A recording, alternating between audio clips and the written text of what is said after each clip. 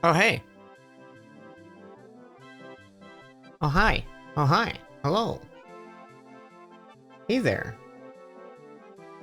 Hey, question. Could you guys hear alerts just now? Were alerts actually playing?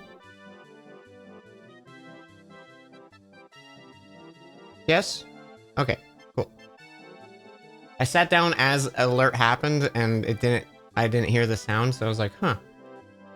They're getting muted now. So in case you're like, I want to hear the soup. Don't do it, because they're muted. They're gone. Hey everyone, welcome on in. Hey. So happy to have you. Welcome. If this is your first time here, welcome to the stream. I'm Dan. Pleasure to meet you.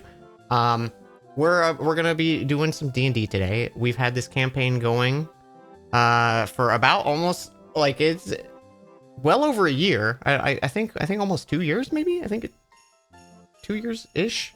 Maybe maybe like May. I think I don't know how long it's been going, but all the episodes have been streamed. There's a VOD channel which I can do. I think exclamation VOD or exclamation YouTube. One of those. If you want to watch through all of them, they're all kept there for your viewing pleasure. But I really love this campaign. I put a lot of work into it, and I love all my players. And I've been reading a lot of posts about the show in Discords and stuff like that. And I wanted to say thank you, everyone who's watched anything with the show. Like reading you guys theorizing about like plot and stuff, or even just little like character moments that they share is like that's like more than I could ever ask for. It makes me so happy. I'm just happy to hang out with my friends and make a little story with them. So I'm really happy you guys enjoy. Without further ado, I'm gonna unmute. Actually, I'm gonna let them know that I'm gonna talking. We were talking about, what was that game? Altaro? I haven't played it yet, but apparently everyone's addicted.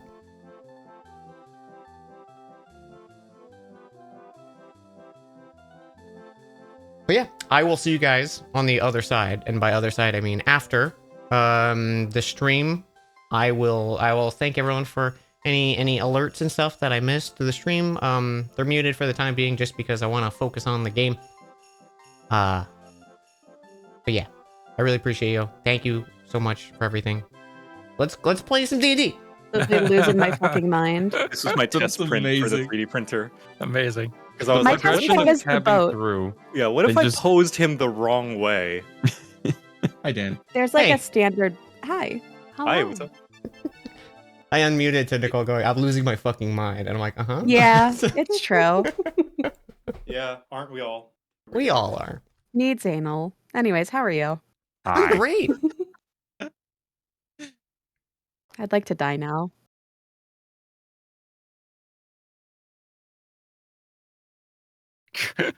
Oh no. Oh, that's shit, great. I can't hear this. Oh, he's saying such Dan, you awful can't things say that about on you. stream. You can love them and they can Hey, still chat. be stinky. They're not Okay. mutually Dan exclusive. says that you're okay. He guesses. Yeah, that's accurate.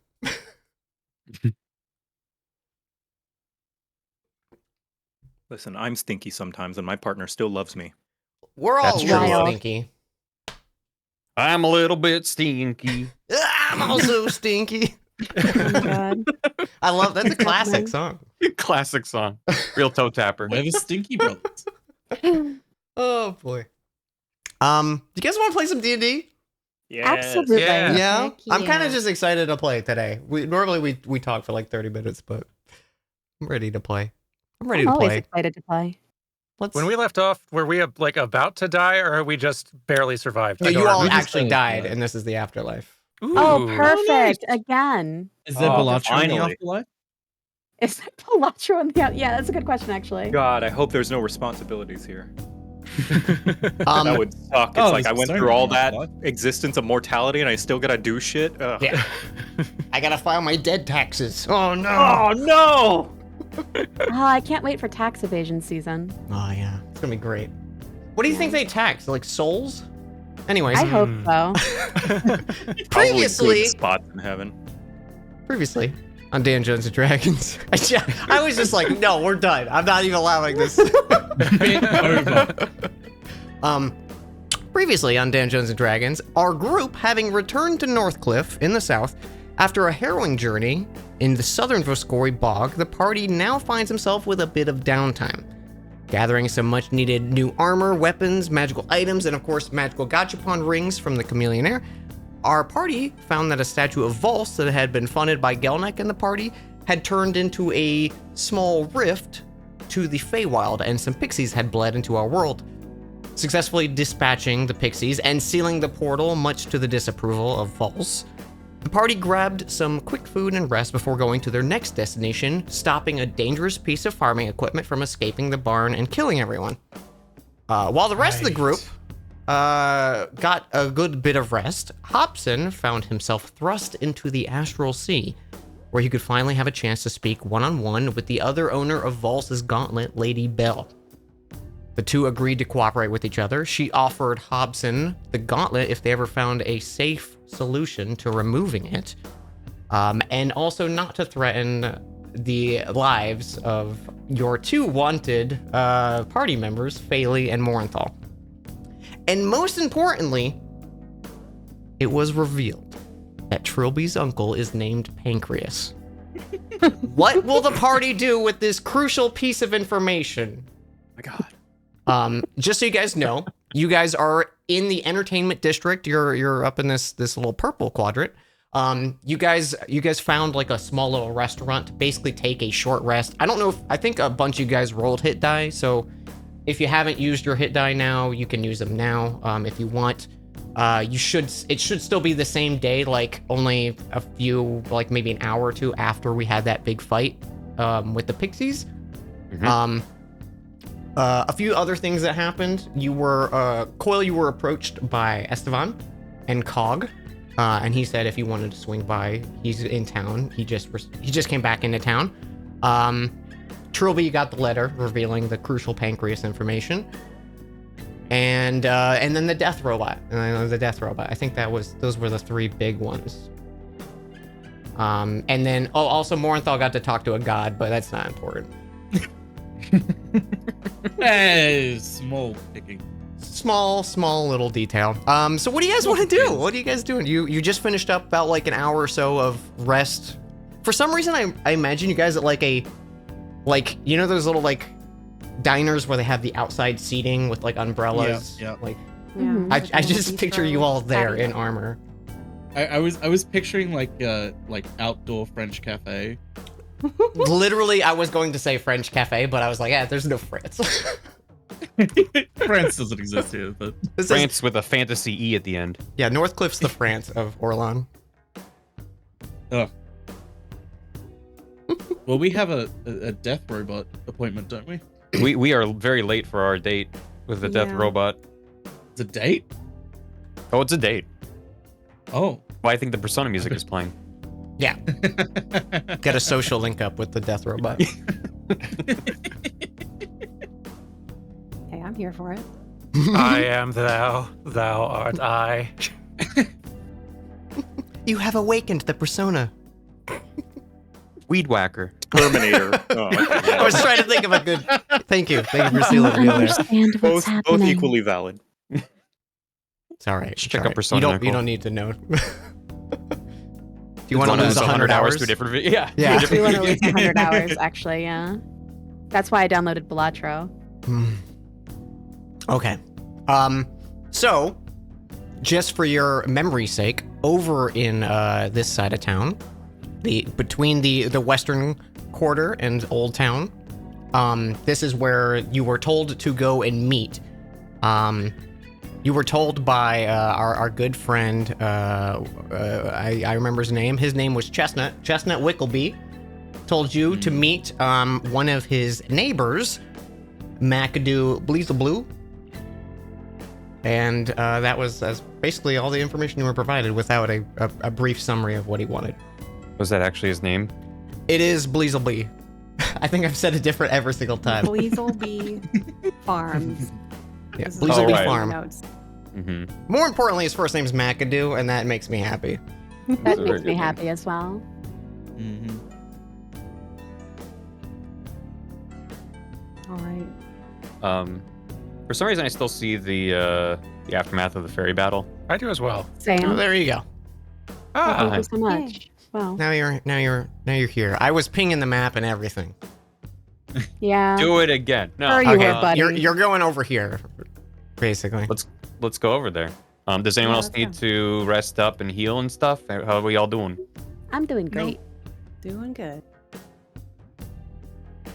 so long So as nothing much- else bad happens. Yeah. Oh, there was Uh, you did also meet a bounty hunter. I forgot to say that. There was also a bounty hunter you met, and Right.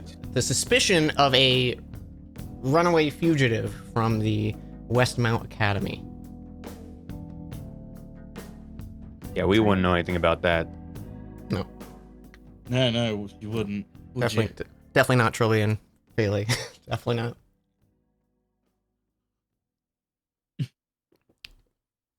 So you guys going? Yeah. Yeet. Let's go. Yeah. All right. I wanna see this death robot. You guys takes you a little bit of finding this specific farm, and maybe once you even kind of get towards that side of town, you have to ask around a little bit. Eventually, though, you come across this small plot of farmland. It's kind of like, since a lot of the city has been lost to the downtown, which is like the entire city, there's just this small little remnant of buildings that you think were probably built here when Northcliff was still part of Orlon, like before it rose out of the ground. They're pretty old homes, and they don't match the aesthetic of the city at all.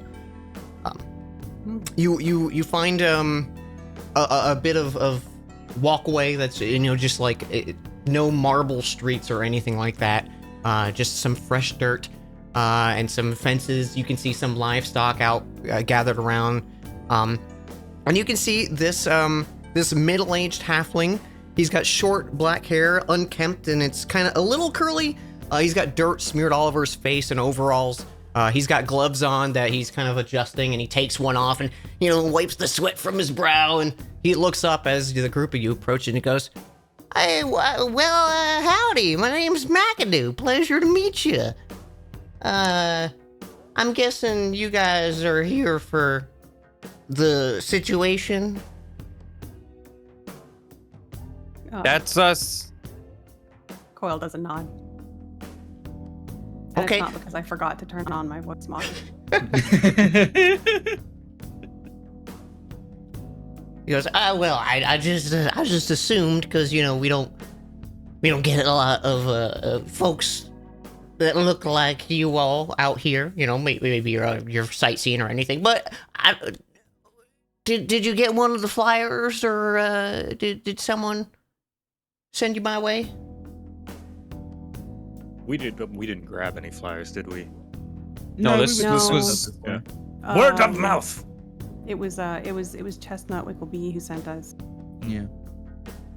but I gotta restart from my, Oh no.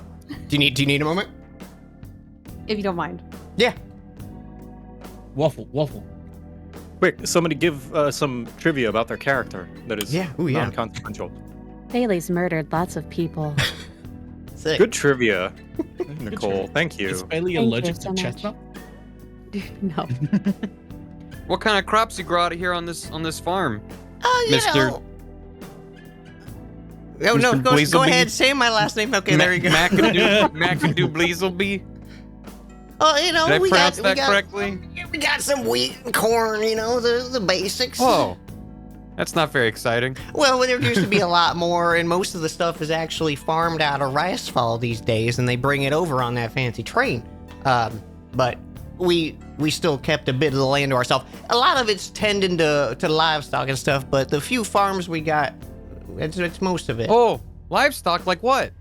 Like cows, we got a few cows out here. There's some goats Oh. and sheep and stuff, and he's pointing, and there's little chickens and stuff running around too. Trilby is visibly disappointed. What was Trilby? He just thought it was gonna be like a fantasy farm with all kinds of fun. Oh, in the What back do we got the you mean? unicorn pigs. Like, what do you? Can I pet them? No, they're very dangerous. Oh, jeez. Very territorial. You don't want to. I see. You think this isn't just a fucking fantasy world? What are you talking about?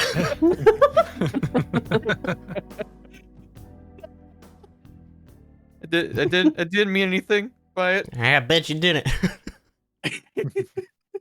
This guy's getting real attitude all of a sudden. Yeah, he is. Yeah, geez. So, what can you tell us about the murder robot? Oh, well, I'm glad you asked. Okay, I'll tell you the whole situation. So a while back, like, we're talking a few months, maybe a year or so, me and some of the other farmers, we got together and, we figured we're living in Northcliff. It's the technological hub of, the world. And maybe, we could make something to help with the harvest. Granted, we don't have a lot to harvest these days, but, it's a hard life waking up at the crack of dawn and take care of the fields. We figured, maybe we deserve to use some of this ingenuity that we have in the city here, right? So we got to building. We worked along with some smart folk that we hired in the city. They made a pretty all-purpose design. It could handle everything: plowing, harvesting, replanting, watering, the whole lot. We maybe got a little ambitious, I'll say that, but dream big. And they came by to give us the arcane core to install, and they said to be careful with the installation of it, and we were maybe not as careful as we should have been. We have these rough hands, working the field all day and stuff. We don't have the hands of a tinkerer, so we kind of just shoved it in there and thought it would do the job. And when that happened, it kind of went berserk. It started swinging around. It has this big blade. It was just going in 360 just around it. It took out a few of the cows and some of the pigs, but also our friend Clive. But we were hoping you could take care of it. We got it in the barn. Luckily, no one was too injured except Clive. And it's been in there. It doesn't seem to be aggressive until it sees something alive. So that's kind of the situation. Okay. Oh, and I'm sure you all look like you've been around the block before. You probably got some merc work in your blood. We got a few things we can offer as reward. We don't have a lot of money here in Old Town, but we got a small gathering. Excuse me, I keep burping. We gotta get it out of me. Okay. I can see you have a giant jug of sarsaparilla next to you there. I keep drinking it. It's good stuff. We got a small gathering, about 300 gold. We also figured if you dispatch the automaton and it's still salvageable, but you could maybe take the arcane orb. That's a pretty penny these days. Our good buddy Clive, who's no longer with us, he was he had an entrance fee already handled for there's an annual fighting arena tournament that happens here at Northcliff, and he was registered for it, so he's already signed up and everything for it. It's in like 2 weeks, so they're gonna need someone to fill that, and we could give you his registration forms. So if you wanted to take his part, I don't know if you're interested in that, but we figured Gelnick's eyes light up. A tournament! And he looks over to the party like a kid who just found a new pet. A pet unicorn pig. We'll take the orb. Oh. No. I think they should keep it. But Trilby, I was joking. asking, since you are a tinkerer, right? Does any that's of what this they called me. Well, I'd say I've never made a death robot by mistake. But sometimes when you're trying to slap some stuff together, the trick really, and then I turn to McAdoo. The trick really is to not put the blades on it until you've activated it. Yeah, that in retrospect, that would have probably been a good call. Yeah. Do you think you could put it in correctly if given the opportunity? Well, you'd have to at least deactivate it first. Of course. How do we do that? Well, presumably if we're able to take out the core.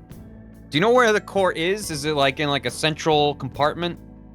Yeah, and I don't want to interrupt, but I think we've all come to the same conclusion that we don't want it anymore.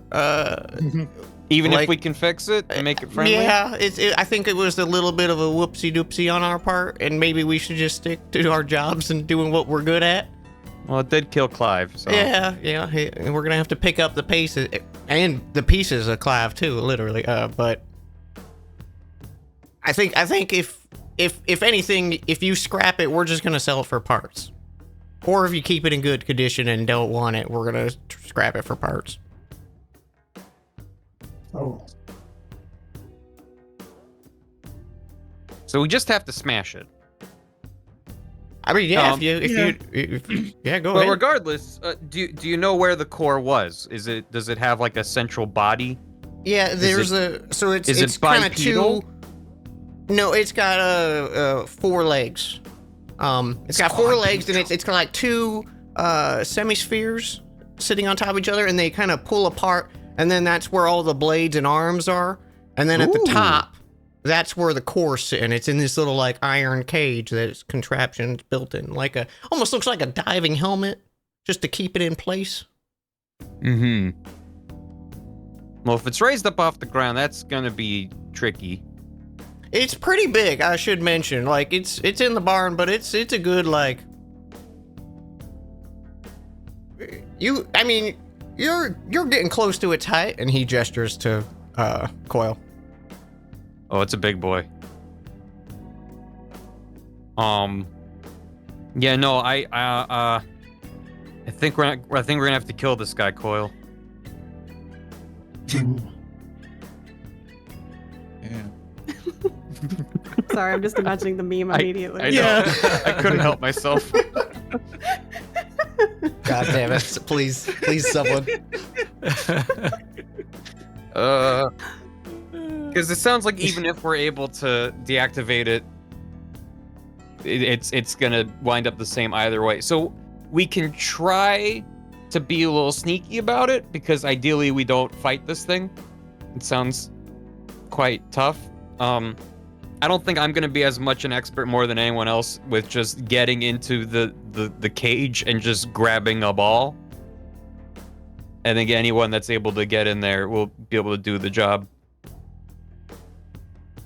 I don't know if there's a way to deactivate it other than that. I'd have to look at it, I guess. Oh, and just so you know, like I don't know much about these arcane cores, but I know they're valuable pieces of equipment. The one we got in here is about the size of like a melon, like a cantaloupe kind of size. It's a big core. Yeah. So I mean, it'd be pretty tough for us to break the core, I think. So I think we just gotta go check it out and come up with a plan. But I'm sorry about Clive McAdoo. Hopefully, I don't. Trilby starts walking away. Just out of curiosity, do you know how it like detects people? Could we be sneaky? Could it see us? Could it hear us? Does it just know? It kind of just. I don't really know. We didn't give it eyes per se, but the inventor folks said that there was just enough sentience in it to do its functions basically. So it could clearly see where it's going and stuff. I don't know exactly how it detects you, but it sure hunted down anything that was near it with deadly accuracy. Oh boy. Mm-hmm. I'm sure you could sneak by it, but I don't. That's a dangerous gamble. Trilby walks back over. Was it originally meant to harvest the wheat?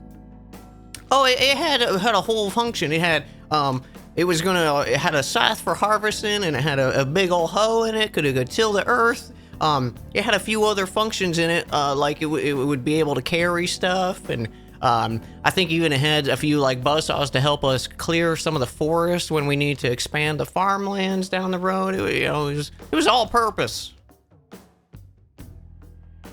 Okay, good to know. Maybe we can try to trick it with some crops.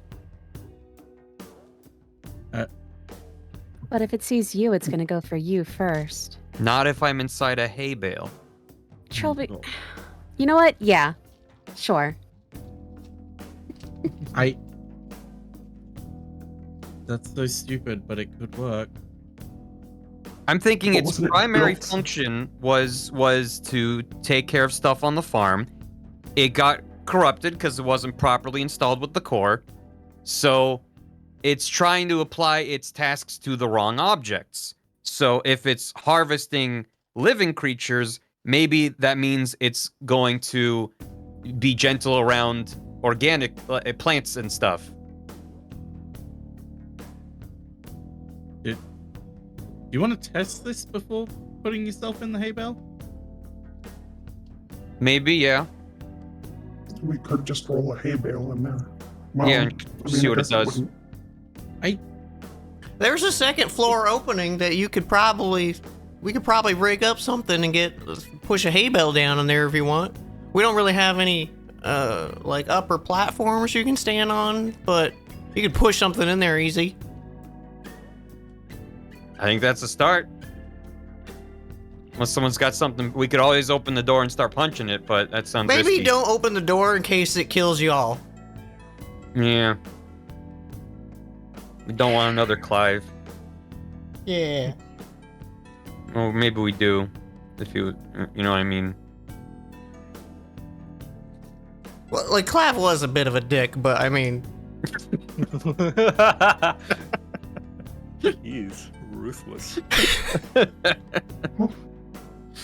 Okay. Well, I don't have any more questions. all right. Well, I'll show you the barn, and he kind of walks the group over. It's this large. It's a pretty large barn. You can see the kind of aftermath of this thing when it tore up through here, like what a day ago. And while there's not like fresh blood or anything like that, you can see parts where it just like there is a clear like giant cleave mark through the ground and kind of just like this weird pattern of like these blades overlapping. You can see marks all on the door, kind of like where they sealed it. It looks like the edges of it were getting just like chewed apart while this thing was resisting. It's a death machine.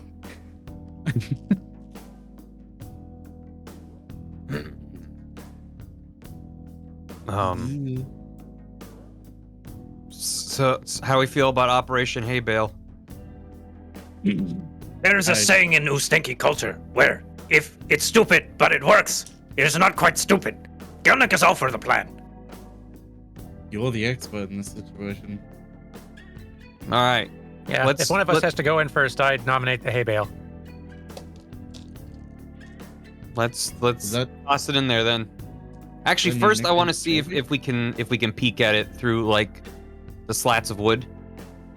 Oh yeah, give me like a perception. You can probably find it's not like the buildings out here aren't up to code with the rest of the city. They're pretty old. Yeah.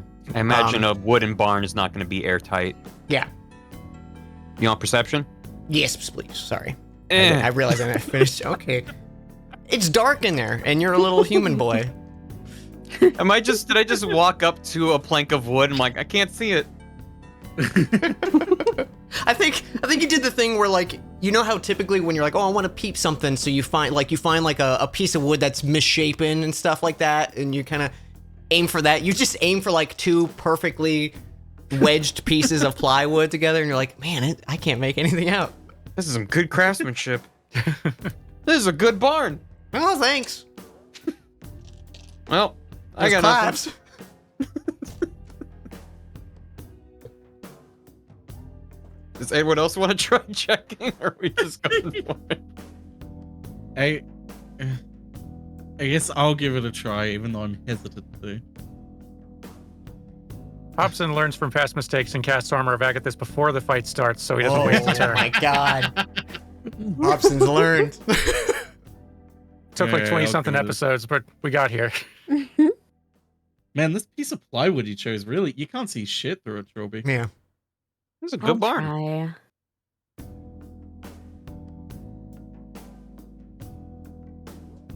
Okay. There we go. Faley, you like take a few steps to the right, and there's like a knot in the piece of wood that has cleared like a nice little eye hole for you. And you can see this thing. It is like if you saw this in like a dark dungeon or something, like it's a dark barn, but if this thing came at you in a dungeon, like it would be terrifying. It looks like just a weapon of death. Like, yes, you can clearly see the tools built into it, but it is just this pure mechanical monstrosity. It's probably about like 8 feet off the ground. Its center core body is probably like, I don't know, maybe 3.5 to 4 feet, like a sphere that big. And then it has these like huge legs that they kind of have like built-in what's it, like aerating like kind of design, so when they step they kind of like pull up the soil a little bit. It has these 3 main features that you can see on it. There's a large scythe, a large hoe, and there's this like buzzsaw that's kind of on a like long extending like rod kind of thing. And you can see at the top where it's like it separates these two halves. It pulls up a little bit, and you can see just this like brief red glow in like almost a lighthouse effect, and then it closes, and then it like takes a few steps, and it does that again. And every time it does, you can see that same like glow from the top of it, where you can see these like thin iron slots that you can see like some kind of glow coming from. You could guess that's where the arcane core is. Lethal Company Nutcracker, got it. Faley kind of just like looks at the guy a little disgusted, and then looks to Trilby. You know what? I think you'd be fine. Okay. I still think we should try the hay bale on its own first. Yeah, why don't we try that? All right, I'll get my ladder. And like, he comes back. Takes you like a minute or two. I imagine one of you pushes the hay barrel up the ladder instead of forcing McAdoo to do this. Yes, Gelnick will do that. All right. So Gelnick, you bring this up, and you can kind of see into the bar. Like he said, there's no like cross beams in here for you to kind of get advantage on. If someone wanted to stay outside the fight and provide support from a range, you could do it from this ladder that you have set up. And as you push this hay bale, it falls, and you see that little like red circular glow. It like with mechanical precision notices, goes over to the side, and the rest of you just hear like and like just hay spray in all directions. Okay, we'll get to Central. We in. Well, that was my only idea. Oh, what? You don't like it anymore? Well, no. All right. Anybody else got anything? You're the expert.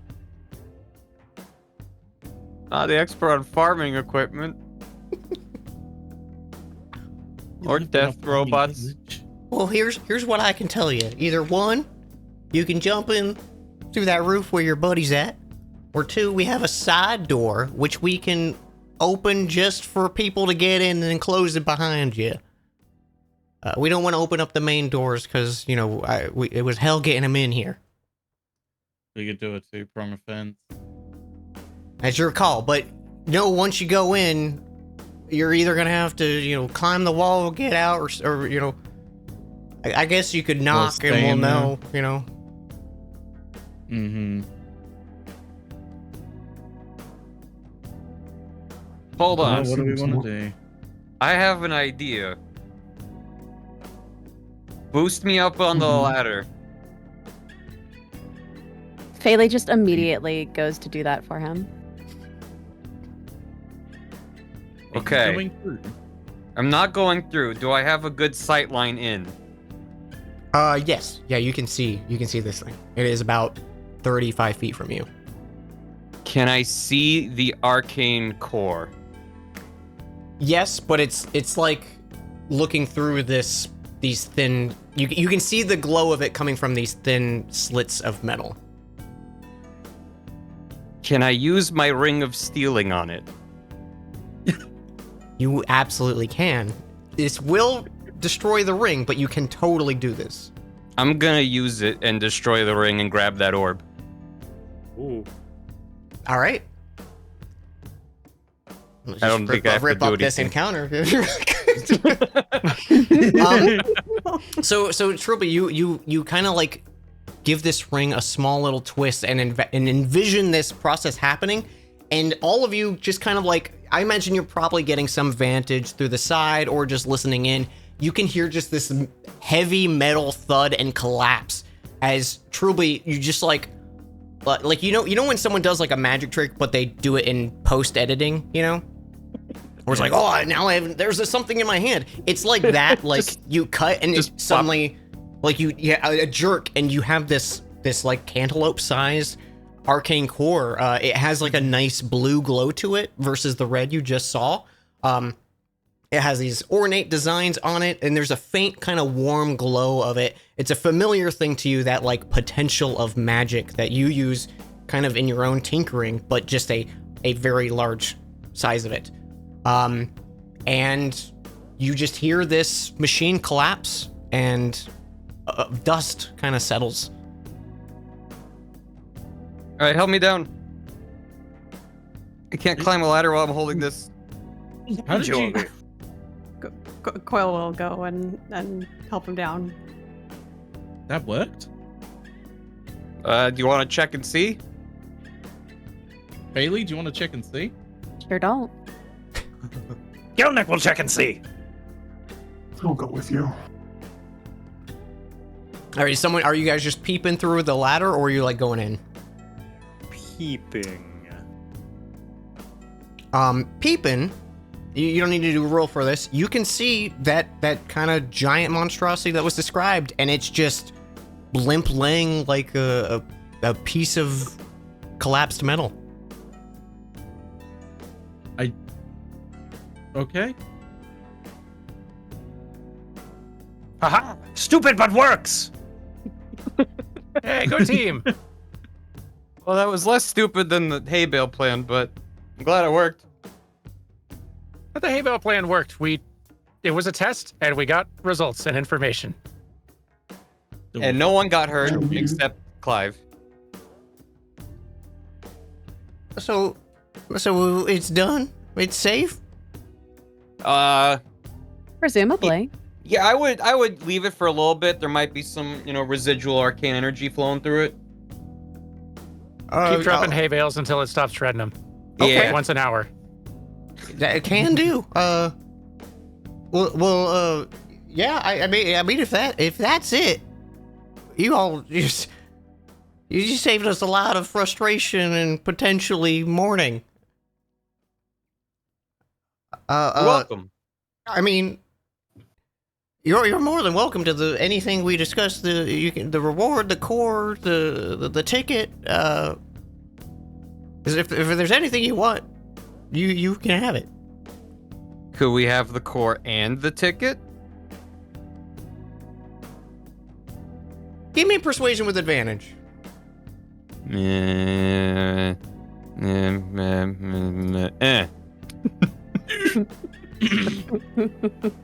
I mean, the core is pretty expensive. We could probably use the money of selling the ticket, but maybe for like 100 gold, I could maybe part with the ticket as well as the core. I'm fine with that. Sure. I'll hand him 100 gold. All right, well, here you go. And he pulls out like this small kind of like, it's a small stack of papers, and most of it's like admission fees and stuff like that. And it has like the name of the occupant and everything like that. There's a little bit of blood on it, and it's all filled out for this Clive Walnut is his last name, Clive Walnut, and it's yours. Just so you know, if you have anything to talk about over in the entertainment district, it's called the Obliteration Amphitheater. Is where the yearly fight goes on. So if you want to clear it up and maybe get whatever the announcer will call your name out, you probably should get that cleared up because I don't think Clive the Crusher is gonna cut it for you guys. I mean, I'm looking at Gelnick like, could be Clive the Crusher. Yeah. We'll need work. Clive, Clive, Clive. Just muttering it to himself, seeing how well it fits. Okay, Obliteration Amphitheater. Obliteration Amphitheater. Yeah. Was that named after someone named Obliteration? Yeah, Chuck Obliteration. Got it. Thank you. You're so knowledgeable, McAdoo. I honestly didn't even know that. I just was making it up, but you're so gullible. It's so easy to do. He really is. Now, I have no idea how I had that name, but they fight there, so I'm guessing something with that. Oh. Yeah, makes sense. It's a pretty good show, though. If even like it's only a ticket for one of you, so I imagine the rest of you can watch. But it's a good show regardless if you don't want to go. You said it's in 2 weeks? 2 weeks. I think 2 weeks come tomorrow. Okay. Well, good luck with the scrap. You're welcome. Thank you. You guys and you guys said Chestnut sent you, yeah? Yeah. Well, I have to give my thanks. You know, y'all did a good job. No one got hurt. That's what I like to see. And just be careful around any other murder robots you feel compelled to activate, because I only had the one stealing ring and it exploded. So yeah, well, maybe I I think won't we're be able gonna to do that steer again. clear of that for a while. Mm-hmm.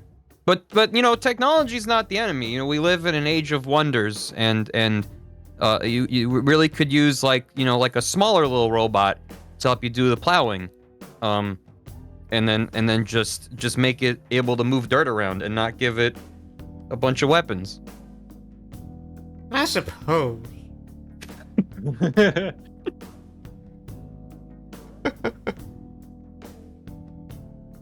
Well, see you later, McAdoo.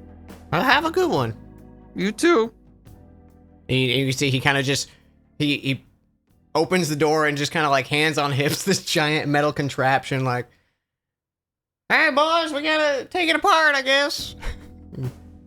And after you leave, they start getting back to it.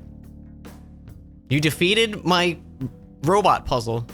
Nice. Well done, Darian. Here, I just for you guys, because I want to share. When it was just Gam and Saren in the call, I was like, I have 2 music tracks prepared depending on how this robot fight goes. So this was, if things were going good, this music was playing. It was just gonna be very just good. Battle Against the Machine, Earthbound. The Earthbound music. And if it was going bad, it was gonna be Signalis music. Oh. Oh man. Oh no. It was just like, Oh boy. Very mechanical. That's a very good choice. so Yeah. those were my options. I'd say I'm sorry, but you're the one that put a ring of stealing in the gotcha. I put a Ring of Stealing. I gave you visual on the Arcane Core. That's totally on me, and I love was it. like, I can see it, right? Yep. And you're like, 100%. I am so proud of you. I am so that I live for that shit.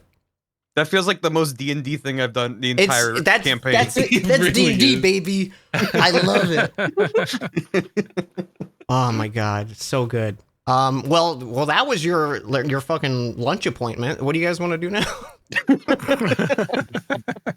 Well, I guess that's done. What's Well- next on the list? Is it Pancreas? Is it the letter? Is it the whatever's going on with the bounty? Well, I have a giant arcane orb that I think I should probably sell, because I don't think I can. I think it's way too big for anything I would make. Also, Yeah. I'm down 1 ring. Just saying. Well, So if I'm is heading he still over, in the city? what was that? Is he still in the city? The chameleonaire? We can only Yeah. hope that he's not. Well, I guess we can head over there. Or I don't know if anyone wants to come. I don't know if anyone else is interested in more rings. Looking directly at Faley. Faley's just avoiding eye contact, but is absolutely going to follow. I've heard he's also got all these like little Joker cards with these little faces and these little guys on them. It's like he's like a poker game he's got going on. Alatro. I have money to waste as well. How close is the entertainment district to the shopping district? So you're closer right now to shopping if you want to stop by Chameleonaire. The red here is the trade district. And like kind of in this glowing section here, like right in the center, that's like the town. That's the like marketplace kind of things. That's usually where his little Vardo is set up. I figure if Gelnek or anyone else wants to check out the theater. Not that we have to do it right now or nothing, but figure we we're can do it nearby. right now, since we're nearby. And I can also put out feelers from my uncle. Although there's maybe an obvious place that he would be if he's actually stationed here. Who knows? Who knows where it could be? Could be I it. will say one thing you do see throughout the entire city, because this is a Empire-owned city. You do see Crownsguard and stuff like that around. Probably not so much in the Old Town district, but once you kind of get more towards like the Spire Shadow and stuff like that, and like the places you're familiar with, like outside Shattered Sealed Inn and stuff, you see plenty of Crownsguard around. So that would probably be your best bet of like getting a lead for a specific, or you could like go outside of like near the castle and find like a barracks or something. Gotcha. Okay. Well, my priority is replacing that ring. Not to Okay. skip, but if that, No, I think you've earned the right to steer the ship right now. that's all right. Well, I'm gonna venture off to the shopping district. All right. Is just Trilby going? I'm gonna go too. Gelnek. Oh, Yeah, we'll go Gelnek with will him. follow. Pops in two. We're going with him. Yeah, cool. Everyone's so Everyone's resigned. going. Everyone's going. Okay. All right. You guys walk to the trade district. It's a little busier. It's getting the winter season. People are getting gifts and stuff like that. And you can see a familiar little purple Vardo kind of set up with the stuff. It looks like there's some tape around it. And you can see kind of like Chameleonaire standing outside of his usual spot, kind of hands on hips. And it looks like all his like shop doors are closed up and stuff like that. It's not its normal like flamboyant presentation. Oh, no, no. there's no music playing on the loudspeaker. Oh no. Chameleonaire, what's going on? Hey, my favorite customers. I had some trouble with the law, and I got to suspend my sales just until the court order. That the kind of stuff. Oh, Yeah, I was selling these candies that they would do random effects, and some kids ate them, and it was a fireball. It was a situation, and it was a really bad decision on my part, but I shouldn't have priced the candy that cheap. I think that's on me. it sounds like there's a lesson to be learned about random drops and children and incentivizing them to risk. You got any more of those rings?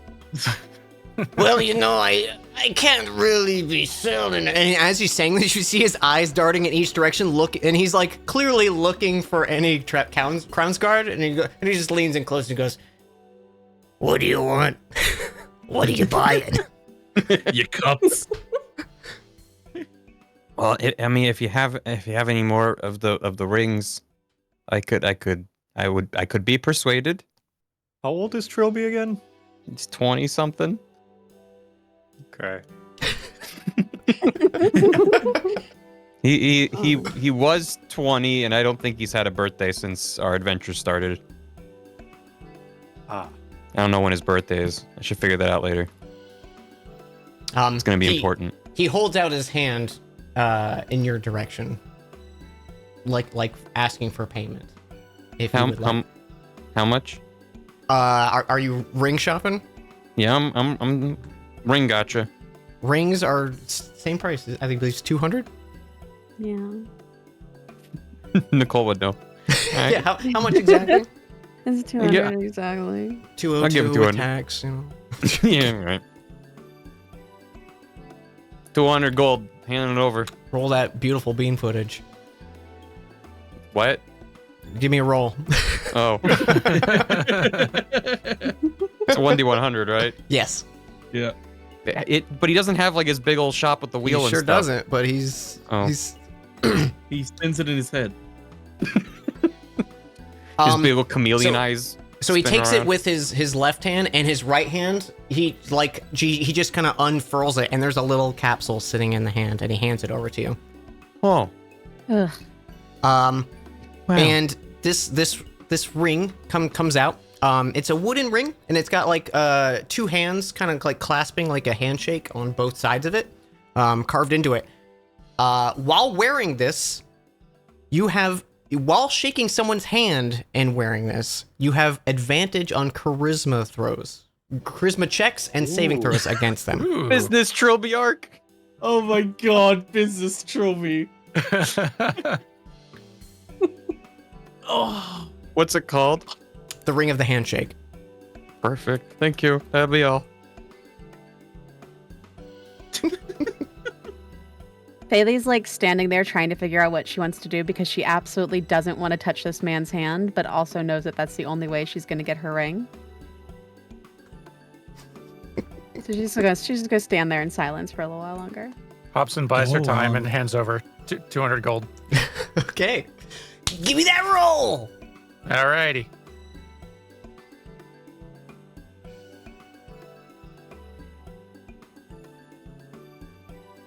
Alright. 36. Wow, 36. Oh, okay. Wow. Neighbors.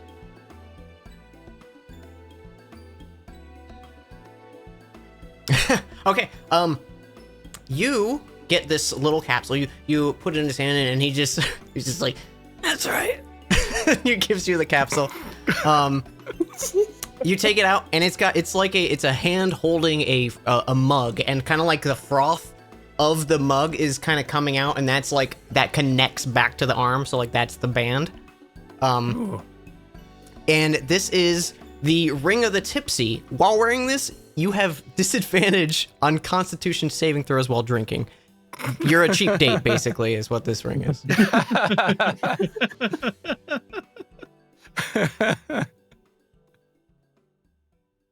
The applications are endless. Mm-hmm. I mean, Excellent. if you want to get drunk, it's probably nice. Yeah. That's true. It's to save some money. Cheaper. Yeah. Because they're clearing out the 30s. Gonna have to make more rings. Something tells me that maybe the random rolls aren't as random when he's just standing there. He's like, oh, I happen to. This is what you got. Oh, what a shock. Here's number What a good 36. roll. You do notice, like, while he's doing this, he's either an incredibly good, like, street musician, because like, you never see him, like, reach in a pocket for a new capsule or anything like that. He just kind of, like, turns his hand over.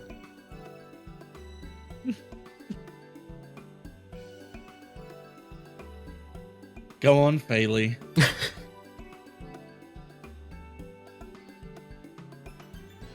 Bailey very hesitantly goes up and puts 200 gold in his hand and Couldn't keep away, could ya? please don't speak. I got a special one for you here. He pulls out a capsule after you roll. Yeah, after I roll. After you roll.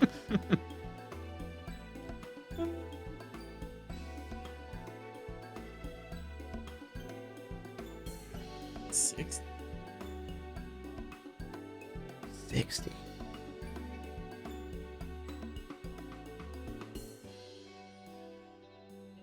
Okay. You get this this small simple ring. It almost looks like it's like glass, like the band, but it's still a pretty solid material. Like it doesn't look like it's gonna break or anything like that. But there's just like no detailing on it or anything. While you're wearing this ring requires attunement. While wearing this, you have advantage on stealth checks. However, Ooh. you cannot hear or speak. Oh. Whoa. This is the Ring of Silence. Ooh. That's neat. Damn. Okay. That could come in handy. And I It do sure could. slide another 200 into his hand. That's why you're my favorite. Not Let it ride.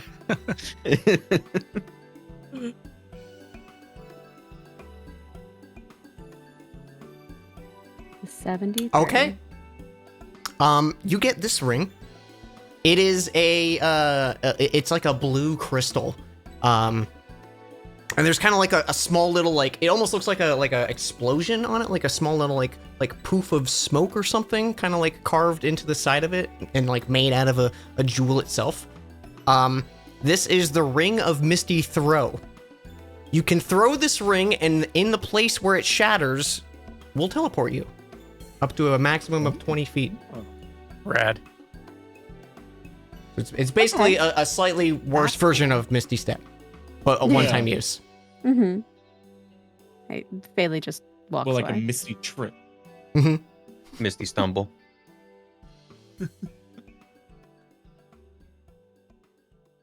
Oh no. I highlight everything red when someone's gotten the ring, and I highlighted it white, and I was like, where did it go? No. I played myself. It's an Any ender more pearl. rings? It really is an ender. Oh my god, I didn't think that was Oh my god, gonna it is! That's amazing. Any more And you take rings? 1 heart of damage.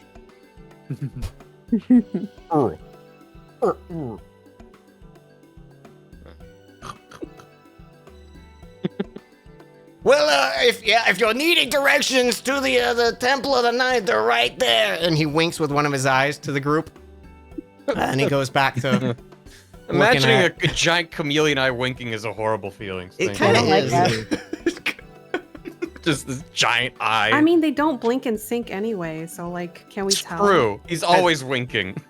Maybe he does it like 3 times real quick, just so you know. It's intentional. Yeah. Thanks. Batting his eyelids at us? Oh. Only thanks at for- Bailey. Actually, can Fayley go back up to him? Yes. We turn to walk away and Faye walks back up. Hey, Actually. So, I've bought a lot of rings from you, you know. Mm-hmm. They're still 200 gold apiece. I could always raise the price. Or you could lower it. I don't know. It's working pretty good for me.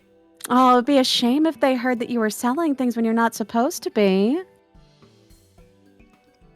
Give me a persuasion check. This rules, yes. No!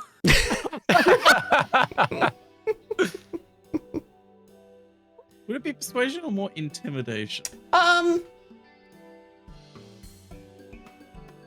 think actually, yeah, it probably would have been an intimidation check. You know what? I'll give you a new intimidation check if you want it. We're doing terribly, right? He gives you a look and he goes, I'll tell you what.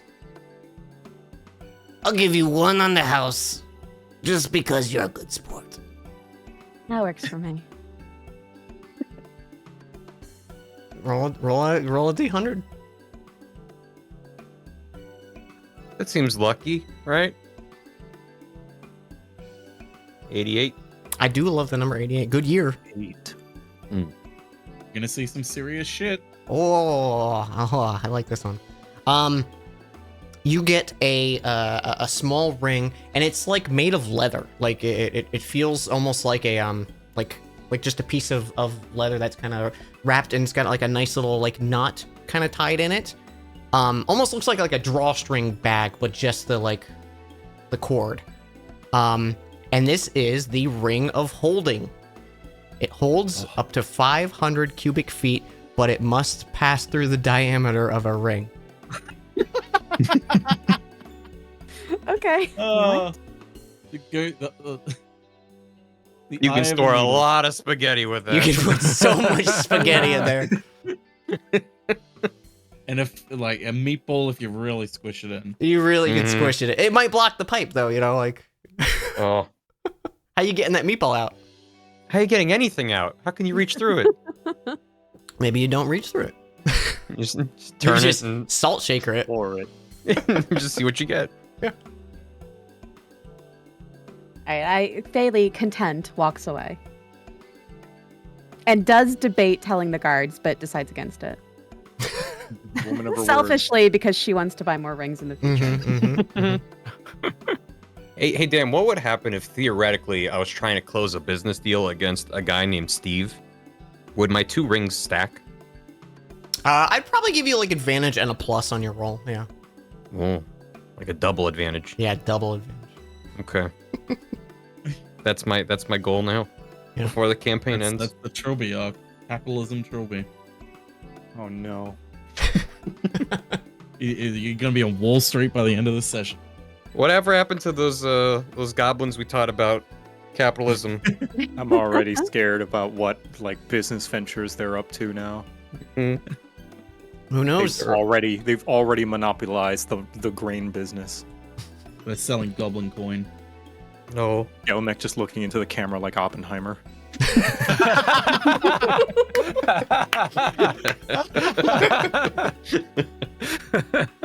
What have I done? I've become double leader. Destroyer of economy. Destroyer of good business.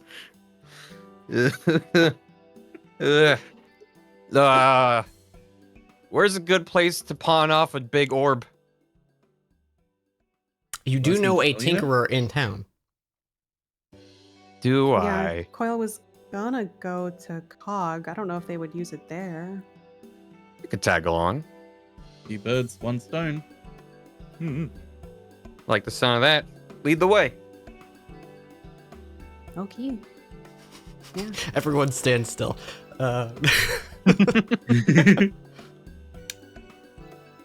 All right. You're heading to visit Estevan and Cog. Yeah. You go to Mobe's pawn shop.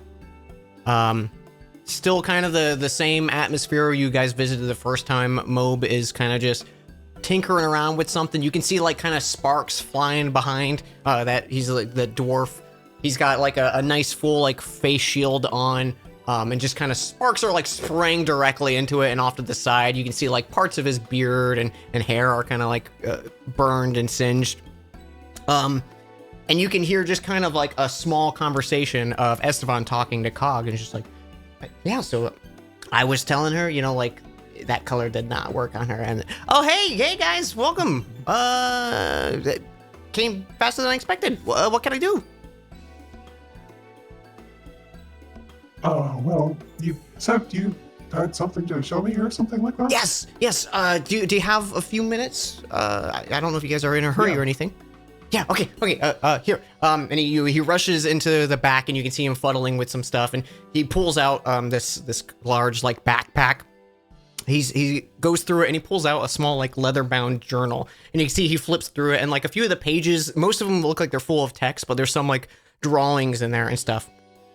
And he comes over to you, Coil, and he's like, so I explained to you, we were going to the ruins of Rela, right?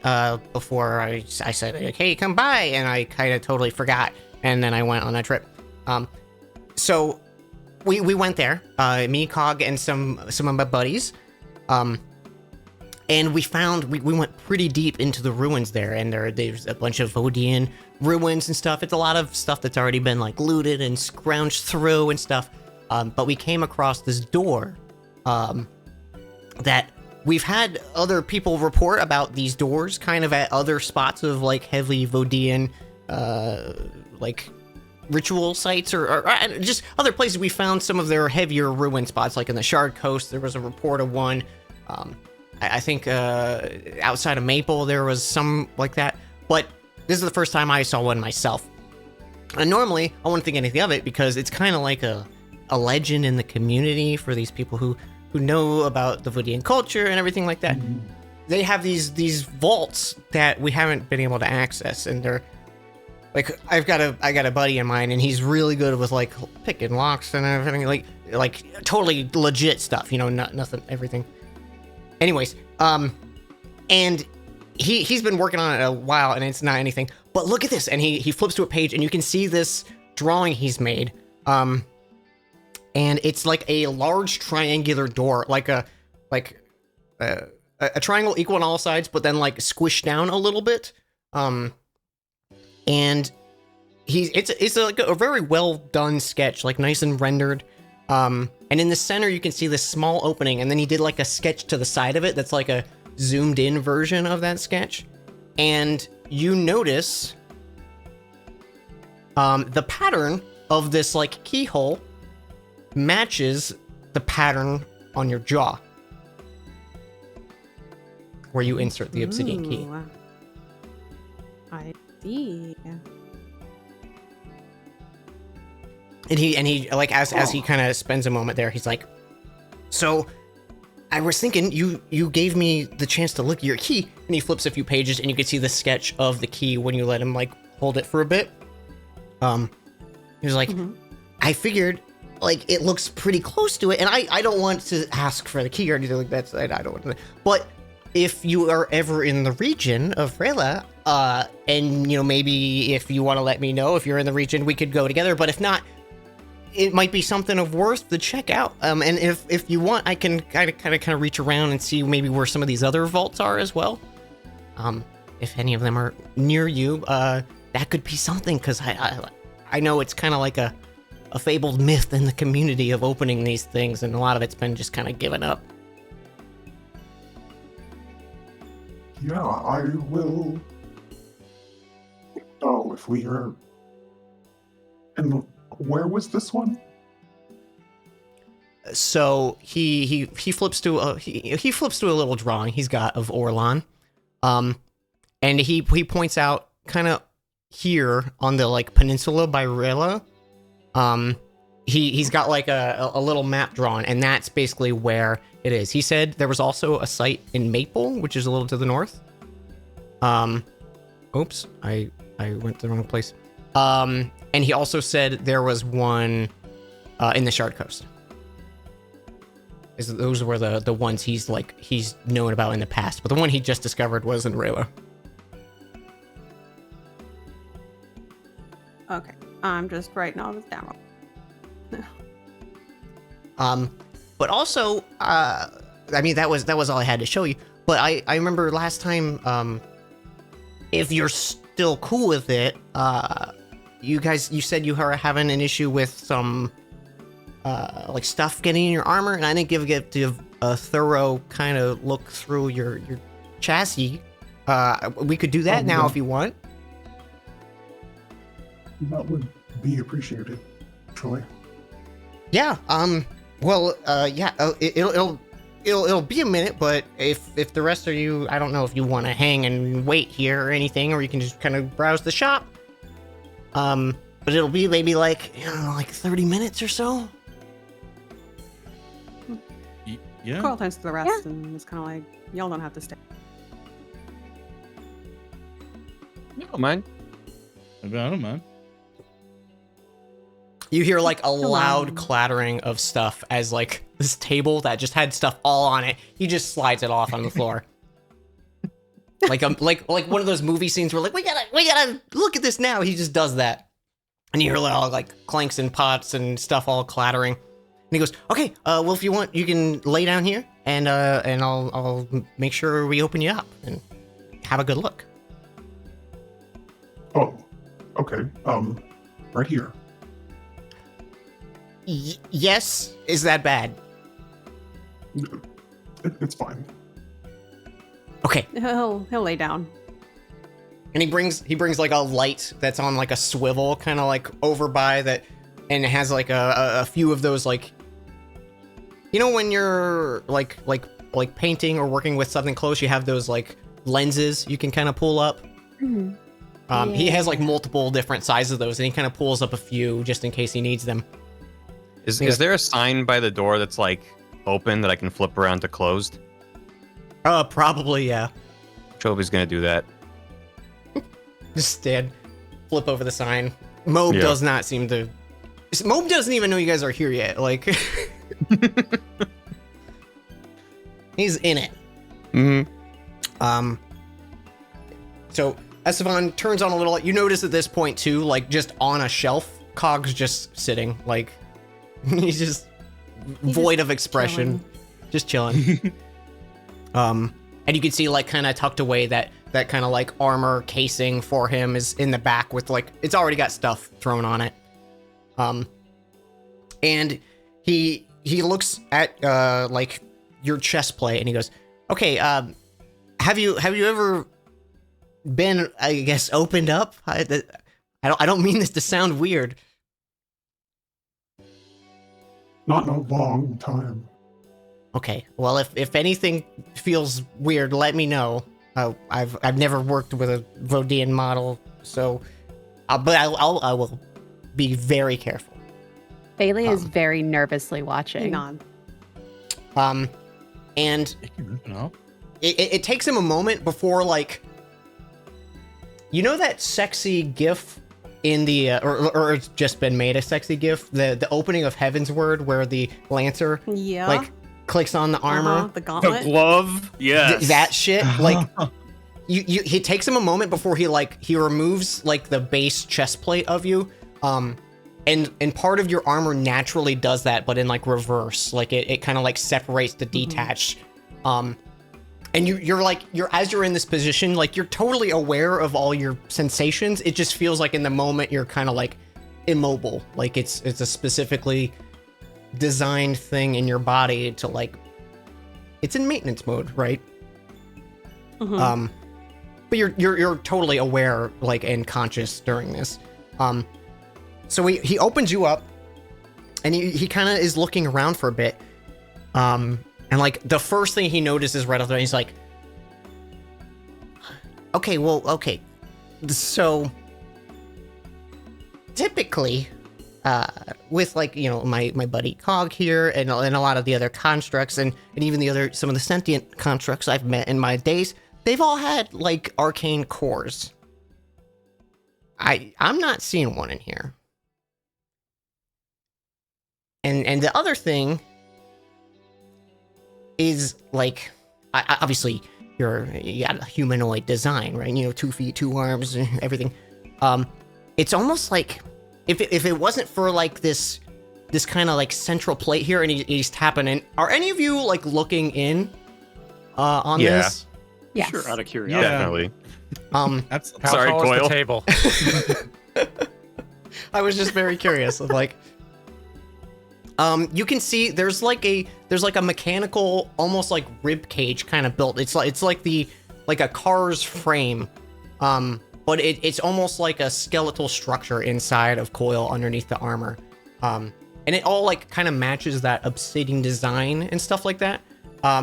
But what you notice is there is a lot of like vacant space, almost, and the way Esteban phrased it, he's like, it's almost like it used to fit someone in there. Like, they would be dead because it would absolutely crush them, but like, the parts are...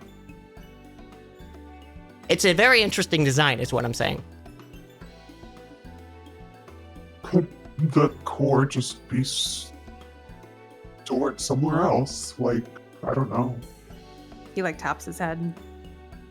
I could take a peek. He nods. He futzes for a bit. The kind of like head plate, where like your ears are, like that kind of central part, like slides forward, and it feels weird, like someone kind of like messing inside your dome. And he kind of gets the same reaction where he's like, I don't see a core.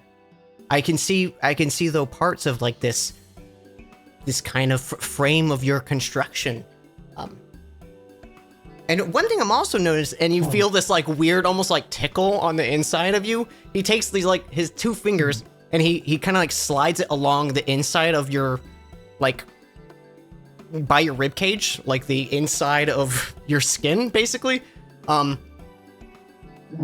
And he's got like these kind of like just brown leather gloves on, and you can see as he like pulls his hand out, there's like a black residue on his fingers.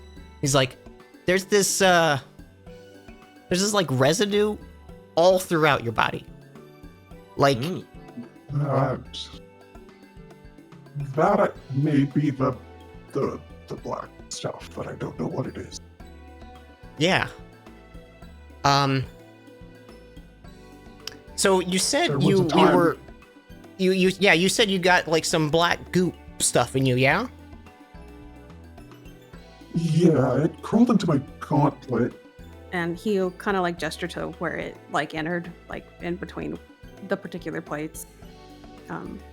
But then also, well, somewhat recently, maybe after we talked, I don't remember. When I used the key, this, I guess, black stuff, for lack of a better word, started, like, leaking in greater quantities than I know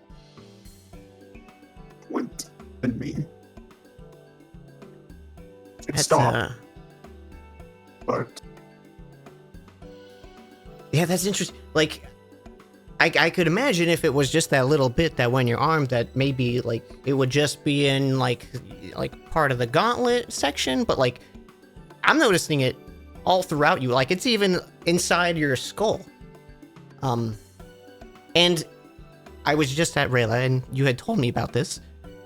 One of the things that we've kind of come across multiple times is like these collections, or like not pools, but reservoirs, I guess you could say, of this kind of like ichor stuff. And I never really thought anything of it because it's kind of a common thing kind of throughout Orlan. It just maybe has a reoccurring thing in these Vodian ruins. I have a bit of it in my pack if you want to take a look. sure. We could compare the two, maybe? Yeah. And he goes in that same little bag and fetches, and you can see he pulls out these 2 little vials, and they're like the size of like a health potion. Maybe like maybe a little bigger. Like, what's a health potion supposed to be, like 6 ounces or something like that? It's like maybe like a soda can's worth. Like that's what, 12? Is that 12? Or is that less? I think it's 12. Sounds right. I'm not American. Yep. Yeah, it's around that. It's around that size, and it's these 2 like sloshing, kind of just black ichor. It reminds you very much of the stuff you saw in the Underdark and the stuff you saw in the Bog. The Bog looked a little bit more like acclimated to the weather, kind of thing. More like tar with the seepingness of the swamp in it and stuff. But he pulls that out, and it's like, and he's like, I can run a match on this. It's probably gonna take a while to see if it's the exact same thing, but it's a little suspicious to me now that it's a very common thing to come across. And it's like, and I don't mean they're like natural reservoirs. They're like built into these ruins. A lot of them are empty, but every now and then you come across one. How long is a while? I like maybe months. I'm not up the chain or anything with this, so I would just have to send it out. Sure. Oh, yeah. Seems worth it. Yeah. Does Coil have the same feeling toward this little vial of goo that he did with the other big goos puddles?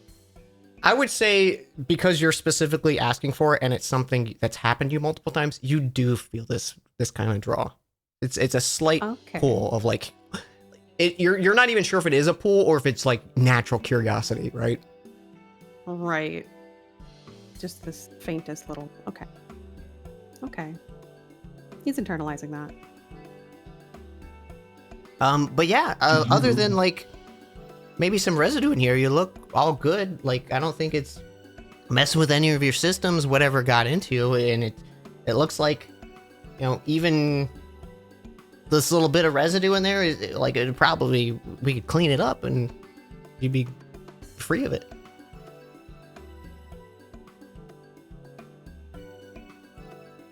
Maybe that's for the best. Do you need to collect more of it for the comparison? I mean, I this bit on my glove, I could just send that in. But I mean, if you want, we can clean everything up. I can collect more. Your call.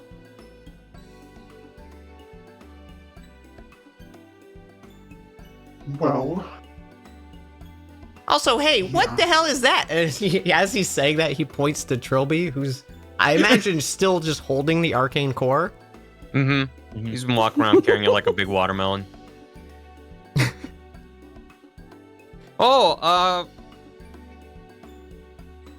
you want it? You realize that's a very valuable piece of equipment. Where did you even come across that? Well, it's a bit of a short story.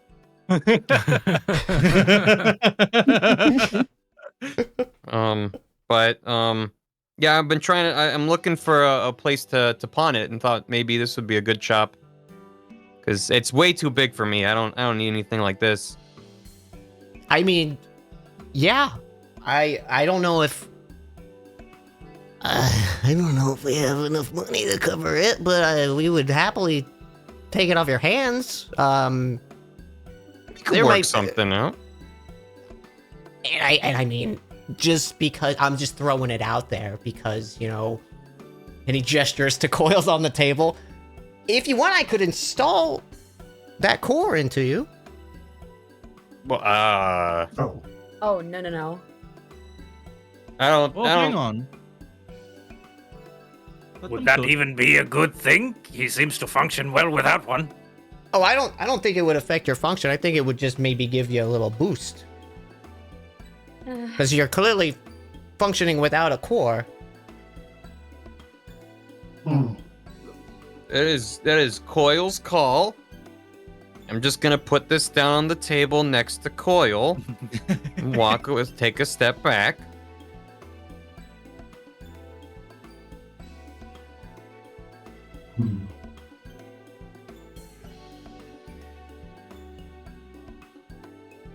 I might need to think about it a little bit.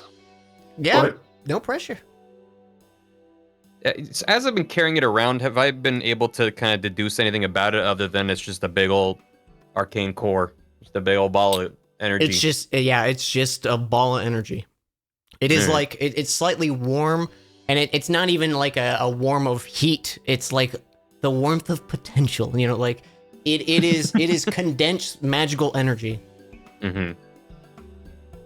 It almost leaves you with like that same tingle of like after you use one of your magical items to like cast a spell or like doing stuff through like gubbins and stuff like that. What's the arcane focus you use? Arcane firearm? Yeah. Is that the symbols? Oh, no, that's what's his name? The arcane firearm is proper porridge. Okay. It's kind of gives you that same sensation when you use that, like it's amplifying the energy. Sure. But arcane cores on their own, it's almost like a big old battery. It doesn't have. Yeah. It's the core is not the reason why the farming machinery went rampant. Correct. It's It was- the way that they installed it. Yeah, it was the incorrect installing of the core because you can assume, especially with the fact that they stated it was people within the city using it, there was probably some blue void circuitry in there to actually program its functions. Gotcha. That said, I don't know how Warforged operate, but I kind of relay what I know to Coil. Just like it'd probably be a heck of a jump.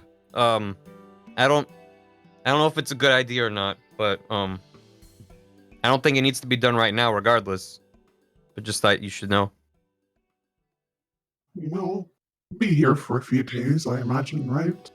Well, Genlach's fight is in 2 weeks. Well, a few weeks is plenty of time to go somewhere and come back. That's also true. But I mean, I also, like, I don't have any excursions planned, at least until it starts to get warmer out, so I'm here for months, so. Okay. Well, do you want to hold on to it until then? I would be happy to do that. I just want to make sure you all are aware that's like a multi-$1,000 gold piece of equipment that you What's want a to dollar? just. It's I misspoke. Fuck you. I'm taking my orb. He wants you to make sure you know it's a very expensive, valuable thing. So And- I probably and have like an entire horde of pickpockets that have followed me every step of the way through the city. You're probably drawing attention with it for sure. Just talking to the chameleon here, Whoa. just surrounded by people staring.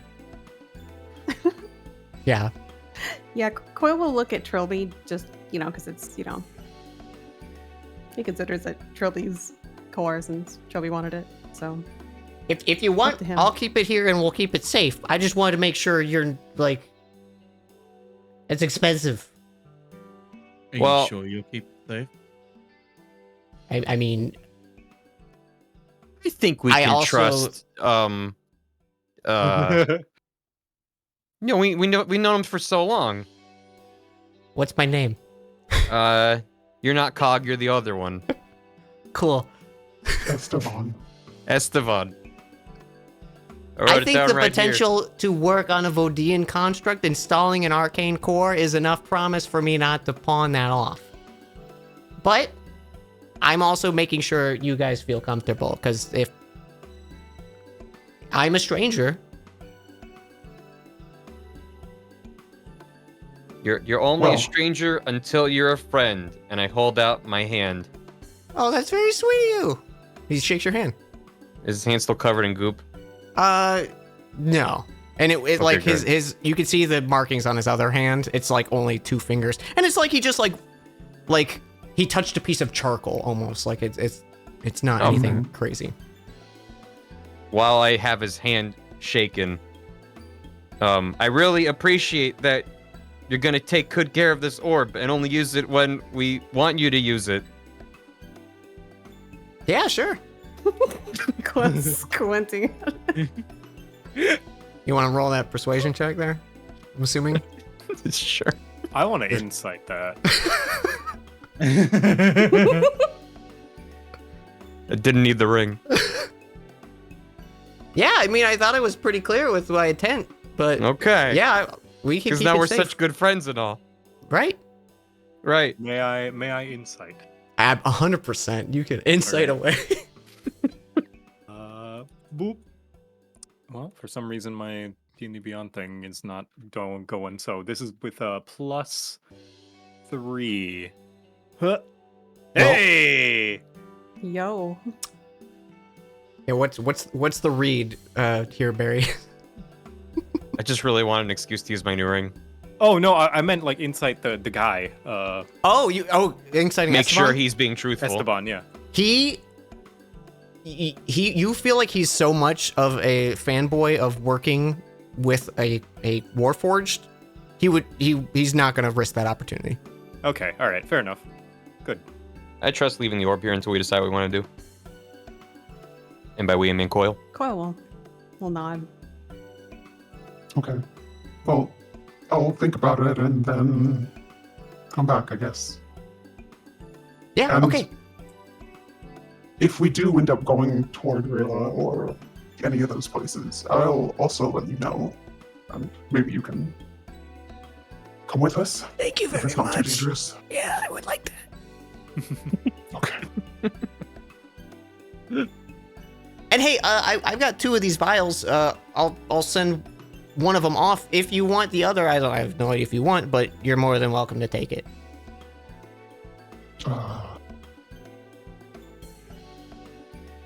Oh boy, he's tempted. He's tempted. But he's also like said that they should probably wash out the stuff inside of him. I'm just imagining them like going at his insides with like a hose. Break him down. Yeah, like he hasn't done it yet, but he'll probably get some equipment out if you want him cleaned. I get the big bucket. Bucket.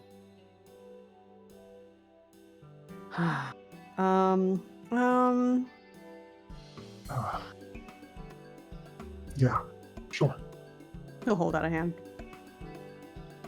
He hands it over to you, and it's like it's sealed in a nice file, so you sense that same kind of comfort in it, but it's not getting to you.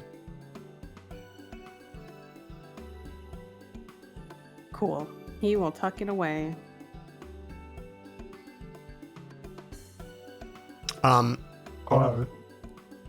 Do you Can you do want? the- Sorry, go ahead. Yeah, the washing thing. No? Yeah, I could do that for you. We try to do it pretty quick here, so it won't take too long. Sure. All right. It takes, however long it would take you to clean this like intricate armor work of your frame. As he's like finishing, give me a wisdom saving throw. Oh fuck. All right. Huh. You like when he's close to finishing, God damn it. When he's like only like one of your legs is left to clean, and he's cleaned out like most of the torso and your arms and the inside of your head and stuff. You feel so like cold and alone that you don't know why, and it's a sudden like sadness that washes over you. Oh no, baby. You'll notice. Okay. All right. You'll notice on your sheet you have a new property that's been counted there. Can you lower that to 0? Oh. Oh. New property. Hold on. Total unknown? Mhm. Okay. I see. Can he stop Esteban from finishing Absolutely. the leg? He goes, Yeah, I think since he yeah, failed what's wrong? that so bad, he'll stop him. I think I changed my mind. Yeah, no problem. You can leave it. We got most of it, so it's probably good enough, right? Yeah. You back home? Yeah.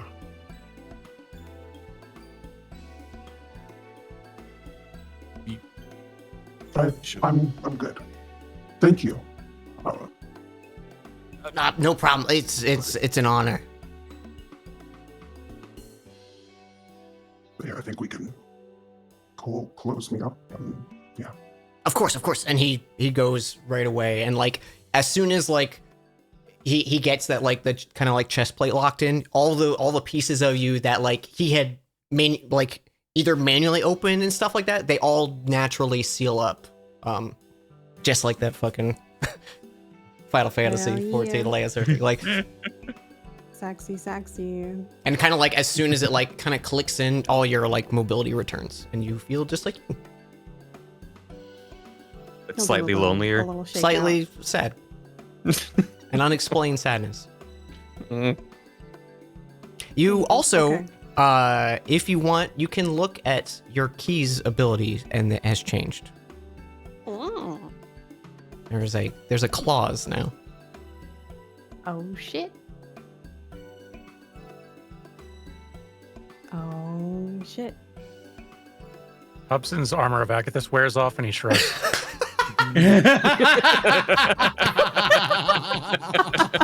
Oh my god, you've just been walking around with icy armor this whole time.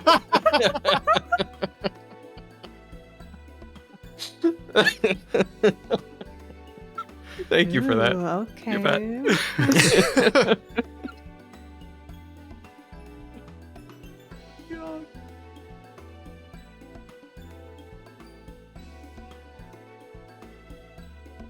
Damn. So yeah. Oh. Okay. Noted. Noted. So normal visit to the pawn shop then? Normal visit the pawn shop. You can hear the pitter patter of Super rain normal. kind of start Oh. up as you're in here too. He goes, "Hey, wait, who changed the sign to closed?" I flip it back. I see what you're doing. All right, Just well, didn't I'm want gonna. someone to come in while Coil was open. Coil was indecent. You're right. Good call. I'm gonna lock this up, and you can see he opens up a vent in the like a hatch door kind of thing in the floor, and you can see the ladder like kind of extends down, and it looks just like more shit that's on display here. Like there's no organization of the shelves in the pawn shop. It's just like random things they found and tinker stuff, and there's just more of it in this basement, but it's like a sealed off exit, and he starts to carry the arcane corb down there. How much do I owe you for the rest of it? For clean it up and stuff? Yeah. Oh, that's literally, I feel like I should pay you. Well, In fact, don't think that's do I owe you? usually- How much do I owe you? you don't.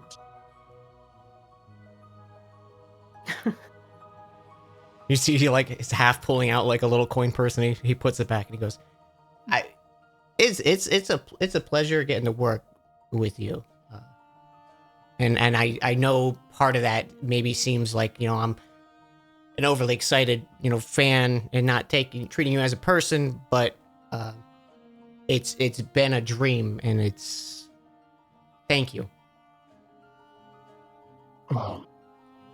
Yeah.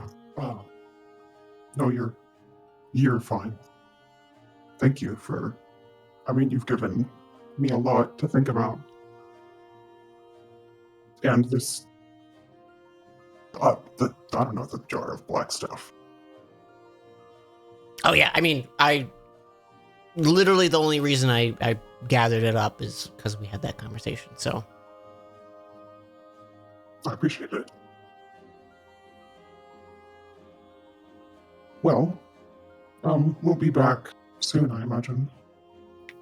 all right, yeah, well, I'll be here. Thank you. He'll go back to everyone else and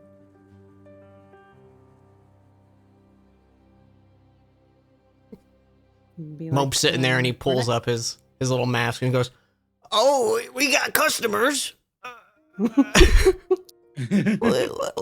can I do all for you today?" Nothing. We're good, thank you. All right, and he pulls the mask back down. It just goes back to work.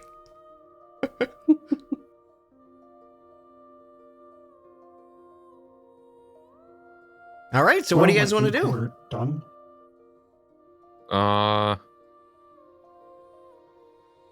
Well, I can try to hunt down my uncle if no one else has other business. Going down the list. Yeah. We have to see this uncle in this session. Yes. Okay. Are there any? Well, actually, I did want to swing by the theater before we get too sidetracked with that, because I want to know what Gelnick's getting in for. Oh yeah, the tournament. Yeah. Can we do that? Absolutely. That also sounds very good. Yes. Yep. Do that first. I'll look out for Crown's Guard as we walk over to the entertainment district. Yeah. It's easy enough for you to find a Crown's Guard, so if you want to do it now or hold off until after, it would be the same. Like, you can look and see one. Okay, then I'll just wait till we're done with the theater stuff. All right. You guys ask like around. It's pretty easy to find. You can see this like this large kind of theater. At first, when you walk up to it, it almost like to us kind of comes across like a film theater. Like it's got that kind of like front presentation, and like you walk in, there's like the ticket queue and everything like that. You can see there's like double doors on both sides. There's a little like placard on the front of the building that has the annual Fighters Arena tournament in basically the date. This is a Wednesday with a AE, you know. And you go up to the ticket booth. It looks like the doors are all closed, but you can see like a small light on, and there's like someone going back and forth. It's like a large half-orc man. He's got like frizzy hair that's kind of like going past like past his shoulders. That's kind of just a mess. And he just gives you a nod, like not realizing you're here to speak to someone. Before like a few moments pass, and he comes back to the window and he goes, can I help you guys do something? Yes, we are here to take up the mantle on behalf of Clive. Oh, yeah, okay. You guys, so who's entering the tournament? You got papers and everything? Do we? Yeah, we got Okay, some yeah. papers from Yeah. what's his face, Farmer McAdoo, Mm-hmm. which Alright, I imagine you wound up with. Yeah. I guess we'll just like present them and just be like, This was provided. Oh, okay. He like reaches out to see the papers, like he's gonna make notes on them, kind of thing. Mhm. If you allow him. yeah. All right, he takes it and he goes, okay. So yeah, I heard something happened with the farm out there recently. And so what are you filling in for Clive then? I will. All right. What's your name? Gelnek. Okay. And when you're presented, just so you know, it's a 64 bracket combat. So you'll have a few rounds of combat. Not too many. I think like maybe 4-ish, 5. And winner takes a big pot of money and gets a cool little trophy and a plaque on the wall. And he points over and you can see like there's maybe like 15 of these plaques of this annual fighters competition that's held in the city. And he goes, so when you're presented, usually like people have like a stage name or something like that, and they'll announce it on the loudspeaker, and it'll be cool. And by loudspeaker, I mean someone just thaumaturgies their voice. I don't know what a speaker is. So, is there anything you'd like to call? We can do just Gelnek if you want, but Yes, I would like to be called. Pardon a moment. I must consult with my companions. yeah, And that's a lot Gelnek of is gonna words. I don't know if huddle that's up. gonna fit. I'm just kidding. Go ahead. Gelnek's gonna huddle up with the rest of the flower crowns. Tribe, I am in need of deep assistance. Yeah, what you got, double leader? Nothing. Nada. Squat. After leaving the Ustenki, Gelnek has lost a bit of his inspiration for flashy titles. You've been focusing so much on giving us bardic inspiration that you've forgotten to give yourself inspiration. Indeed. Such irony, that is. That is to say, I am open to suggestions. Well, it's gotta be a name that's gonna fire you up and get you in the fighting spirit. Oh, shall I be named after a news headline? That always fires people up, I hear. Maybe. Trilby's not gonna say no to that. these papers of news Gelnick see people read, they often always have a scowl on their face for some reason. Are there any newspapers in the gutter nearby? Oh yeah, there's one, and it's like mansion found outside of fucking shit. Hang on. The headline. Mansion found inside shit. Oh, I should have. I could have been prepared Shit for this, and mansion. I wasn't. What about Shit Um, Mansion, double leader? Fucking hang on. Mansion found outside Silverhill by Wellmore Keep. Reappeared after 100 years. It's like in bold font, and there's a picture of this like creepy looking castle on it. That doesn't make me very angry. No. Maybe we More should go for a more traditional name. typical reporting, yes. Well, like what, Mornthal? I don't know. Aren't you throwing around like Ooh, what about something Clive to the do with Crusher? Double leader? You can't take someone else's name. Gelnek the Why not? Crusher. Gelnek the Double leader.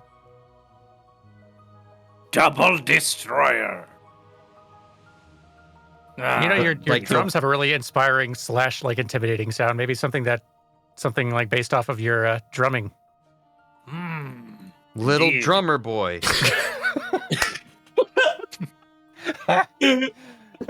Thunderous drummer. I shall be Little Drummer Boy. Yeah, you know, you're going into entering this alone. You could be drum solo. Ooh. Ooh. It's kind of Oh, fun. I'm torn now. You guys are providing really good suggestions. Thank you. Flip a gold piece. Mm-hmm. Hmm.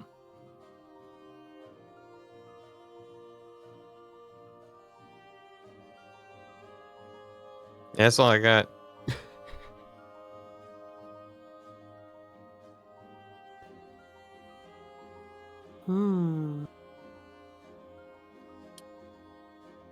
Oh, I got it.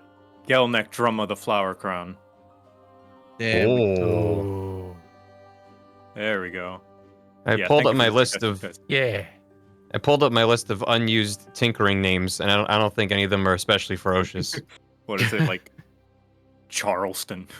Lemon biscuits. Uh, Oh my God, you're good It's at this. That's like a teeny bop version of Limp Biscuit. mm. Yeah. All right. Yeah. Gelnek. Drum of the Flower Crown. That's what I'll go by. Drum of the Flower Crown. All right. He writes that Hell yeah. down. And he goes, it looks like all your payment and entry fees have already been covered. So yeah, when the eve of the fight, we'll reach out to you, make sure you're here early so you can set up and prepare if you need like a costume change or anything like that. And then we'll have the show, and I mean, your friends will need to buy tickets if they want to come, but it's usually easy to get tickets as long as they get here early. Sometimes we sell out. Wonderful. And they're just $5 a pop. It's a smaller theater, so we gotta upcharge a little bit because space is limited, you know.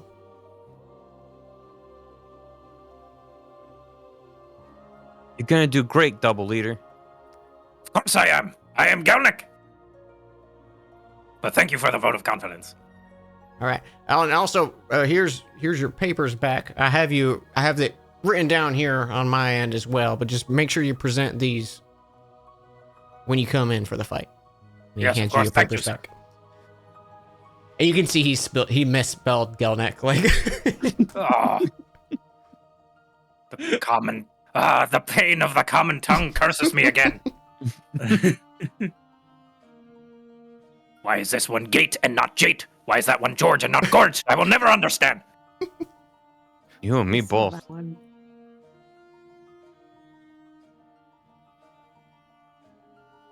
Okay. I think we're done here. Yeah. Seems Think like so? it. I mean, there's nothing going on right now, huh? Mm-hmm. Like nothing to watch. Oh yeah, no, there's no events. We pretty much like a month before the show, we were just in preparation for the fight. Well, thank you. Yeah, sure. Good luck in there. Oh, he doesn't need luck. I have Aether the Breaker. Yeah, he's got Oh. Aether the Also- Breaker. Self-confidence goes a long way. You see, the key to making sure your opponent missteps is intimidation and fear. Make sure their fear is stronger than yours. Yeah, I think he'll do just fine. He's doing the like head tap meme.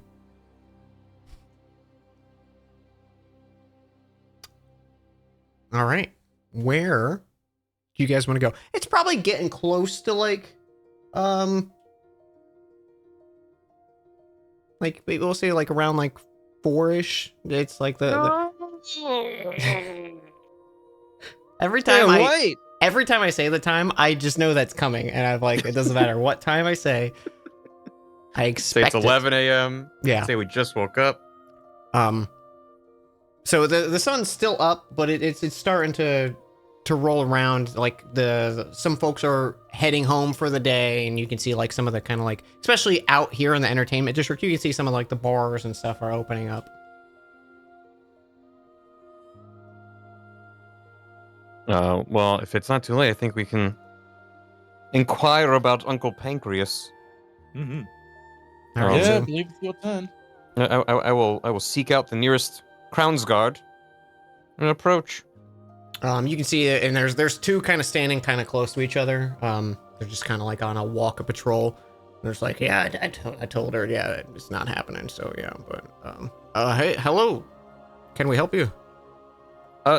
Greetings, proud Crown's Guard. My name's Trilby Hornsparrow.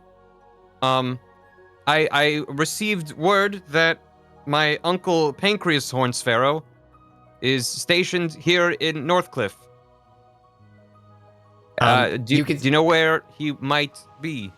As you say the name Pancreas Hornsparrow, you can see the two of them like raise their eyebrows and look at each other, and then look back to you and they go, yeah, we know where Pancreas is. He's actually not too far from here. Go down here, you'll find a building called the Suggestive Squeeze. He should probably be somewhere around there. That is an amazing. I'm drinking water, goddammit. The Suggestive Squeeze. I see. Is this a place that Trilby should be around? He's only 20. Thank you, proud Yeah. guard. Yep. Good luck finding your uncle. And then the other one just kind of like chuckles a little to himself. All right, gang. This way, I guess. I head in that direction. Where did he save us? I guess they must have a nickname for the barracks. Sure.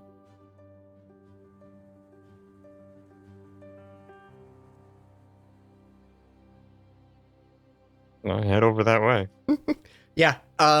You kind of follow their rudimentary directions. And not too far from where you are, you're in maybe the little seedier side of the entertainment district. And you can see this building. And it's in this like ornate cursive font, the Suggestive Squeeze. And you can see there it's kind of like this has saloon doors. And you can see like there's a light and commotion on. There's a warm glow coming from it, and like with the rain kind of pitter pattering on it, especially in this like part of the district you're in, like all the kind of like lights, and there's like a bunch of like arcane, almost like neon signs kind of through this district too, that kind of like reflect and give like a very unique look to the city that maybe especially Trilby's probably not familiar with. But you can see a familiar figure kind of standing outside of it. You can see he has he has like a small little pipe that he's smoking out of, and he's kind of like leaning at the door, and you can see he's kind of like fiddling with stuff in his pocket, like a coin purse, and then he kind of like puts it back in. The familiar figure of Pancreas Hornsfurrow. He's got like short kind of like blonde hair that's not like a buzz cut, but it's just long enough for like some of the natural like kind of curl to kind of come out. A 5 o'clock shadow that's a little past 5 o'clock. It's like an 8 o'clock shadow. And his uniform looks like he's still wearing Crownsguard uniform, but it's maybe not as put together as you would expect. And he's kind of just standing there on break, it looks like. And he hasn't noticed you or anything. Trilby's gonna rush up to him. Uncle Pancreas! Uncle Pancreas! Trilby probably doesn't pay note of it. The rest of you can, like, as you see, it's that oh shit moment of, like, on his face as he hears his name, and Trilby runs out to him, and he kind of quickly just, like, you see him dump the pipe on the floor and, like, tuck it and just step on what he dumped.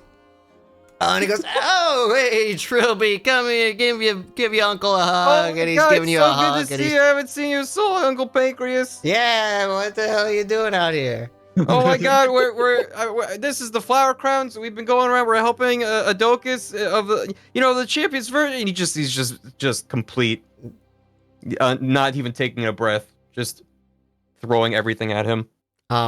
He's probably not realizing a lot of the important stuff you're saying. He's just kind of like, yeah, it's great to see you. Yeah, what? Northcliff, huh? Yeah, and these are your friends, the Flower Crowns, you said. Oh, very cool. Yeah. So, why are you in Northcliff? Oh yeah, well, as I said, we're getting all these lost artifacts that kind of blew up from the Vault of Eversteel. Oh, we gotten 2 of them already, and we're probably gonna go out and get our 3rd soon. We gotta make sure we're back in town for Gellick to do the fight soon. That's coming up. This is Scrubbins. Good luck in that. Shows him Scrubbins, and Scrubbins hops around in the palm of his hand, and he's just very cute bird. Yeah. Trilby's just like pulling random arcane firearms and stuff out of his pockets just to show off all the stuff he's made. You were always a bright kid. This bird is pretty impressive, actually. Now that I'm looking at it. Thank you. It's so good to see you, Uncle Pancreas. It's great to see. I honestly had, if I woke up tomorrow with my head sewn to the carpet, I would have never imagined running into you right here, outside of this shop. I don't know what that means, but it's good to see you too. Well, do you want to get dinner? It's getting pretty late. I was just thinking the same thing. What do you want to get? There's this really good place that I know nearby if we want to grab food. And your friends are invited, of course, if you want to as well. Yeah, Trilby turns back to the party. Yeah? Uncle Pancreas. Yes, of course. Would be a pleasure to get to know more of Trilby's bloodline. Okay, well, yeah, there's this place. You want to get some glizzies? They're nearby. Would I ever? What? What in the 7 hells is that? So what do I roll to see if I have any idea? Yeah, give me a history, I guess. I don't know. A history check. Yeah, A history check. Oh man, back Damn in right, I know what glizzies are. You know the etymology in and out.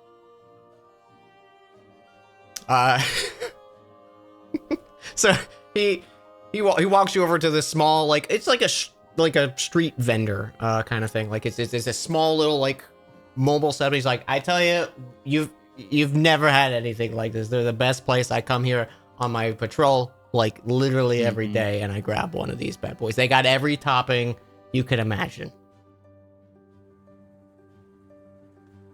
Oh boy, I'll get one with the works. The works? I don't think you realize how much they got here. The works. You say that to the guy, and he looks defeated, and he goes, "All right, Oh, you no. Oh no, this poor, can see it. this poor service worker. Trilby opens up his little coin purse to pay, and like 15 gold pieces just kind of spill out. How much for it? All right, that's one glizzy with we got ketchup, mustard, chili, cheese, lettuce, relish, onion, spicy mayo, bacon, tomato, pinto beans, black beans, red beans, coleslaw, jalapenos, banana peppers, bell peppers, pickles, salsa, chutney, marinara sauce, hot sauce, kimchi, corn salsa, salt, pepper, Thousand Island sauerkraut, pimento, caramelized onions, cabbage, nacho sauce, mac and cheese, honey mustard, jam, jelly, marmalade, pizza, guacamole, blue cheese, ranch, onion rings, garlic pizza? aioli, cranberry sauce, pulled pork, spinach artichoke dip, basil pesto, and some queso. That'll come out to 46 gold. Holy shit, man. I'm kidding. It's not 46 gold. It's like 4. It's 4 with all that shit on it. I'll give him 5. Keep Hey. the change. Appreciate it. It takes him like 10 minutes to make just yours. My goodness, what have you done to this man? I'm used to the works, meaning I get like an extra plate of hash browns. So That's, you know what? That's fair. That's fair. This poor guy. So y'all get some glizzies.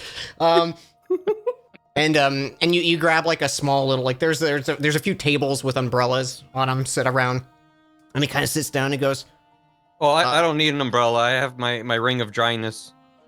okay, well I do. So I'm gonna sit here. So It's important to note that it's been raining, but Trilby is bone dry thanks to his ring of dryness, it's very cool. which keeps me shielded in the rain.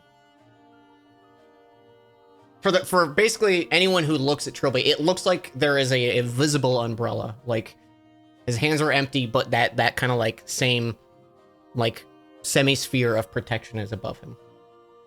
But it's invisible. There's just an It's invisible, yeah. It's just dome the that rain just hitting and extends sliding down. off. Boy, that must have been terrifying running up to Pancreas with just this invisible dome above his head as well. So you said, yeah. I mean, I don't even know what to say that you're here in town, and apparently doing work. I never expected you to leave Philgrove, to be honest. I didn't either. But you know, my dad Like ever. Facetious. Yeah. Well, Facetious got injured, and this, you know, the group kind of came together, and you know, we were staying in Philgrove and working, but one thing led to another, and now we're working with Adocus. Can you believe it, Adocus? He's so cool. He looks to the rest of you. Are you guys actually working with Godocus? Indeed, we are. Just nodding. Wow. Okay. Well, I was gonna say I could give you like delay of some of the stuff I've been hearing in the city, but I think you guys might know a little bit more. Well, we already fixed the thing with the statue and the murder robot, but I mean, if there's other stuff that needs doing, we're here to help. But I mean, at any moment we might end up getting sent out on a mission, you know, because we're Yeah. important and stuff, I guess. Are you guys know anything about that stuff going in Varwell, the down south? Like a big tower appeared, a bunch of like demons and stuff came out of it. But like a lot of the people that have been coming in the city, like adventurers and mercs and stuff, they've just been getting shipped off there. For work, I'd at least. say we have. We did hear about the demon tower. I feel like I would have remembered the phrase demon tower. I think they called it like the heart of the keep. I think what Oh, they- that apparently sounds there's this familiar. like big tower there that this thing created, and a bunch of just like I don't know monsters have been pouring out of it. that sounds bad. Yeah. Well, I don't know if that's where we're going next, but you know, we'll probably wind up there eventually. Yeah, I don't know. Honestly, not much has been going on in Northcliff these days, other than like we got our small little like events, and we got parades and stuff coming up for the winter season. You know, like it looks like it's kind of just stuff happening everywhere else. Like I just read in the paper the other day. There's this mansion just outside of Wellmore Keep. Did you hear about that? Oh, where are my manners? I didn't introduce you to the group. This is Gelnick. This is Double Leader. Over here is Hobson. That's Faley and Coyle. And there's Mornthal. It's a pleasure to meet you all. Thanks for taking care of Trilby here. I'm Pancreas. Nice to meet you. Your nephew is a very accomplished artificer. I'm seeing that now. I'm a little speechless, to be honest. Trilby tries to, I imagine he's like a spoon to help eat the glizzy. And he just like pokes it and all topples over. Yeah, it just topples, and you see like the one cook is just like, oh, like he's so over it. Oh. I imagine that the glizzy's not visible underneath a small mountain of toppings. No, it's just you can see like this ends poking out, and it's just a mountain of shit on it. Whenever Pancreas was visiting in Philgrove, he would always take me out and we'd get glizzies. And sometimes little sweet treats and stuff. It was always so much fun when you were in town. Man, I do miss home. How's the family? How's your mom? Oh, they're good. Good? Yeah, I've been sending them gold and platinum and stuff back home to make sure they're okay. My mom said it was too much, but I just kind of keep sending it. You're a but good yeah, kid. the family's all good. Yeah.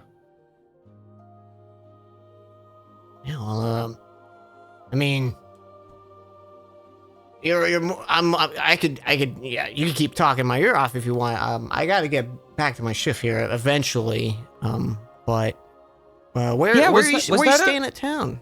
Was that a barracks? That was really kind of smelled funny. It's it's where the soldiers go to take a break, like a little rest. Oops. So you were resting on your shift?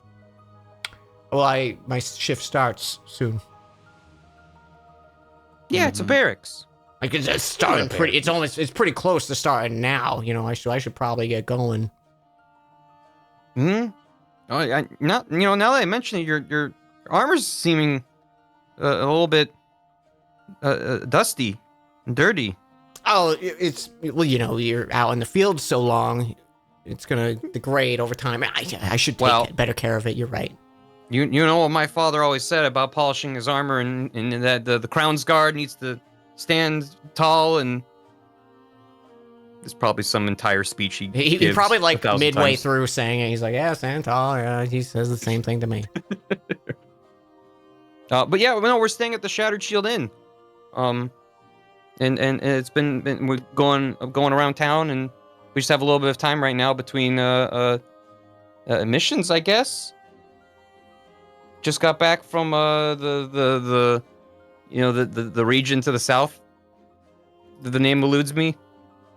I know. We the were on the place, airship. yeah. The volcano was hot with the flame genasi, and then we were in the swamp, and then there was the beholder. Faley died. We were able to bring her back. She's a vampire now. But yeah, it's been busy. It's a lot of work. He looks to the rest of you all like, I can't tell if he's fucking with me. He's not. He just kind of nods. Well, I mean, maybe I could swing by the Shattered Shield Inn, after, my shift ends and see how you're doing, I don't know how long you're in town, but I could swing by every other night or something. Oh, would you? Yeah, sure. That I can make me make it so on a happy, stop. Uncle Pancreas. Yeah. Oh, it's just a good glizzy. I'm telling you, they're the best. Maybe don't do the works next time, No, I don't think so. They have a lot of stuff. I said they had everything. This is too much. There's a whole pizza on here. Yeah, they do that.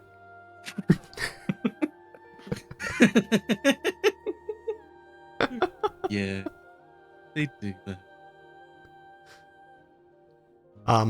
But after a few minutes, he kind of he's like, oh well, I gotta get going. It's great to see you. He gives you a little side hug, Trilby. Trilby holds on to him. He tosses your arms. hair a little bit. Yeah. On my hat. He takes the hat off, tosses your hair, and then like puts your hat on, so it's like kind of covering your face, and you gotta fix it. Mm-hmm. It's like, all right, well, I'll try not to be a stranger, and same to you. Let me know when you're in town. You got the big important things to do, Mr. Popular. He starts to walk away. Does he go right back to the suggestive squeeze? No, it looks like you've scared him out of going to the suggested squeeze for at least the rest of the day. God. Whew. Okay. Oh my God. It's so good to see Uncle Pancreas. He seems nice. He's my favorite and only uncle. And how often do you see him? Oh, it's been a couple of years, I think. But yeah, every couple years or so, he would be up in Philgrove and spend time with the family. And my dad would always give him a hard time about his armor and his posture and his demeanor and a bunch of things they didn't understand. But they got along. My dad's just real strict, you know. The Crown's Guard have to keep an example. But it's really good to see. That was a good. I'm very full. Cut the light out.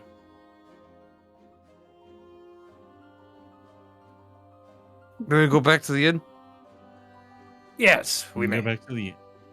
All right, and as you go back to the end, we'll take a quick little break. Yeah. We'll do a quick little BRB. We'll be back here at right at 8:30. 5 minutes. I want That a hot works for dog everyone. now. Perfect. I want a hot Yeah. dog now. Right? I know. I when I was writing this, I'm like, I need a hot dog. God damn it! All right, we'll see you in a few minutes, chat. Be right back. Everyone go get a hot dog.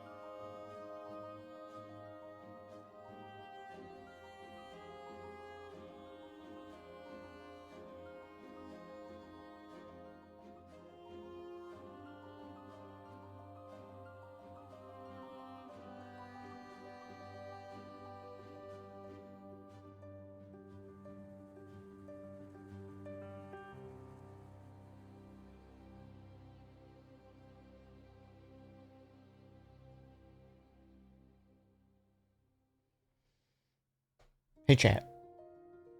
I'm so proud of Barry for using that ring on the arcane core. It was incredible. That might be one of my favorite moments.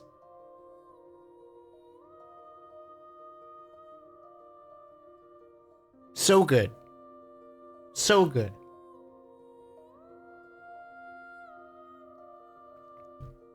Dude, real talk though, that robot would have fucked them up.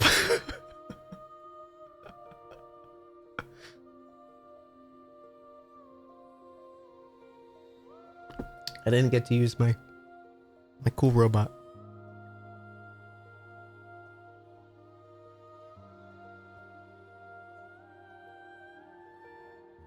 It was cool. It was cool. Maybe someday we'll see the farm death robot return.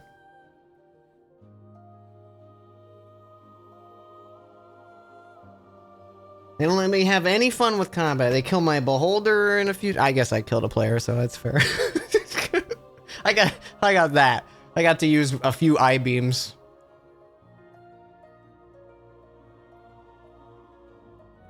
But soon. They're lucky they're in the safe city for the time being. None of my confusions worked. I know, the little pixies. I will say, they're lucky they addressed that portal early.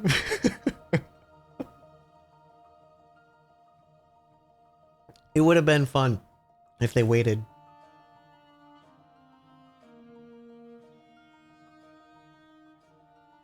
They threw my plans out the window, and I'm so proud. I honestly, like, moments like that, I live for that. I'm so satisfied that's how the encounter went.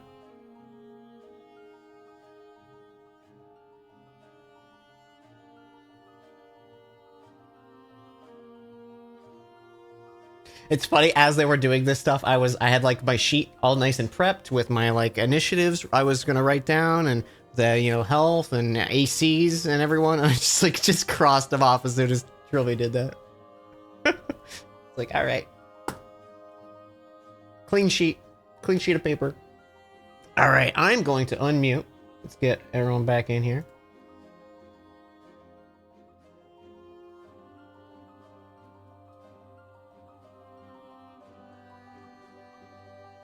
Hello. Hello. Hello. I was saying to chat, I'm so proud of you, Barry, with that ring. I'm so happy. What? You're so good. Mm-hmm.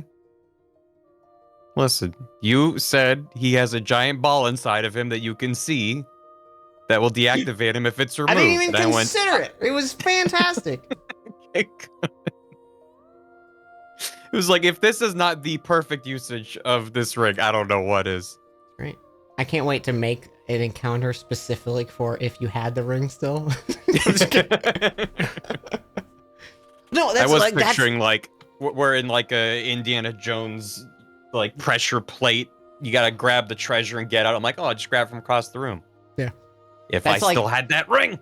That's the shit, though. It's like those moments of you're playing D&D and you look at your character sheet and I have the solution. Like that's Mm-hmm. I live for that shit. It's so satisfying. It's so fun. Yeah.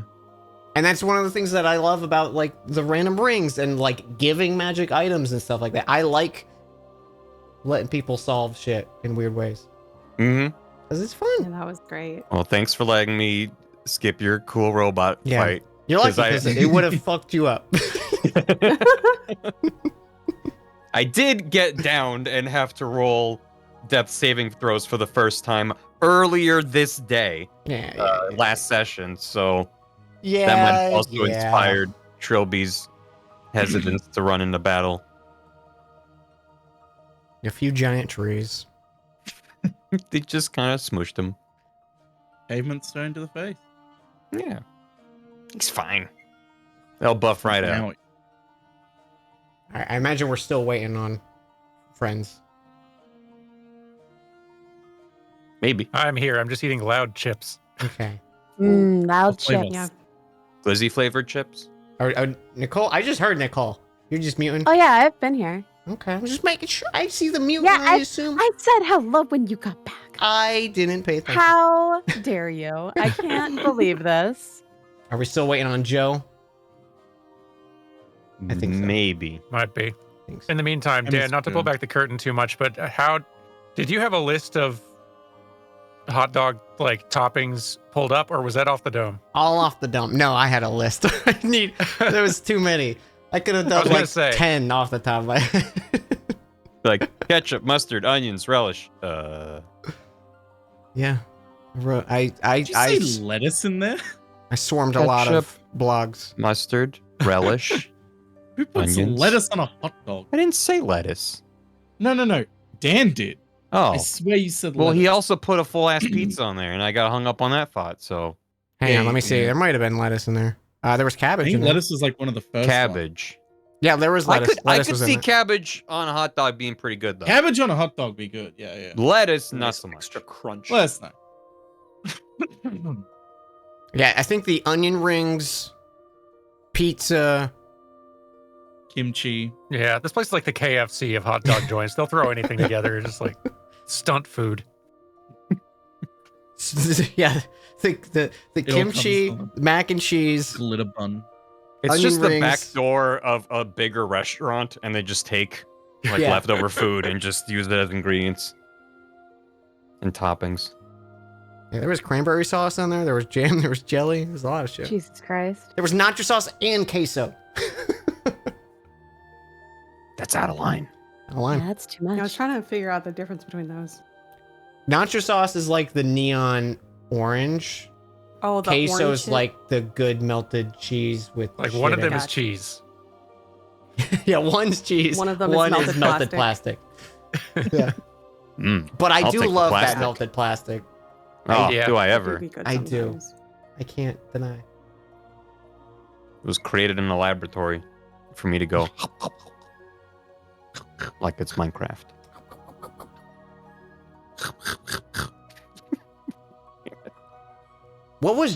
What came up about that? Minecraft eating noises? Yeah. There was something recently. It's funny. It's a funny Yeah, noise. I don't remember what it was. Something stupid. It was something stupid in our group of friends. Yeah, it tracks. We do think a stupid thing. We do. It's kind of it's our specialty. Mm-hmm. I want to say it was during Lord of the Rings, but I don't think it was. Ooh, it probably was. That because Probably that's was. that's when the not king of Gondor is eating and Pippin is singing and he's just going. No, we came up with it way before then. Yeah, I know, but that's what I was. But that was when it was. Oh, when it was. we were I know what it all was. doing it. I know what it was. It was the video of every time they say "come" in Lord of the Rings, Oh yeah, that's and right. 'cause and there's a a point where it's just Gollum saying "come" and it goes. "Come, come, come, come, come, come, come."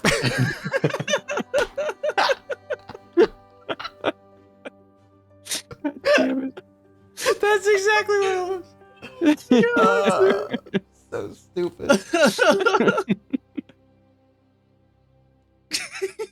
I also love that we all had the thought and then someone had already made the video. Mm-hmm. Yeah. Of course. Okay, Nicola's back. So, you I'm guys. back. She said 30 seconds. Oh. Yeah, I Okay. went to go grab a piece of bread. So you guys are heading back to the inn, probably around this time after the ordering of the glizzy with everything on it and eaten. It's probably sundown at this point.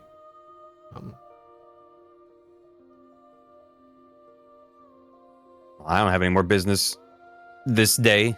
We got a lot done. You did checked off a lot of boxes. We cleared out a lot of our side quest page. When you go back to the inn, is there anything you'd like to do? Just kind of rest through the evening.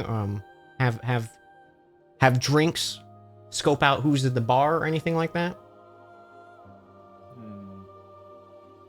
I mean, think Trilby's does tucked it out. Bailey and Trilby wanna get another check of that basement, or Mm. How did we leave that? I thought we were just like, keep an eye on that, Arjun. Yeah. And then you found out that, Oh, we did learn more about the journal that we grabbed. Mm-hmm. And the Yeah. wanted poster. And the wanted poster.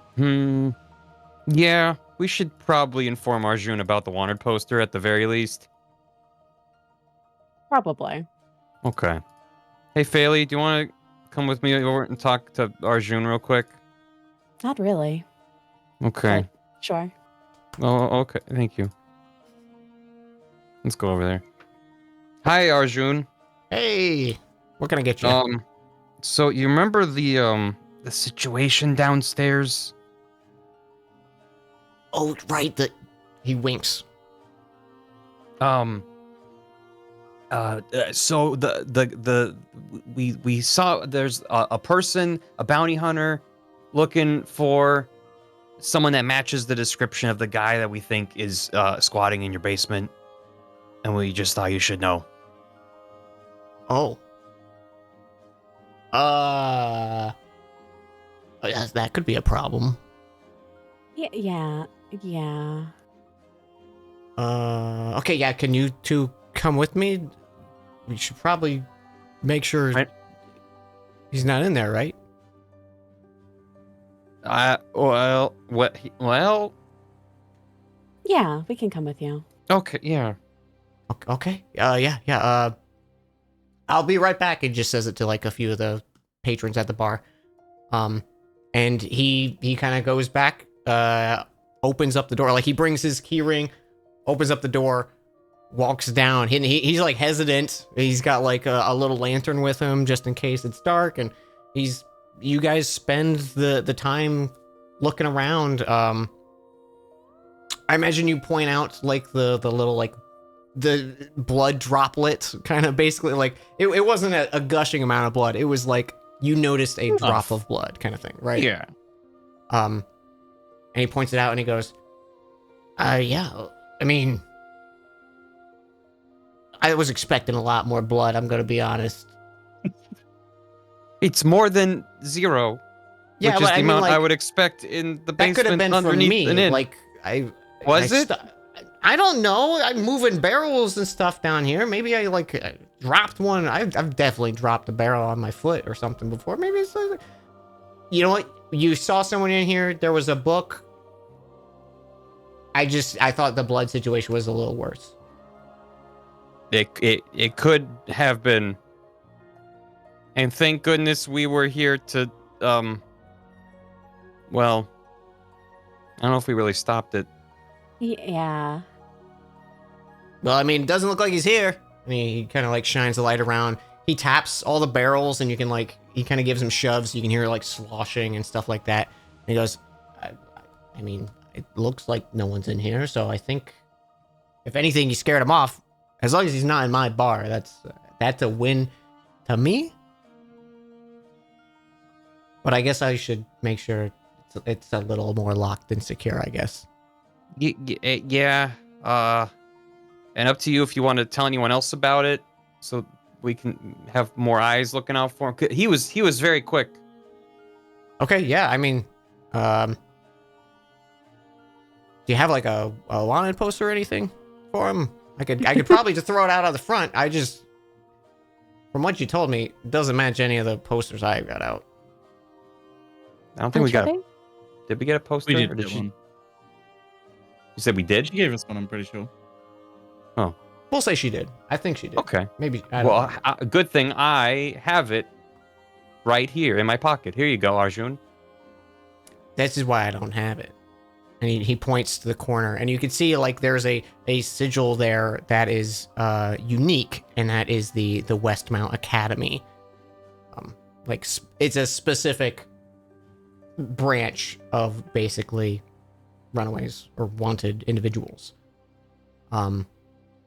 Not something like a normal authority would probably be aware of. He's like, I'll post it out front so people know. But good work, I think. We did good, right? Yeah. Yeah, look at us. Yeah, Well, bar's nice and safe here, and no one's here, right? He's just like, he's just yelling out. It's not a Well, big area at all. Be careful still. yeah. Yeah, keep an eye out and be careful. And if you need to come down here, just bring a buddy. Good call. Yeah, let me know if any missing food happens or anything like that. Important stuff. Speaking make of sure. food, have you considered stocking glizzies and serving those at the end? You know, we used to have glizzies in store, and no one would buy them. They said there was a better place. What? Yeah. Oh, yeah. You need to find something better. Yeah. Make yours stand out. Now that makes sense. And we tried having them, but you know, the people. It's weird. It feels like every tavern I go to specializes in hash browns, and that's, you know, it's just a thing that sells well. We keep it in stock, you know. Well, there's hash browns, and then there's your hash browns, Arjun. Oh, stop. You can keep going if you want, though. I'd like to leave the basement, please. All right, let's leave. I'll lock it up. I mean, he shows you up. He locks it and like double checks it, pulls on the handle, make sure it's locked. He even like scoots like some nearby like stacked chairs against it. And he's like, just in case, you know. Probably gives him a nod. But okay, but outside of that, can I get you guys a drink for the evening? Or are you heading your rooms? I'm good. If you want anything, Faley, I'm good, thank you though. I'm gonna go lie down, I think. All right. Well, thanks again. I'll go get this hung up. And he walks out front. And that little like small like bulletin board, basically that's out front with help wanted and wanted posters and stuff like that. He finds a spot. For Well, this that's one problem solved. Golden good. Dragonborn. I don't know if I said anything. The name on it is Finch. Finch.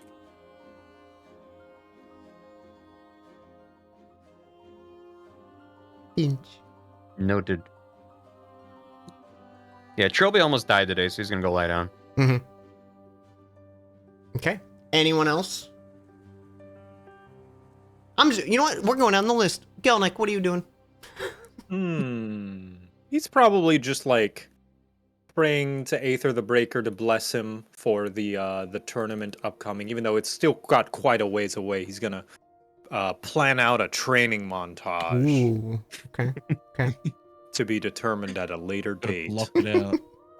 All right. So you head back to your room though to start praying. Yeah, and yeah, stuff? pretty much. Like Okay. it's mostly calling it a day. It's a lot of mental prep for the most part. Coil, what are you up to? He's still feeling sad, so I think he's not doing a whole lot. He's doing a lot of thinking. Yeah. He's thinking No. about a weird little jar and if it would make him feel better. Are you doing your thinking inside your own room?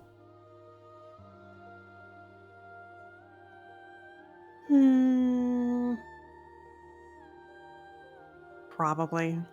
Okay. Homson, what is that little goof up to? Hobson I don't probably know why like, I said that.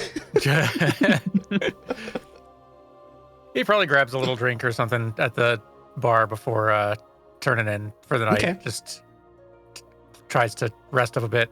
When he goes to bed, he probably gets all bundled up in the blanket. Like he's not getting all completely burrited up anymore, but now he's kind of gotten used to it. It helps him sleep. She's like, ooh, I kind of like this.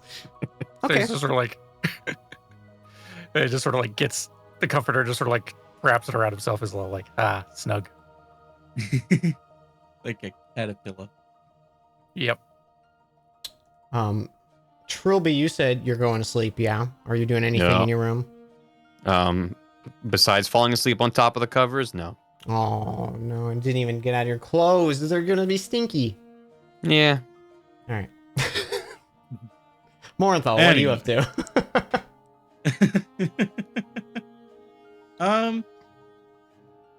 He'd probably have a drink with Hobson and then just go up to bed as well when everyone else is nothing really on his mind. Okay. And Phaley. Honestly, I think Bailey's also just going to go to bed. Just a quiet one for the Flower Crowns tonight. It was a big day. Yes, it's a death robot and fucking pixies. Wow. Ooh. Yeah.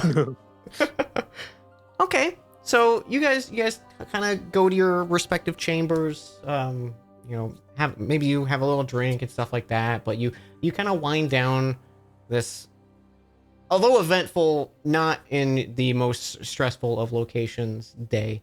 And if no one has anything, I think sleep comes to you nice and comfortable. Yay. Trilby, Oh, roll a perception check with disadvantage. not gladly. You know what I meant. Perception. Yeah. Oh. Nice and soundless sleep. Oh, okay. And morning comes.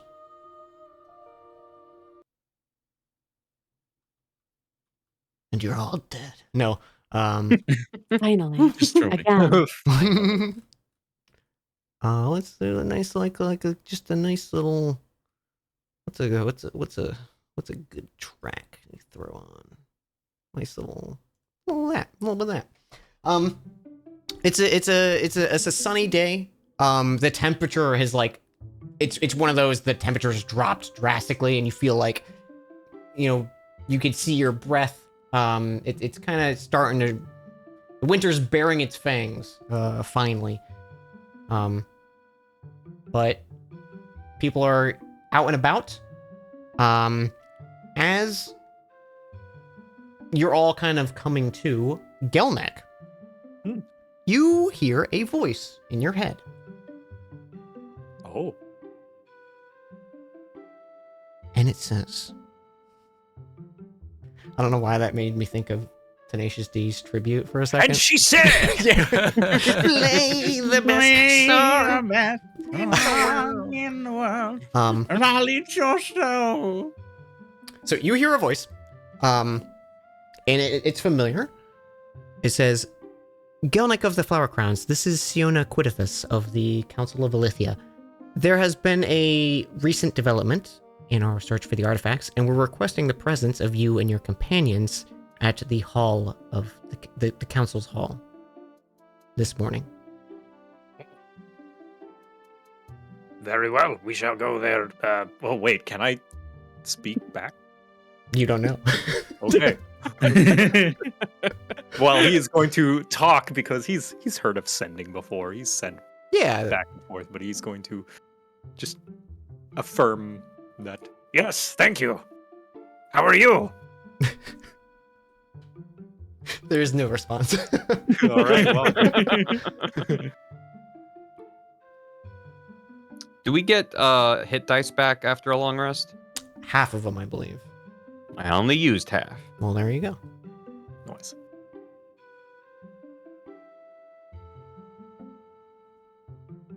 Ooh, Alright. thank you.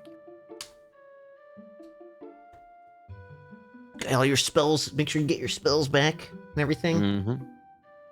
Yeah. I meant it didn't come up, but I meant to ask about how many spells if you get any back for a short rest, but we ended up not getting it. So most classes do not get spells back. There's situational stuff, like a wizard has a perk that lets them get like a certain amount of spells back with a short rest, and I think warlocks get spells back.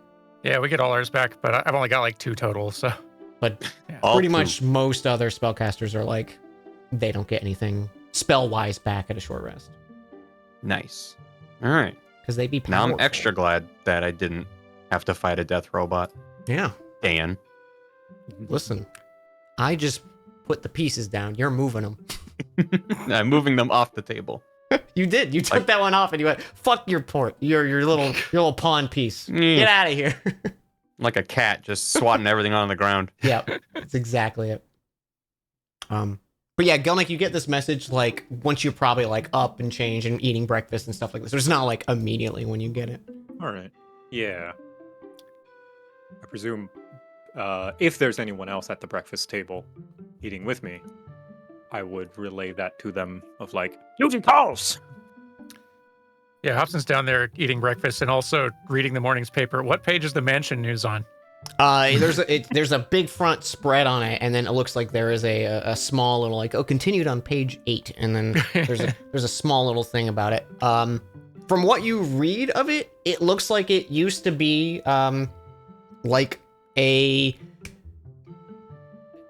not like a mage's mansion or anything like that, but it was a large estate that was owned by this powerful figure. The mansion was built out in Wilmore Keep. Which, hey, we can go to the little map here.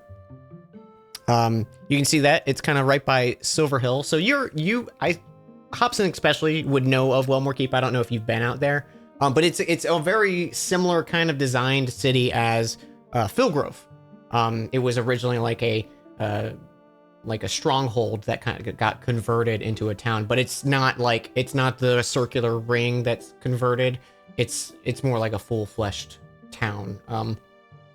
But there's a very dense forest there that it's well known for, and apparently this mansion was built out in the middle of the forest, and it's been gone for well over 100 years, and it reappeared.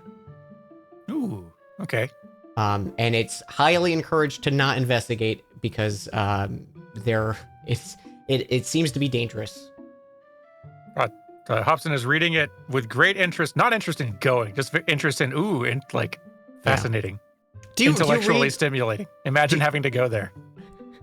Do you read the whole paper? Like, do you look through any of the rest of it? I think he does glance through. He eventually makes his way to wherever the comics page is, and just that's probably where he anything after that page he probably loses interest. But yeah. Yeah. Got any fantasy Heathcliff in there? No, it's only Garfield with there's a Fae in there. Oh. Boo. And he's a cat, but he has wings. And that's the whole joke. Fagar. He hates Tuesdays. Shit, though. Fantasy Tuesday. Hates Tuesdays, loves glizzies. Yeah, glizzy's popular in Northcliff. As you're reading through, there are a few things that catch your interest. That you're just kind of skimming through some of these articles. You can see Duskern, a town that is not too far. It is a industrial hub of the city. You're probably familiar with it, at least in reputation. It is currently having a outbreak of ashen rot, which you're familiar with just because it was also an outbreak in Lafford before you guys visited there. It's someone didn't dispose of a dead body well, and now people are getting sick for it. So Duskern has gone into a lockdown essentially. Other things of note, there's several pages about the attacks in Varo-El, and it looks like, from what you can gather, the city is safe, and most of the efforts for people coming into the city have been just for fighting the monsters spawning from this strange tower that conceivably came from nowhere. And there haven't been any good... There hasn't been progress on entering the tower. It's more about just keeping the people of the city safe, which has been being handled, basically. Is there any local news about the destruction of the interior of the Hall of Champions? Or has that not gotten out? Oh, that hasn't gotten out, no. Okay, cool. You probably just pissed off 2 gardeners, and that's about it. Oh, nice. So if anything, they're just complaining about you guys. We didn't destroy that much. It's really the trees that did most of the damage. That's true. So if you think about it, it's the gardener's fault. Yeah. But other than that, it's small little events. There is an article by Chestnut about his fishing game. He's He's like back a weekly to column. Yeah, he's the weekly fishing column written by Chestnut Wickleby, and it's just a little picture of him holding up this little fish that he's got a big thumbs up, and it's the exact same spot you always see him. I love it. Thank you. Other than that, though, it's small little reports like that and stuff.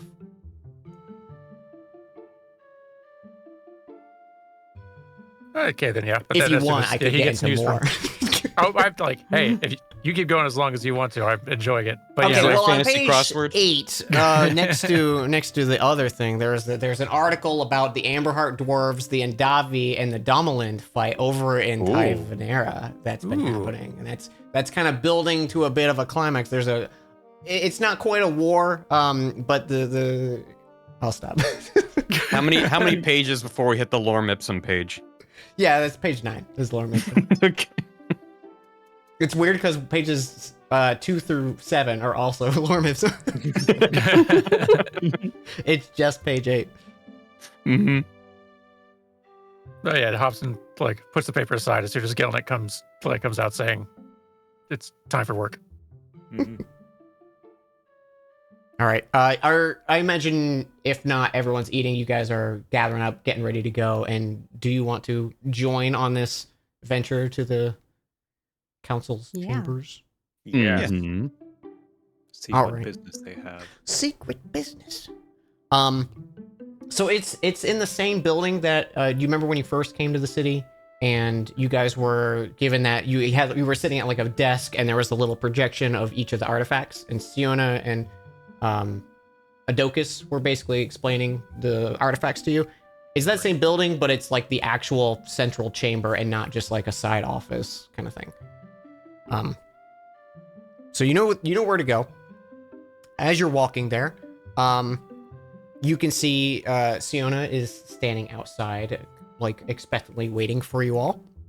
And next to her, you see this young blue dragonborn, decorated in these dark robes of like purple and black, and there's accents of copper throughout it, like a filigree design.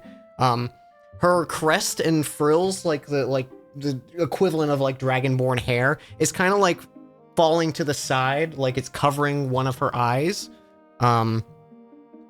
And she has like a lot of little copper like pieces of jewelry and bands throughout some of like the large like whiskers and frills and stuff. And several of her hands are also like decorated in these copper elements.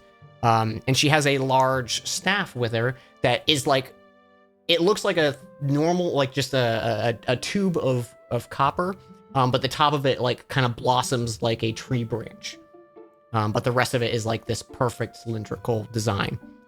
And as you approach, this figure turns to you. She looks like relatively young. She's maybe like 4'8" in height, so she's pretty short. She turns to you and she goes, "Oh, you must be the Flower Crowns.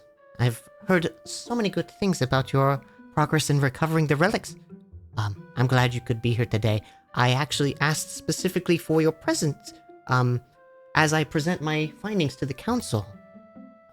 They were eventful, to say the least, and seeing your groups had the most success so far with recovering the items, I wanted you all to hear it directly from me." And Siona leans in. She says, "This is Biri Noriax, one of the champions of virtue, and she recently came to us, as in last night. We typically have these meetings with the rest of the council members to speak about the situation with Kazma and Horus of the progress on finding these artifacts. But because of the nature of the events, we thought it would be best to invite you all, if you would like to join us." Sure. Groby is trying to maintain composure, meeting another champion of virtue. All right. So you are... I'll bring back to Northcliff map. And here we are. Okay. I'm playing with my cool things. My toys. You are brought in to this... Yeah, get that shit going in my veins. Ooh. You're brought into the central chamber of the Council of Ilithia's working space. It's a large circular room with a raised outer platform, and you can see this raised section of 7 seats denoting the Council of Lithia. And the outer circle has a few other prominent figures. There's not many other people in here besides you. The council members haven't fully sat in. You can see, like, as you walk in, Adokus is also walking in and taking one of those 7 chairs. You can see Horus and Chasma are also among the group, and they kind of shuffle in with you in the non-council chambers. And as you kind of sit, Horus goes to the group and he goes, "Oh, is this your first time in the council chambers?" Indeed. Well, I know you guys have been working with them, obviously, for the artifacts and everything. Have you guys met the council? I can give you a quick little introduction if you want. Knowing them would be better than not. All right, well, you know this guy, that's Adokus, and he points out to Adokus, and you can see a few figures walk in and start to take their seats next to him. There is a, that's funny, a male gold dragonborn. He is not scrawny, though. This guy is, like, exuding in regal appearance. He has these white, pristine clothes, horns accented by silver to contrast the shining gold scales of his body. His eyes are this piercing green color. He's got, like, long scales and frills beside his face that kind of are weaving together, almost like a beard, and ended with this large silver band. He's like a muscular figure, like he's a brick. He kind of matches the same build, a little taller than Adokus, not as, like, scarred or anything like that. He's just regal is the best way to describe him. Horus, as he walks over, he goes, "That's Turnos Beltal. He's one of the noble families that represents Dragonhold here within the council." Next walks in is Siona Quidifes, the female Eladrin you're familiar with. He introduces you and he goes, "She's actually one of the noble families of Firewood. They're not allied with the Emperor or the Empire at the moment, but she is a representative for her people." Adokus, you've already met, a previous member of the Champion of Virtue, of course, all that. Walking in behind her, you see this female tiefling, dark red skin. Her hair is starting to gray. It's kind of got like a darker red than her skin color, but you can catch, like, where most of her hair is starting to gray. Reaches down to, like, the small of her back. She's wearing the practical but sophisticated clothing, almost like a just like a noble you would see among the streets kind of thing. A tight-fitted jacket lined with fur that spills out at the collar. Two sky blue gemstone earrings shine faintly through her hair, and they match the color of her eyes that kind of, like, almost shine. He points out, "This is Delilah Wintersbane. She's originally an aristocrat, and she now is a representative for the artisans and merchants of the cities, as well as having quite a bit of standing in Blackfane." Behind her, he goes, "I shouldn't need to introduce her, but just in case, this is Eileen Rosark. You see a female human. Fair, noble skin, deep black hair that's pulled up in a tight bun. You can tell it's not like...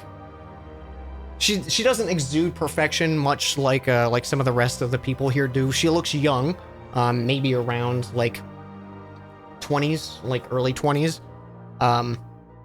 She's a little more carefree. She's kind of chit-chatting with the people behind her as, like, walking in, and everyone else kind of has, like, that stoic, like, I'm here for business, and she's a little more relaxed.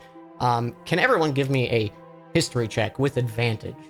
Ooh, Mm-hmm. ooh, with it.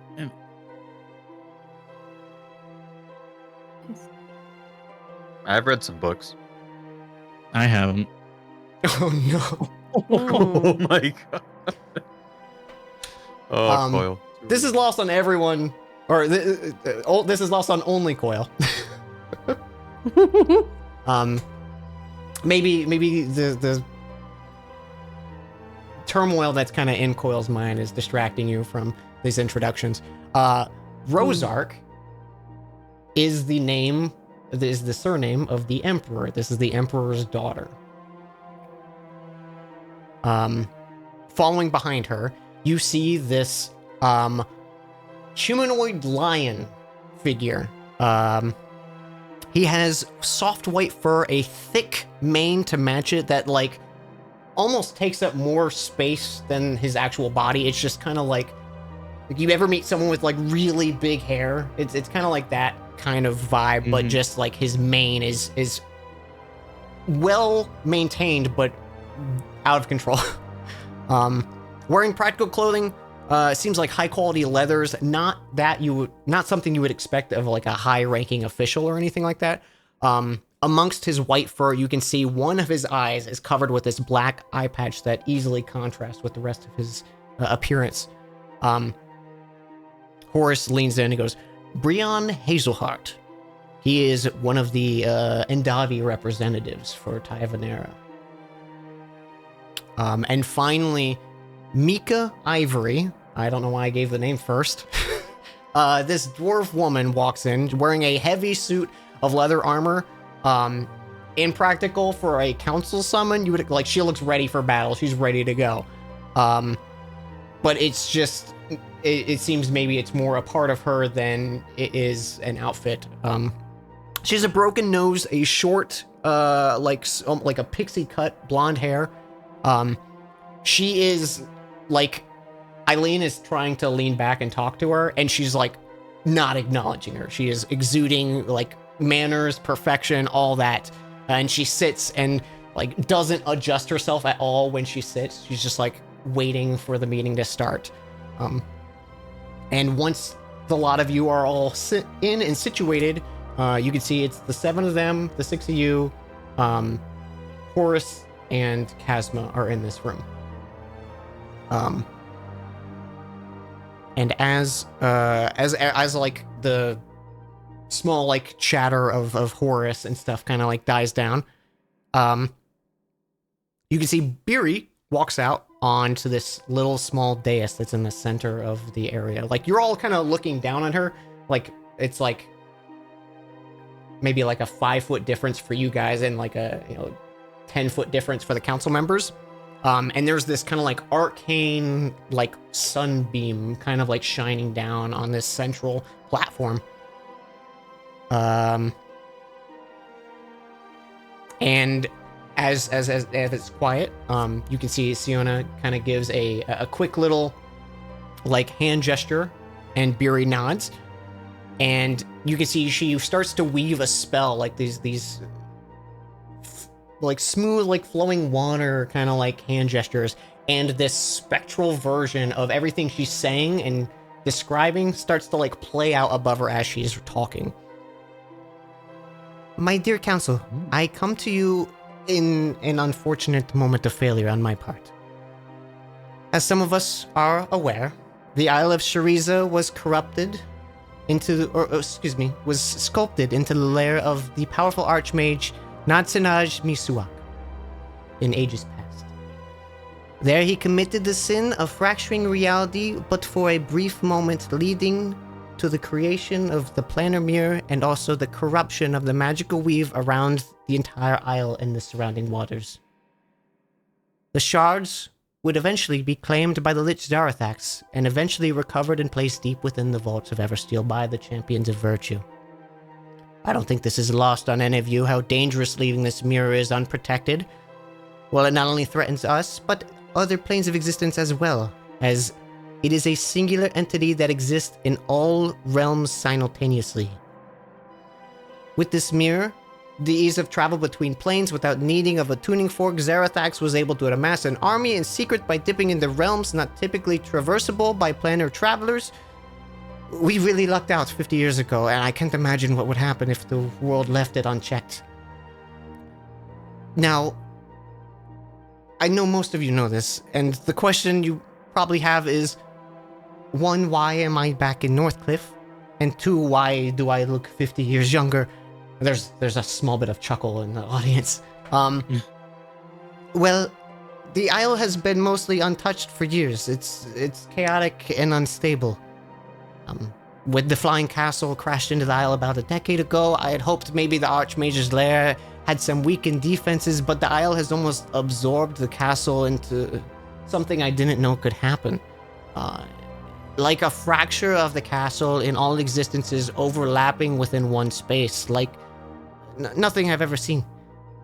The lair's entrance was guarded by this construct of earth, as if the lair itself was testing me to enter. I had to sacrifice something meaningful to me to enter. Anything I tried outside of that, it seemed to only allow entrance by weakening oneself. Whether that be physical or mental, I don't know, but regardless, what I walked into, I was not prepared for. I was whisked away, and I woke in a version of the realm as if I was suddenly in the plane of water, like pockets of reality of other planes bleeding into one another and converged into this bizarre, seemingly endless dungeon. I did not last long on my own, and an entity that will forever haunt my nightmares claimed my life, or it would have had I not prepared beforehand. I woke in this body, back in Silverhill, as I planned. My equipment may be lost, but the small glimpse of knowledge I gained, I felt it was important to share with you all. I know not if I'll be able, or to be honest, willing to return to the isle anytime soon, but to those of you who you've employed to recover these artifacts, the flower crowns, and she turns her attention to you six, I offer anything I can when you feel ready to tackle the isle. If there are any questions you have for me in this moment or afterwards, I'll be in town for a few days and we can speak directly about anything you need. My suggestion is that when you come to this isle, the more people you bring, the better your chances will be. You'll most likely be scattered amongst the plains, and I think the journey alone may be near impossible, but having an ally alongside you would greatly increase your chances. If anything, maybe holding off on this approach until you can find others that you would maybe be comfortable with answering the call of this threat. Until that time, I can give you any information I can. Yelnak has a question. Yes. This sounds incredibly, very world-endingly bad. How urgent is this mission? Presumably very. While it is very urgent, I can attest to the defenses of the location it is staying in. However, with the nature of the Isle of Shariza and the sin of reality being broken, the Isle of Shariza exists on all planes of existence at the same time. We're not thinking of only people within our realm that are capable of entering it. It's across multiple realms of existence. And while the danger of the Isle is prominent, it is definitely something we do not want to ignore. How much time do you feel we have? Estimations. I would be honest if I wanted to say an approach on the Isle needs to happen within the year. Oh, the utmost of urgency then. Well, I mean, the sooner the better, but... Just to say that is plenty of time. Then Gilnek's worries are at ease now. Much time to prepare. Yes. Keep in mind, if an entity were to walk in there and take it without the preparation, I don't think we would be able to stop them in the first place, even with or without the mirror. They would need time to prepare, which I think is our advantage here with where the mirror has been brought back to.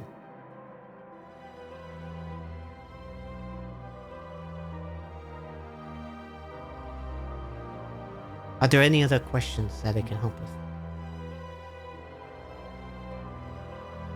No. She gives a little nod. And the seat where Siona is sitting lowers down till it's flush with the floor, and she kind of takes the stage as Buri backs off and comes and joins your lot where she's sitting. Well, thank you for your report, Buri. I can't imagine what you went through on that isle, or what we ask of you Flower Crowns. We appreciate your dedication and expediency with recovering the 3 artifacts that you've already recovered. With the information we've gathered over the past few weeks, survey drones that Chasma dispatched have not proven many other leads. We have suspicions where we think some of the artifacts may be at the moment, but the only 2 that we know exact are the Planar Mirror in the Isle of Shariza and the Heart of the Keep off the coast of Varroel. The recent rise in drownings in the Shard Coast has us thinking the Throne of Want may be connected, but we have no concrete evidence, and while the Gauntlet of the Eye and the Wand of Chaos, we know where they are initially created, we can't seem to find the entrance to Shara's tomb, nor can we keep our drones in a functioning state in the cursed lands of Wildwind. So research there has proven difficult. As for the Amber Eye and the Key of the Shaper, we have no current leads, and tracking them down may only be possible once, unfortunately, they've fallen into someone's hands. Recovering these is critical. I don't want to impress that we need to relax or anything like that, but I don't want you all to feel pressured into throwing yourselves into danger time after time again. While the Isle may be... With the Isle, it may be best to gather allies that you find capable to join you, and the Keep in Varroel, while it is being tackled already by other parties we had hired, most of the efforts have been made dealing with keeping the fiends out of the city. The city reports to have kept the hordes in check, but the approach to the tower is currently at a standstill, and your assistance may be of help, but it could also be your unique skills and talents may be better spent elsewhere. We don't know where your best bet is to go right now. What I think I'm trying to say is maybe take some time off, perhaps explore your own potential leads that you may have come across, or spend time with loved ones, open a bakery. I don't have the answers for that. Ooh, but bakery. We can reach out to you once we know a concrete location to send you out on that we think you have a chance of succeeding at. That would be very helpful, yes. If you do want to get back out in the hunt for the remaining artifacts, we'll send you back out there, but the searching and hunting is something that we, the council, and the small task force Chasma has built were specifically made for, and until that information is out, we feel like it's best, not to just... You're something very precious to the realm at the moment, and we don't want to waste that opportunity by throwing you into a lead that we don't have concrete evidence. Even with the plane, or the ring of flame, we weren't sure of that. It was just a suspicion while we gathered more intel, and it happened to pay off. Keep in mind, the iridescent javelin is yours for the moment, as we don't have any official council business that's world-threatening other than these artifacts, so feel free to make use of it if need be. Thank you. Thanks. Thank you all. Sincerely. And of course, you know where to find us if you need anything. Feel free to reach out to us.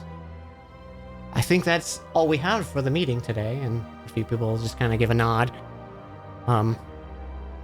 Thank you for joining us, and I know that it was probably a little more dire of a presentation than I was expecting.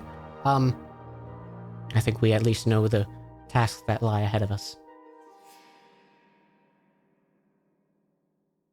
And she dismisses the meeting. Hmm. Wow. That went well.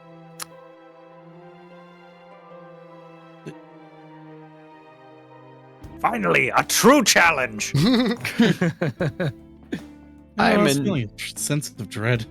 I'm in no rush to go there. We got a year. Do not worry. Gelnek has learned through being with you, Stinky. You are undefeatable with enough prep time, and we have much prep time. That is So, true. yeah. Yeah, how should Like- we spend it? How can we spend it to get ready for whatever that is? Well, she made it seem like the more people, the better, so we could make sure that we, take advantage of any allies and people that we meet. Keep an eye out. That's good.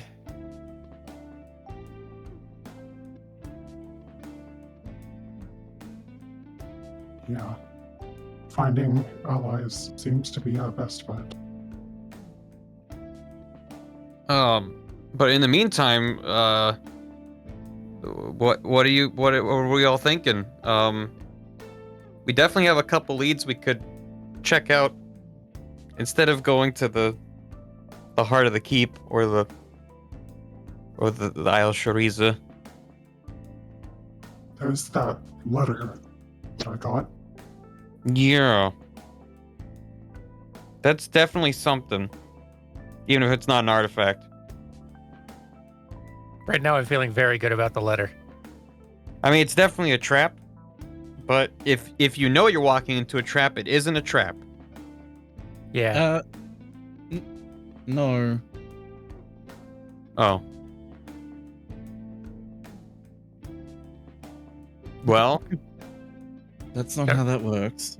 if you That was a room walk- full of very important, like intimidatingly important people. And given how nervous they were about all that, I'm feeling a little bit shaken about going for any one of these relics right now. yeah, Yeah. We almost got put in the past tense by some trees. we did. Let alone what happened after the last artifact we went after. Yep. Just looks over at Bailey. There's still the matter with Gelnek and the deal made to be resolved Sense. before we go to. For every encounter we defeat, we strengthen like the calluses of a hard-working farmer.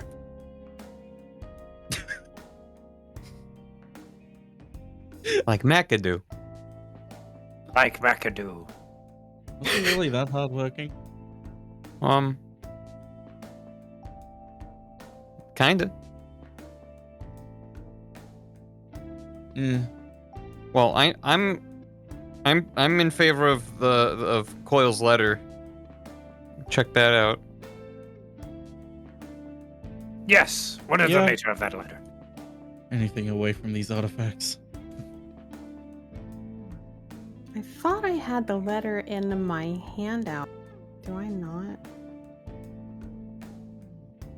I might have just sent it to you on Discord, actually, now that I think about it. Oh, Might have did been on you? Discord.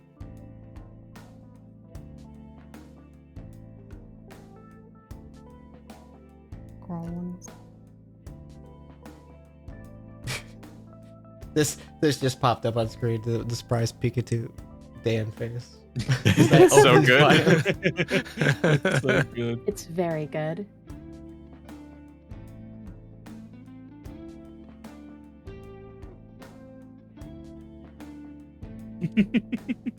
Ah, yes, I found it. I found Okay, it. I'm okay, gonna pen great. I that was like, shit. I do not know if I have it saved anymore. That's Hobson when Armor of Agathis wears off. Hobson when trying to be proactive and smart and learning from past interactions of past I know, it Armor was of a Agathis great before start. the battle. Then turns out we don't have a battle at all, so we just wasted it. Yeah. Like, maybe being proactive isn't that smart.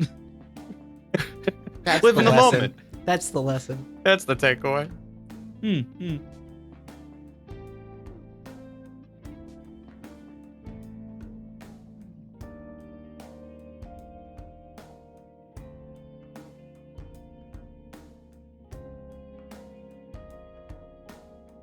Now that I I have our Discord chat open, Saren, and it's the fucking Uh crab search.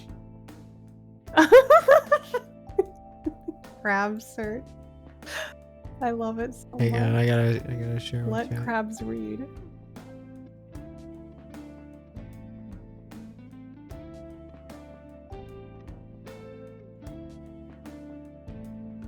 Is it time for crab? It's always time for crab. It is now time for grab. Oh boy. It is now time for crab.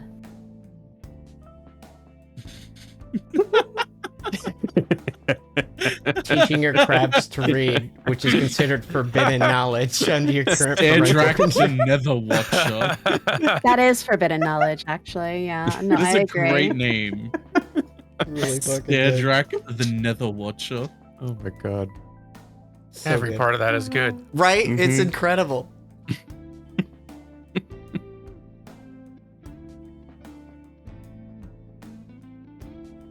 I want to read that detailed report more than anything.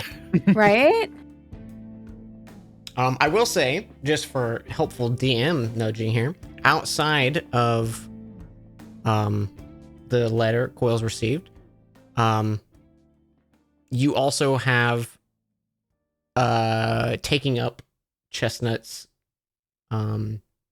invitation to O'Brien's Mill, which was a small bar or seedy tavern, as he described it, with the passcode he gave you. There's also meeting anyone in the city, or meeting the crew that you could interact with. There was also the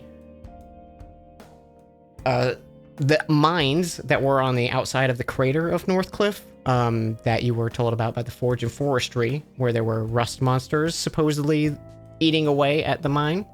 Oh, yeah, I remember that. Oh yeah, I remember that now. There's still the matter of the missing runaway mage. And I think that's the gist of stuff, at least in the city. The runaway mage being our golden dragonborn. Yeah, never coming back. Run away on a one-way track. It seems like you should be getting somewhere. I'm sorry, I'll leave. No. At least he didn't take a midnight train going anywhere. Holy shit. Well, my 2 cents is we could check out the mine, or we've been in Northcliffe for a while, and we could go walk into a trap. If there's one thing I love, it is walking into traps. Mm-hmm. You put a box and prop it up with a stick and put a piece of cheese in there, and I'm done. You don't even need the cheese. You're just so curious as to what. Ooh, Oh. What is in that what's box? popped up? There must be something good in there. I better check that out. Hold my stuff. Both of those sound pretty good to me too. And you also were given privilege of using the skyship for your own means. So if you want to go somewhere, just for the sake of going there, you could Or do just that. joyride. Yeah. So Beach we could episode? figure out if Beach the episode? world is flat.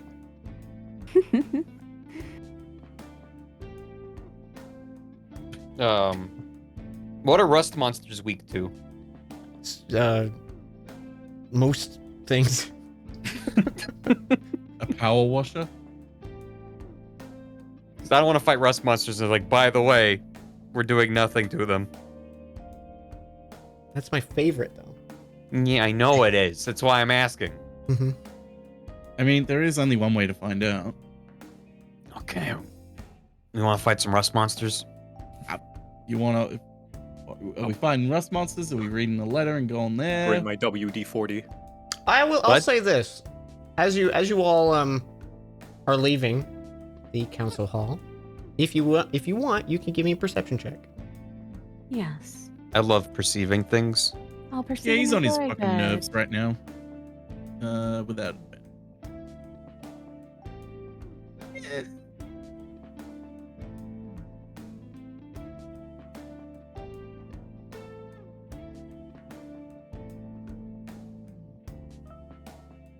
Okay. Faley, you're the only one to catch this as you guys are kind of shuffling out. And I think probably the lot of you kind of like stuck together and hung back as you're like discussing some of this stuff of what you want to do. You catch down a nearby alleyway Josh, the redheaded greaser of cum. No. And he Don't say just it like he that. just like cum.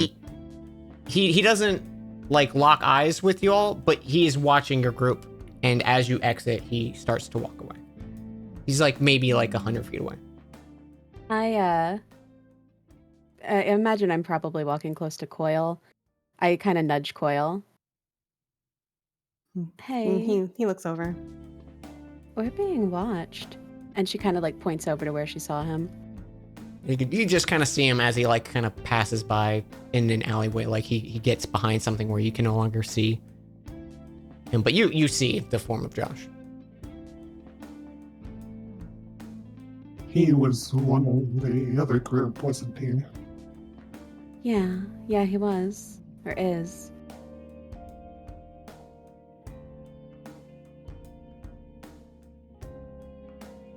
I'm not sure why he's following us, but Hmm.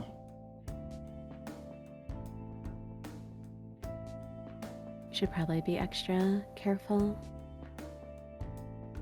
You think it's worth telling the others, or should we not worry them right now?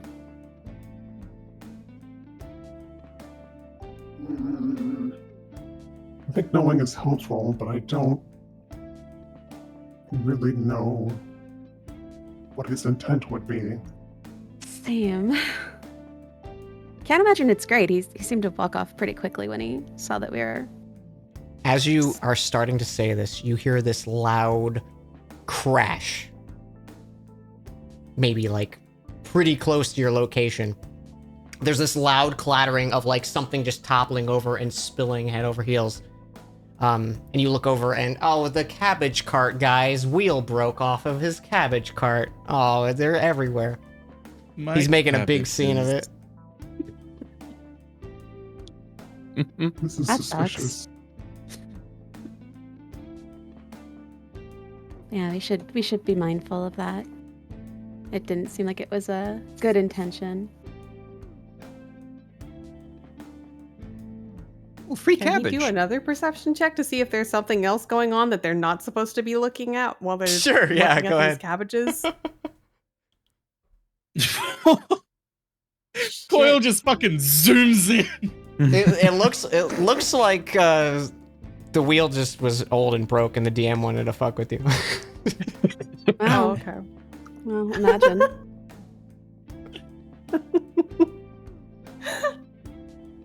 Oh, okay. All right. Thanks, DM. Mm-hmm. I'm gonna go over and help the cabbage seller He's very gather he's very his appreciative. cabbages. Mm-hmm. Hey, we're gathering an army to siege the Isle of Shariza. You have any fighting experience? No. Okay.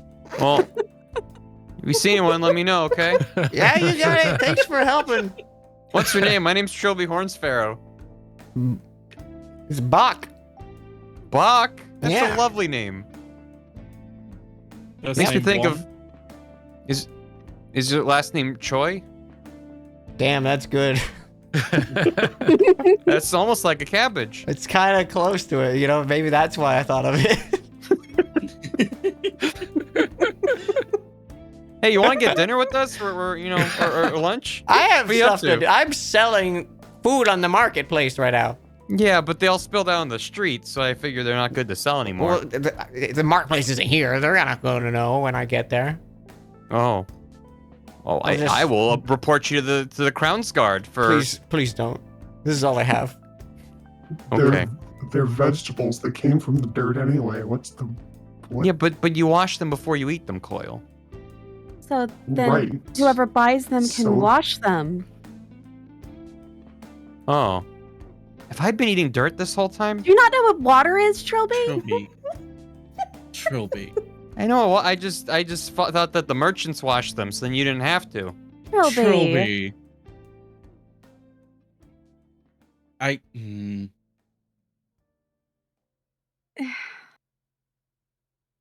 So who wants to fight some Anyways. rust monsters? Before we get into that, we did see one of the members of the, well, Come. Faylee. Crystal United Mercenaries. Oh, CUM. Did you just He's language refusing. Failing? he's refusing to say. I love it. Come, yes. Watching us as we left Okay. our meeting. Did we go after them?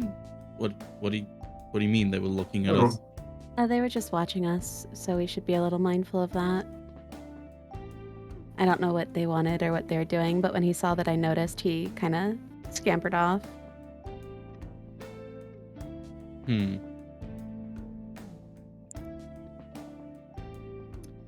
I don't Oh, well. know what they thought to glean, but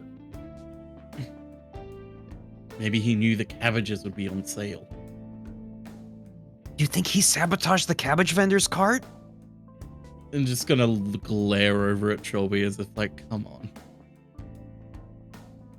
I was actually suspicious and I did look, Come but on. I don't think he did. Maybe it's connected. This world has been connected.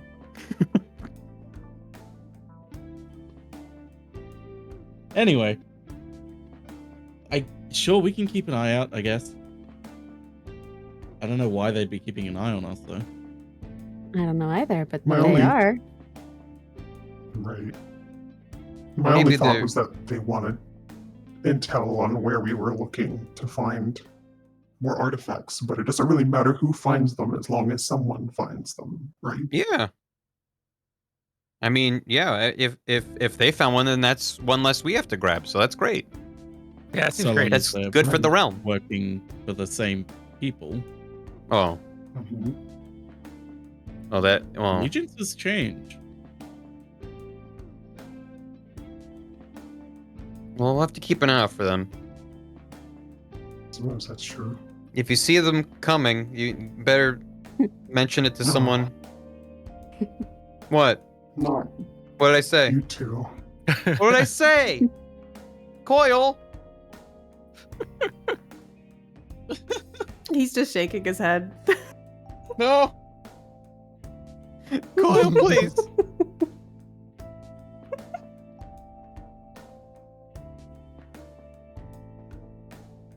Bailey is biting Anyways, her my tongue. 2 cents.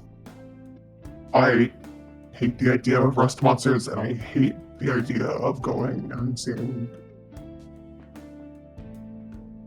What do you want to do then? this bastard. Well, I don't know. Have you given any more thought to the arcane core?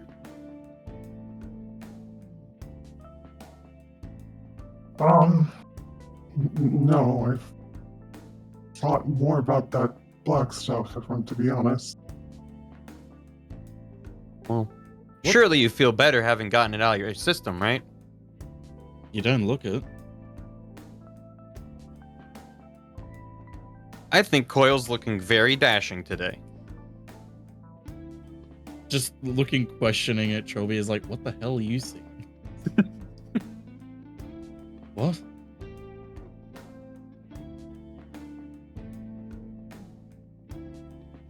Anyways,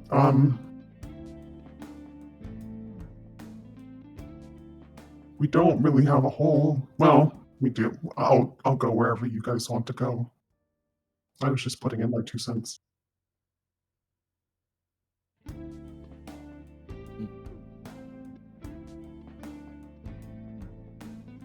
Okay. Where are we going then, team? You seem to be pulled this way and that, and now there's cabbages all over the floor. Oh, I helped pick up the cabbages. And you learned that you have to wash vegetables when you buy them. Yeah. Moving on from that point. Well, I think even if we don't want to fight them, if we're able to help clear out some of those monsters, that would help the city, and that's a good thing to do. Okay. It's Phil Grove, right? The rust monsters? I don't think it's that far. I thought it was just No? outside of Northcliff. Oh, The mines of red void crystal were in Philgrove. Oh, Yeah, they were. yeah. That's Oh. what I'm thinking of. But That's is different, that right? different than the rust Yeah. monsters? That's different. That's a There separate. is more than one mine in the planet. Yeah. But no, the rust monsters are they within a day's travel? Yeah, you could get to them within the day. Like you could get to them within like Nice 2 and hours. close then. Yeah. Exactly. So I think it would be a good thing to do. Works for me.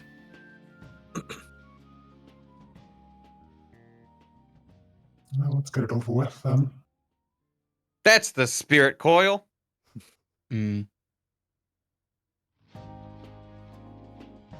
Yeah, let's check it out. Okay. Rust it is. Rust. After come.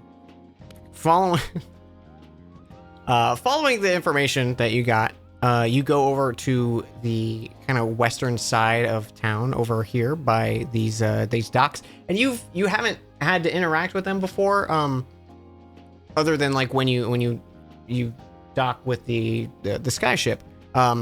But you can see there's these almost like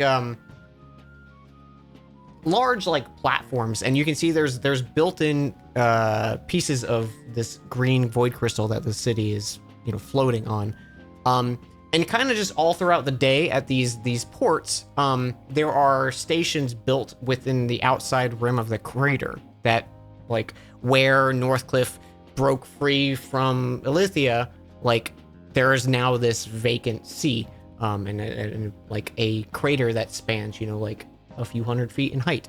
And these basically go to the edge of that, and that's usually how people enter the city without, flying in or anything like that, is they go on these platforms, and it's a slow lift as these kind of just hover in place. And there's like a small little like steering vessel, but like in inclement weather and stuff like that, they don't operate. But you go on one of those, and it takes you, it's maybe like a 20-minute ride as this thing like slowly descends and docks back on the land of Ilithia proper. And I had to pull up old notes because I'm looking for names here. You find the dark gray-skinned tiefling that you were told to find. His name is Cole. And you were sent. You were sent here by Riona Kildar of the Forge of Forestry. And he kind of just gives you a nod. He goes, assuming you guys aren't here to work and you're here to collect on the help wanted, yeah? Mm-hmm. That's us. All right. Well, I'll take you to the mine. It's been closed for, about a month at this point. We've had a few people come in, but to be honest, there haven't been a lot of mercs in town. And he kind of just talks your ears off as you walk. Like it's maybe like a 10-minute walk. And he shows you this small little this little mine. And he goes, all right, so basically payments upon you going through and clearing, I'll come in and walk after you and inspect, make sure the nest of these things is cleared out. And upon that, you'll get your payment. Are there any questions? Is there anything in there other than rust monsters? That was initially why the mine was abandoned. I don't think anything's come in there, but He said the thing. what did I say? Oh, Nothing. got it. I don't think anything else is entered, but there could be something in there. Maybe, you know, some rodents and stuff got in. But I honestly, all we care about is clearing out the rust monsters. They're threatening the livelihood of the mine, and, you know, our workers can't work if their tools are getting eaten. All right. All right, well, good luck in there. Just come find me back at my station if you're ready for me to give an inspection. How quickly does this rust work? I mean, if they latch on you, like they can nibble through a pickaxe pretty quick. Like, No, I mean the rust. Does it take things quickly? Does it spread? oh, that's more of just like their name. We've kind of come up with. They kind of eat through metal. Basically, they have like a natural corrosive property to their spit. You mean rust monsters are not actually made of rust? I don't think so. No. Oh, Gilnek is somewhat disappointed. yeah, me too. It sounded kind of neat. This is worse. Yeah, why would what? Yeah, I didn't want to say anything, but this is not a good situation for your friend here. You want to sit this one out, Coil? I'll be fine. Everyone just give Coil backup. You don't If have anyone to gets near him, go in.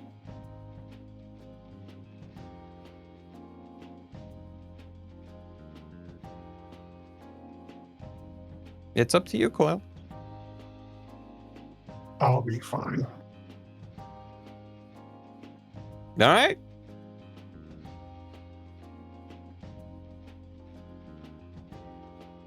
Shall we? I believe so. There we are. All right. You all enter in to this not Persona music. You know what I can do? I complained about this on stream the other day, and I hope I still have it. Show us this thing. You seem very excited. Oh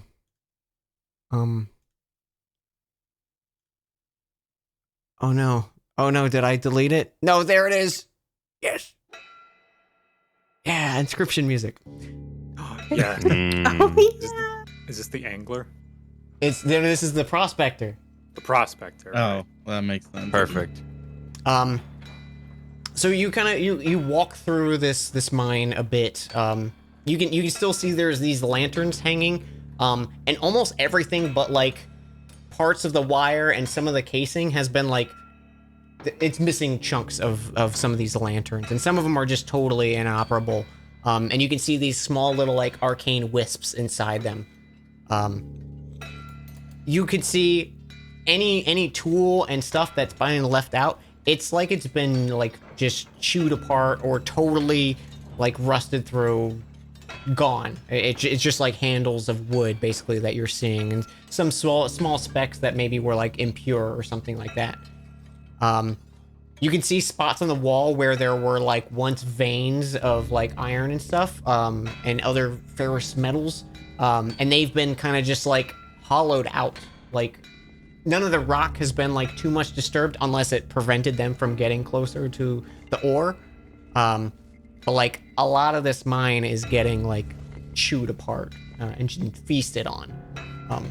You go in maybe like 100 or so feet before you really see anything, and you're noticing like more and more of these like pock marks in the surface of the walls and the floor.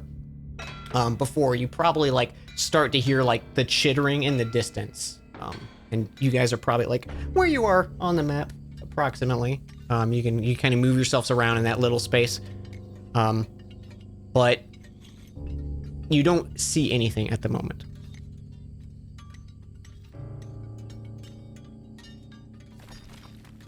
Shall we? Coil is just pulling out his Well, sword. staying back.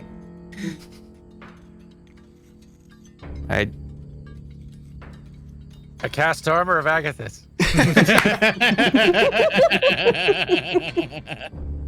I guess let's slowly but surely, quietly move forward. Yeah. Trying to see Shuffle, what shuffle. features All right. Be useful here. Yeah, if you're stealthing, give me a stealth check. And kind of You right know it.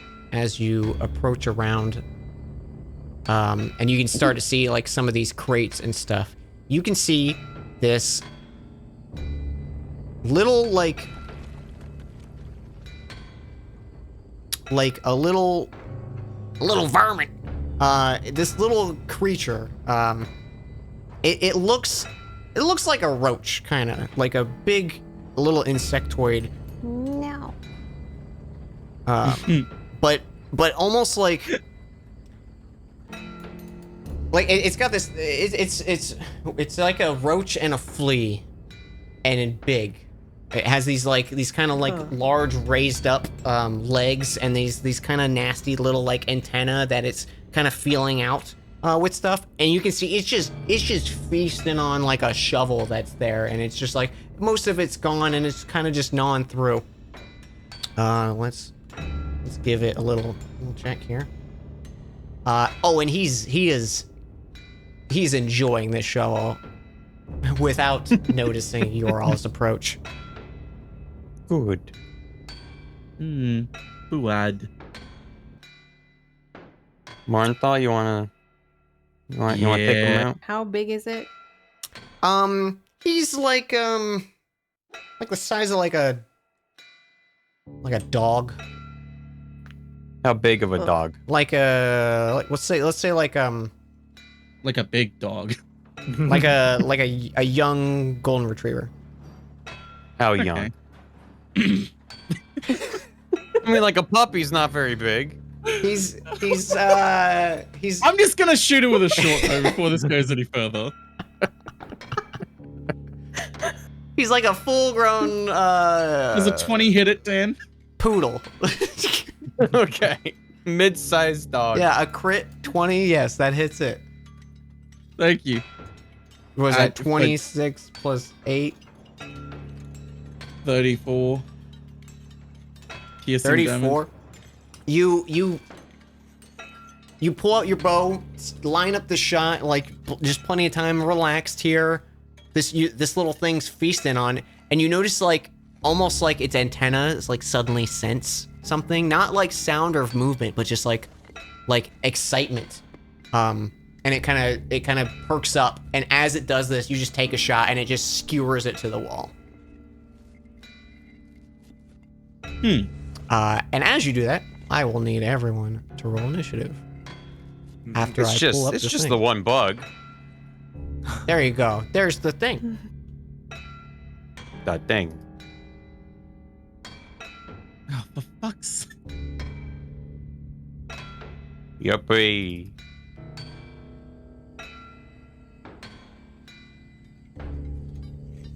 You can go first, Morinthal.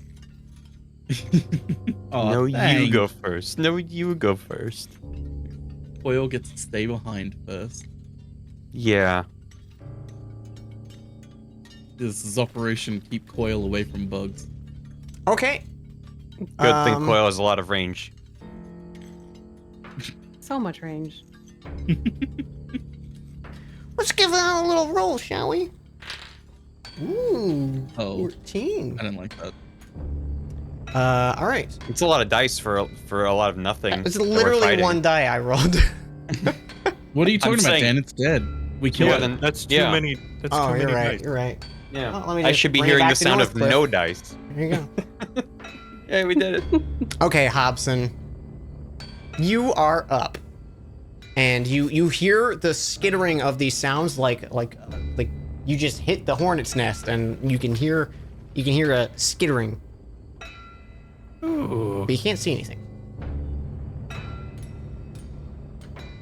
Right? Can you guys not see anything? Well, no, I I can can see one dead bug. I see Okay. one dead bug, and it looks like it goes to the left and maybe to the right from there. Excellent. I was just making sure I made this map a while ago. Don't remember if I put Here's lighting my on line it. of my line of Yeah. sight, just for Yep. reference. Same. Perfect. Thank you so much. Yeah, I think he moves in a little closer to the group over here so that he can also see better what's happening.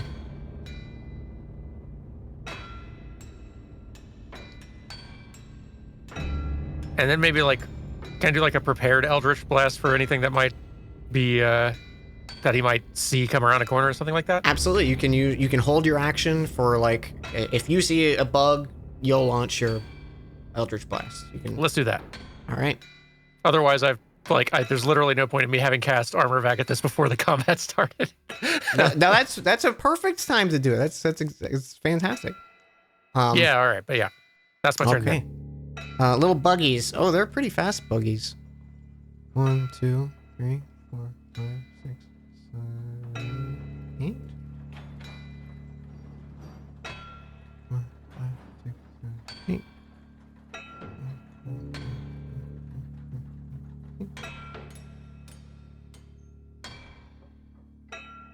A lot of counting. How many? I heard 8. I keep seeing these tokens around the corner. Well, the thing is, I have to move them 8 squares because they can move 40, so that's why I'm counting 8. How many are there? I don't know. Damn, nearly got him with that.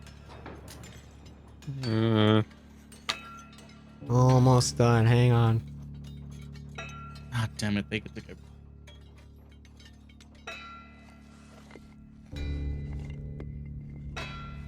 All right. You can see them all scuttle out from the sound. You actually, I'm not gonna say. You can roll something if you want to know. Coil, you're up. Oh, The secret for me. Oh boy. Okay. Well, he will move here. Oh, that's a lot of them.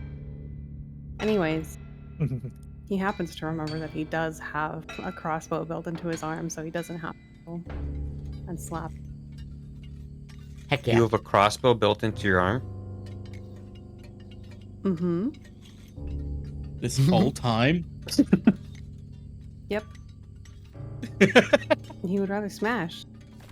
That's Huh. fair.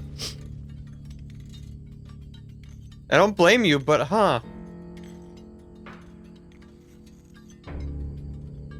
We are going to rage just in case. Can Hell I? yeah. Do I? Oh,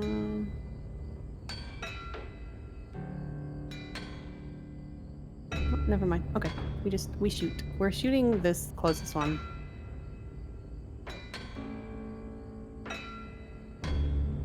20 hits. All right, and then we get an extra attack, so we can go again. Ooh. No, we And missed. 7 goes wide. You notice as you kind of shoot this bolt and it goes wide, the one next to it just like leaps onto that bolt and starts going to town. Ugh. that's good. That was 6 on the first. Okay. Yeah, better the bolt than him. Mm-hmm. Anything else, Coil? That is it. All right, Gelnek, you are up. I'm gonna let Mornthal go first since we Oh, shared the okay. initiative. Oh, Mornthal. okay. Oh, also, In that case, sorry, before you go, Morthal, would you like to resolve your held action, Dan? Yeah, maybe I should go ahead and do that since there's yeah, plenty you in should view. do that. Yeah, just Actually, fire. wait, it might be better. No, you do your thing first. Yeah, you do your thing. Say something I'll there. just fire an Eldritch Blast as each of the two that is just side by side right there closest to us. So I don't still have advantage to that, right? No, okay, no, I don't. So 1, and I guess cast a level 4. That's interesting. He usually didn't give me a pop-up asking me what level to cast it at. Oh, that's right. Okay, that's right. I had a better way of rolling this. Sorry. A 1 and a 2. 18 and 21 hit. Were these on the same guy or one for each? 1 each. So like we'll say 2 damage to one, 10 damage to another. All right. So you pop, you knock the one off of the bolt, and he's peeved now. Oh, good. Now you've done it. All right, so yeah, you do that like Really? right as soon as you see them kind of come around the corner, and then now back to Morinthal and Gelnick. Actually, I was gonna say, I might take that back. Would depending go on for what it. you think, Gam, would it be better for me to like get closer to them so that you can do your sneak attacks? Yeah, that would actually be better because they went before me, so I can't. There's no point in me going first because I can't assassinate Right. them. Yeah. Okay. Well, then in that case, Gelnick But I is gonna could get sneak in the attack thick of the if you stand fight. next to them. Mm-hmm. He's gonna Oh, get God. in the thick of the fight, and he is going to cast Thunder Wave at, let's do second level, which is 3d8. I don't know why D&D Beyond is not working, so let's just copy and paste this in here so you can see it. It is going to be a con save, DC 14, and Have fun rolling all these, then. And then that's gonna be for those 4, right? let's see, the range is 15-foot cube, so it is 5, 10, 15, like something like this. Well, like that. Yeah, these 40 4. feet. Okay. All right. So these first 2. Boom, as he bangs on his drum and it rumbles. the Okay. floor. Okay. So the 2 on the left, they save. The 2 on the right fail. Okay, the ones that save are not pushed back. The one and take half damage, and the ones that fail are pushed back 10 feet Ooh, very nice. and take full damage. Full damage. Okay, that you use this bug just kind of like flies back and scatters against the wall. Nice. And then 21. Okay, this one falls back and he kind of breaks into this crate. But he rights himself up. You can see like one of his legs is kind of left to where you scattered him. Ooh. Okay, and then they took 21 halves of 10. Okay. Haha, foul creatures. And with the rest of my movement, I'm gonna stand between these two. Very nice. Thank you. Okay, Morinthal. I was about to be like, oh man, that was great, except for the fact that you just moved out of range of for me. No, I know.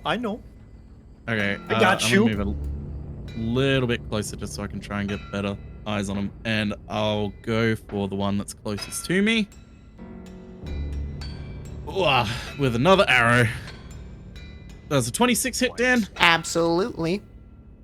But That's the closest 17 one? damage. Yeah, the closest one. This one. All right. And then it just drops right in front of you, Gelnick. Nice. Nice. And yeah, anything like, yeah. And then I'll end my turn. Okay. Failey.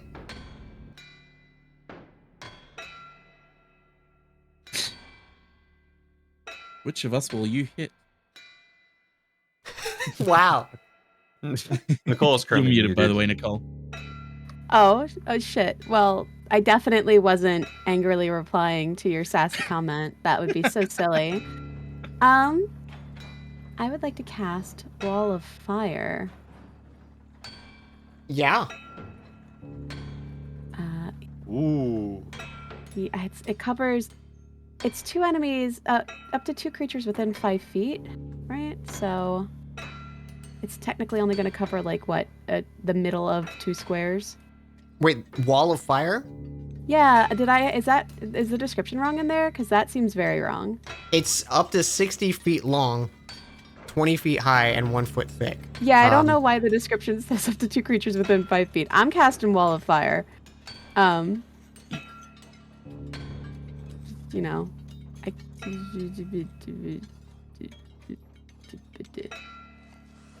sorry, rest of the group getting blocked off from the other guys, but it's us against them. Okay.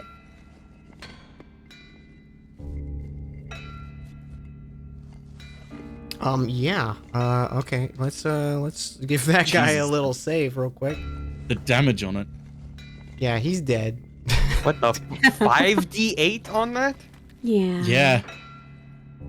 That's a big boy spell. Yeah, it's so a you- big boy spell. You kind of seal off this side of the mine with a wall of fire, and the one just kind of caught, and it just like just does this little like high pitched squeak and just kind of like incinerate. It's the start of Terminator 2. Like, Desperately grabbing onto that. Nice. thing. yeah, he was grabbing on trying to eat the bolt, and he's just like ah. Like,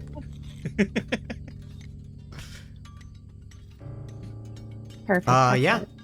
Okay.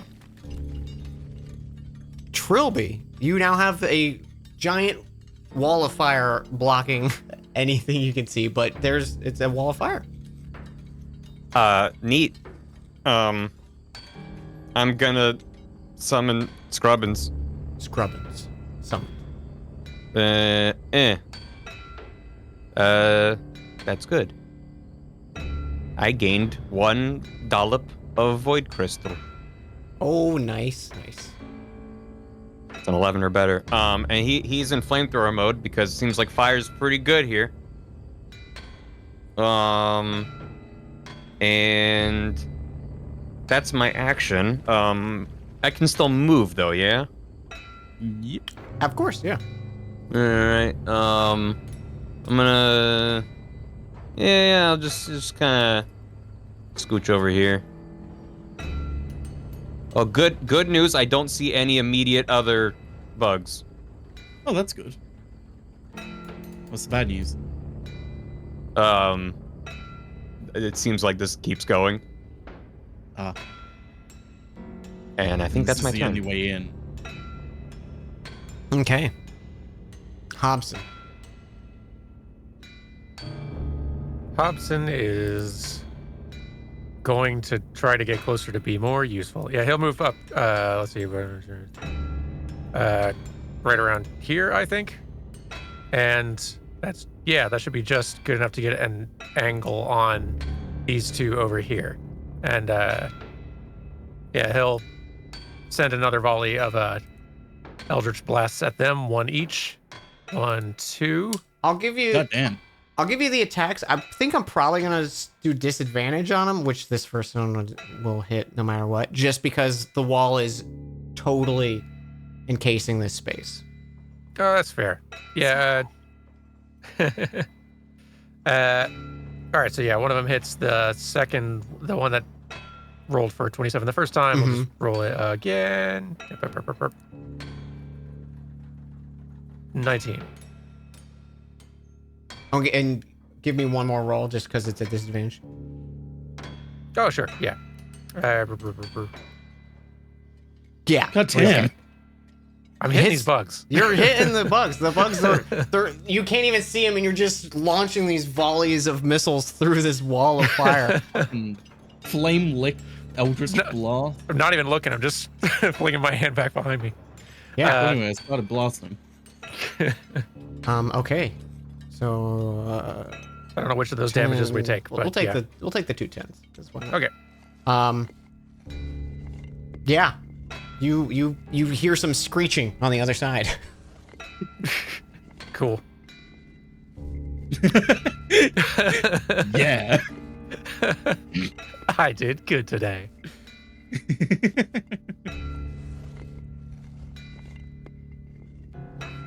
But yeah, I'm not gonna charge through the wall or anything. I'm gonna stay over here.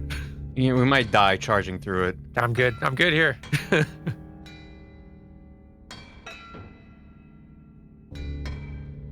Uh-oh. Why? Uh-oh. Oh, behind. Oh, I see. Oh. Oh. No! Where Protect did the those boy! come from? The my- DM spawned them. Oh. Okay, 1, 2. I think we got this under control. Coil has to look it back there.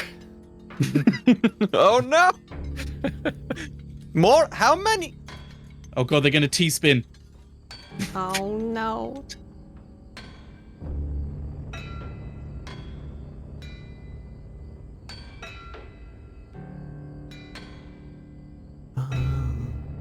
Dan, how many are you moving over there? I'm having to count a lot. You know, you could count less. Yeah. No one's making you spawn in this many. Yeah, no one is We can all making you just spawn look in into that the many. wall.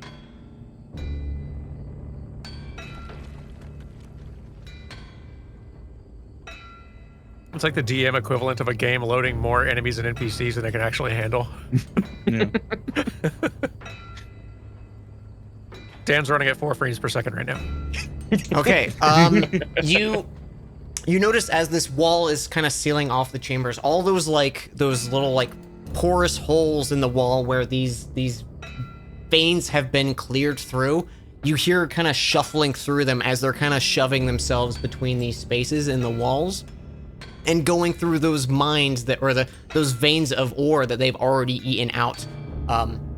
You can see kind of one kind of scuttle around the side and kind of comes through this hole on your right, Hobson. And he's going to take a little chomp at you. A 9, I don't think hits. It does not. And then as you all are kind of at the ready, you can see one kind of scuttles through the wall, but it looks like it can't. It's spent its turn basically trying to weave its way through these holes. And Coil, you hear a kind of bunch of little like chittering sounds behind you as you can see some of them starting to weave up from the floor, in the ceiling, and through the walls. They're kind of coming through these different directions. Oh boy. No. But it looks like they're just kind of emerging as you notice them. Coil, your turn. Fun. He's gonna back up. Hey, Kyle. What's Hey, going Cole, on? let's go. Yeah, we got a problem. A little bit. And he will shoot this front one.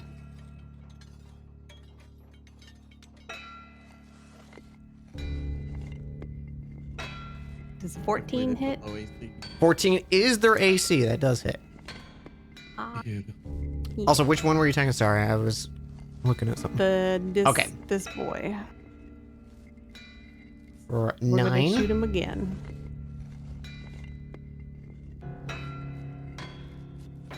Oh, that's a It goes miss. wide, and one starts. It goes wide and kind of skids in the dirt, and another one kind of like just pounces on it for a bit, just kind of seeking out any of the good bits.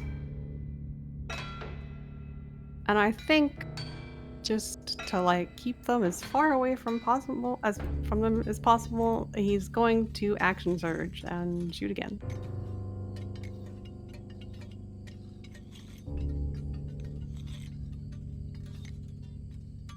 And one more time. Both those hit. Yay. That's for a 10. And then a 6. Okay, he's just barely standing still. He's a scuttling though. All right, that's his turn. Okay, Gilnick. Okay, well, Your back is seeing as toasty. there are monsters that way, my back is toasty. I'm gonna go back to the back of the front lines. I'm willing to take an attack of opportunity from this boy if need be. Oh boy, that's a lot. Oh wow, that is a lot of them. Oh, okay. Yeah. Yeah, he'll see them. take a chomp since you're running by. Yeah, 17 to hit. that'll hit. Yeah, All right. Uh-oh. no worries. I'm medium tanky. He's a beefy boy for 2 Yeah, it is. piercing damage. Okay. I laugh at the tiny creature. Um, In the rear. just double checking here. You're not wearing any metal, are you? Yelnick's probably the best person in the party to get chomped. Okay, nope, you're good. Never mind. I was just making sure I read I stuff. mean, I'm wearing a chain shirt. You were good for the moment. Okay. I'm fine. And right over here, Thunder Waste Radius 15. Not close enough, so I'll use my other sound ability, Shatter. Once again, at 3rd level. So, kaboom! A big explosion at the point of right here, right in the middle of them. Yeah. 10-foot radius. Once again, con save DC 14. And again, 2 pass, 2 fail. 4d8, is that it? Yes. Bang on the drum. Another 21. Nice. Okay. The one Coil was shooting. It's just kind of like you see like parts of its carapace kind of just like splinter and break from like the reverberations of the shatter. The rest of them are still standing, but 2 of the still standing ones saved. So they're... And then I will bang on my drum and give Coil a bardic inspiration in case he needs to make any scary, spooky saves. So Coil, you have a D8 to roll. Okay. And that'll be my turn. Very nice. Orenthal. Okay. Assessing the situation, there's one that's right next to a creature that is tiny and made of metal. I'm gonna go for that one. Because Scrubbins is Scrubbins. in a little bit of trouble. Yeah, he's in flamethrower mode. He'll be fine. What's the worst that could happen? Look, what's the What worst could that happen? could happen? Another bow straight for it. 18 hit. 18 hits. 22. 22 on the one by Trilby. Still standing, but hurt. Bless you. And I'll end my turn there. Okay. I won't. Bailey, you are up. Yeah. I'm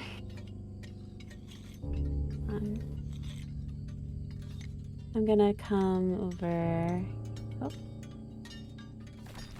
Back over here. Sorry, it is not letting me move very easily. Okay. And I would like to cast. Sorry. That is terrifying. Thank you. No, sorry. I would like to cast Moonbeam.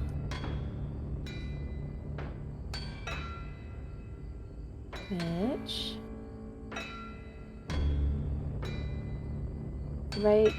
Oh my god, I'm so sorry. It's not letting... Like, it's being the slowest website in the world right now. Right here?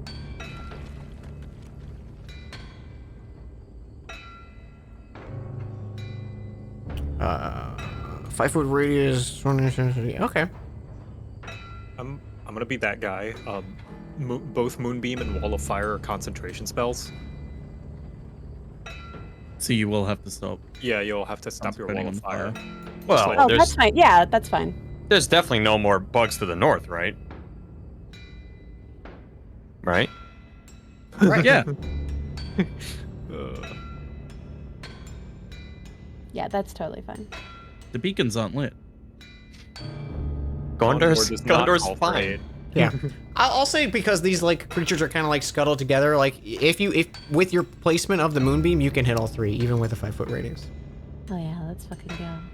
Doing it. Nice. So they're con saving throws for them, I believe.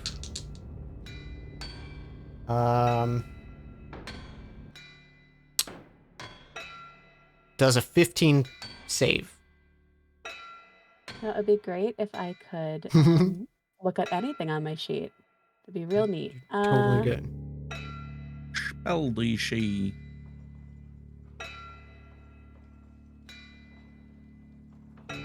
I cannot pull it up. I'm so sorry. You are good. I gotcha.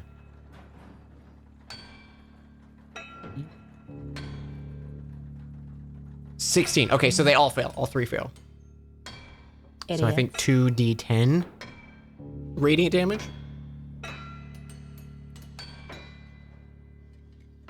Yeah, it was a 9. Oh, you rolled it. Got it. I'm not even reading in the chat. All right, 9 on all 3. Okay, this one back here sizzles up. Just a high pitched little like whine as you hear bubbling and popping. Ew. It's all gross. It's Sure, gross. it smells great in here. Oh yeah. Yeah, the burning corpses of these little rust monsters feasting, and it's great. Trilby's up. Scrub is gonna start blasting. Gonna start blasting. Gonna blast this guy with a flamethrower. Okay. Which is my spell save DC, which is 16. For dexterity. Yes. Spell save. 17. So I think they save, but they'll probably take half, right? Yes. So that is 2d8. Ah. So half of 11. He is fried. Sweet. Phew. No chomping today, Scrubbins. And let's see. We got 2 more over there. How's the one in front of Hobson looking? Untouched. It's untouched. Oh. Then let's help out over there with a what's a good idea for that? Well, yeah.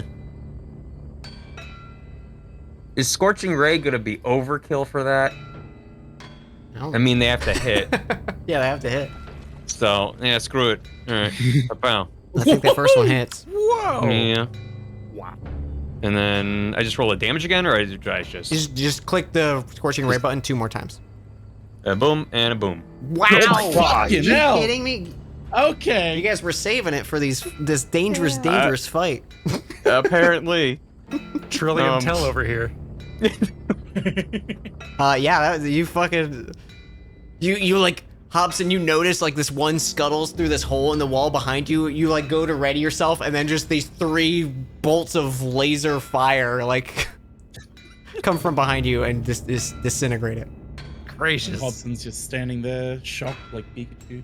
I didn't even add arcane firearm damage. That was just the raw. All right, we're good. Yeah. Gracious. I mean, what did you did? You did 12. You did 39 without the bonuses. Without arcane firearm. Bloody hell. Screw Okay. that bug.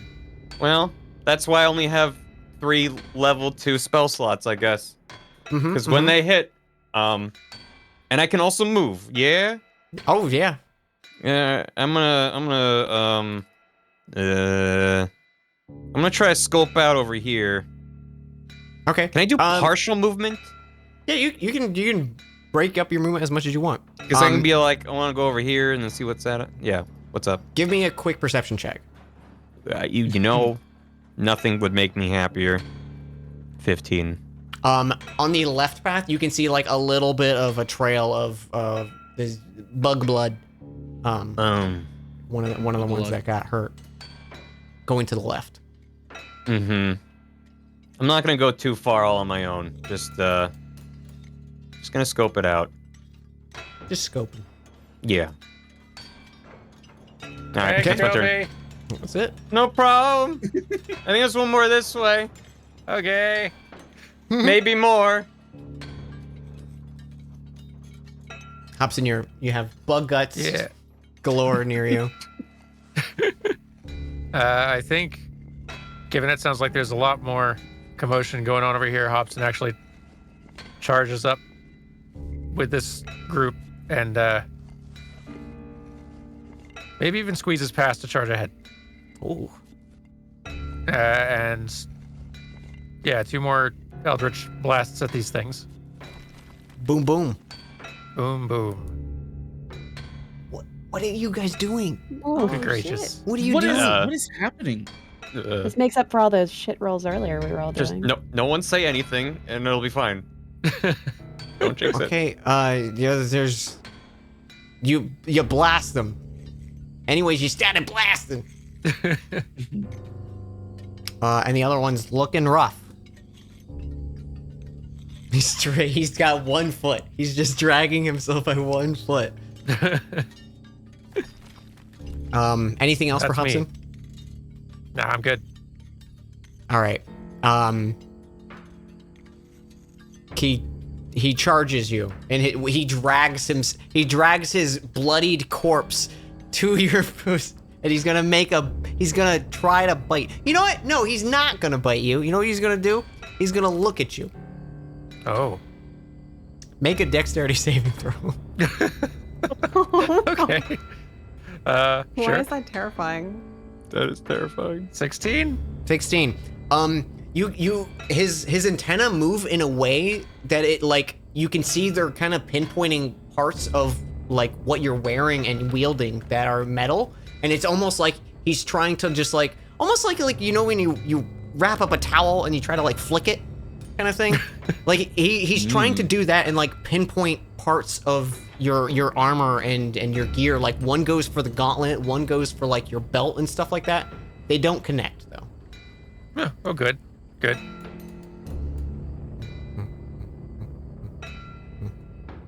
You This stop. this one kind of hearing the fire disappear kind of scuttles down. Alright.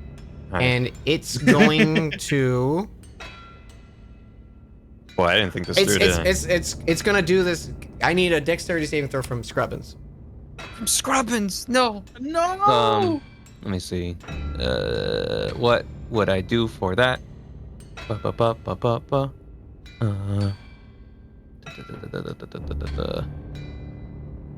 There's an AC of 18. It forces to make ability check. Treat all ability scores as 10 plus 0. So it's just a So just D20? a flat D20 roll. Oh no. Oh no. But I can flash of genius Scrubbins. Okay, you can. Which is add my intelligence modifier to the roll, which is 5. Okay. Yeah, 12. You see for like it starts to whip its antenna at Scrubbins, like aiming specifically for like some of the exposed gears that are on the outside and stuff like that. And Scrubbins just kind of hops and bobs and weaves, little bird hops and avoids. That's my boy. That's it for the bug's turn. Was it going to chomp without flash of genius?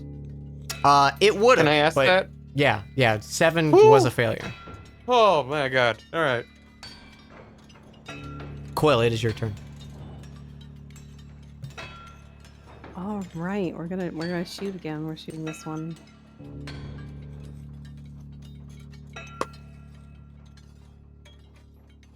And yeah, with roll that my with that first bolt, it connects and just collapses. Good. And the Good. second one.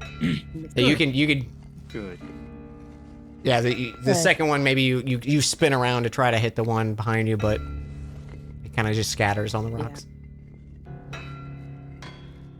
Anything else for Quill? That's it. All right, Gilnick. I'm gonna scout ahead to see if there's much else. Well, not this way actually, because that's where we came in. They just pincered us. Came through This the hole. way. And I'm gonna dash to go another 30. Okay, nothing over here, so I'm gonna give the all clear. Just like, It looks safe this direction. For now. and actually, could I do like a perception check just to be sure? Sure. Okay.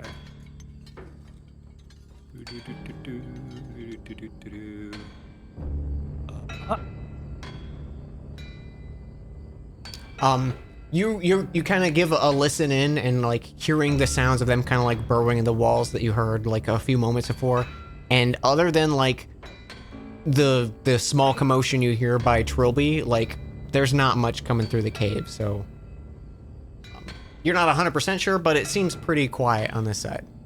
Okay, I'll relay to my allies that we might take care of this bunch, but be on the lookout for more. Best we can. I think that'll be my turn then. I won't do anything else. All right. Mornthal.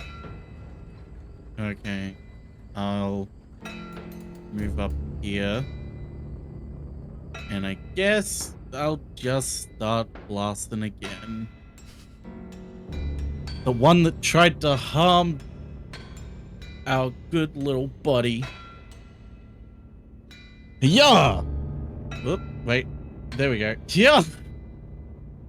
This is 20 hit then. How do you 17 want to then. do this? I like to imagine this is as like it's like trying to attack Scrubbins, and Scrubbins is just hopping around like it's like jump rope or hopscotch, just like jumping in between the antenna, and then suddenly it just stops because an arrow just pierces in the skull's head, in the little slug's head. And yeah, with that final arrow, you kind of wait, expecting for more to kind of be appearing around here, but the hornet's nest you kicked seems to be clear. And for the sake of wrapping up the episode, you guys give a quick little thorough run through of the cave. It's pockmarked and like stripped of most of its resources. You're not sure how much use of the mine they still have, but there's probably something in here of worth that they can salvage. You go back and report it to Cole, and he offers you the actually, before he offers you something, you were given a choice by Riona way back in the day of you can either take the reward of 250 gold for clearing out the mines that was posted on the Help Wanted, or you could refuse that and get a discount at the shop of up to 400 gold.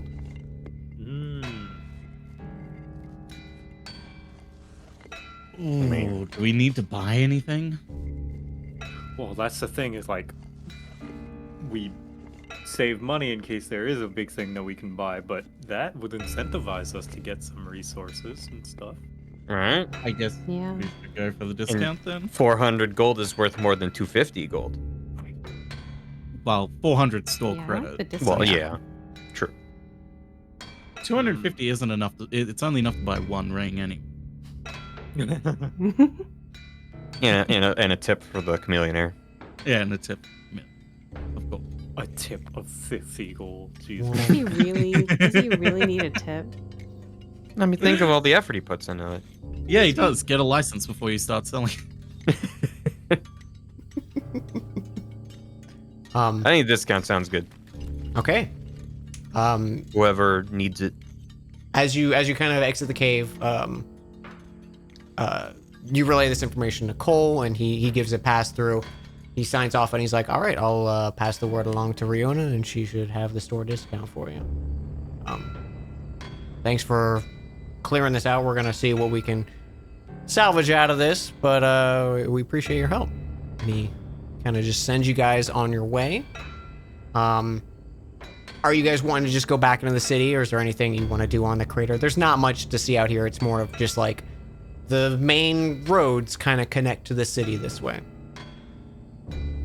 Yeah, I think we can probably head back. Okay. Yeah, sounds good to me. Yeah. You start your slow ride on the ferry back up to the entrance of the city, and figure out what your next destination's gonna be. Thank you guys so much for playing with me. Sorry that went a little long. I wasn't expecting you guys to dip into some old stuff, but that was Side great. quests. Side quests. I love how scared you were of these little bugs. You said it was a cave filled with rust monsters. They're rust monsters. Uh-huh. Listen, it's like, Oil Coil no is like terrible. banana. yeah, it's because we care about Coil. It's like if you, I don't know, had a monster called Had the, a dog. Yeah, I don't know, something that eats drow specifically. Then we, of course we'd want to protect Morenthal. I just like it. It makes me happy. Thank you for running. Yeah. Yeah. Hmm. Hope you all had a good time. We'll figure out what you guys are up to, I imagine, in private chat of just figuring out what you guys are feeling. And we'll let you guys know when the next episode's gonna be. But I'm gonna get to thanking chat, and I'll chat with you guys after the stream. Any closing remarks from anyone? Thank you. Nope. Yeah, thank I'm you so so sorry much. we're back if this wears off. No pressure. Bummer. No pressure for us saving multiple planes of existence, huh? Yeah, I no know. pressure. You know, this nice little fight was a nice little morale booster, at least. We needed a win that didn't almost kill us. I had a This is whole true. like conversation about how I wanted the planes to be too, because like, all right, I'm gonna give it to you now.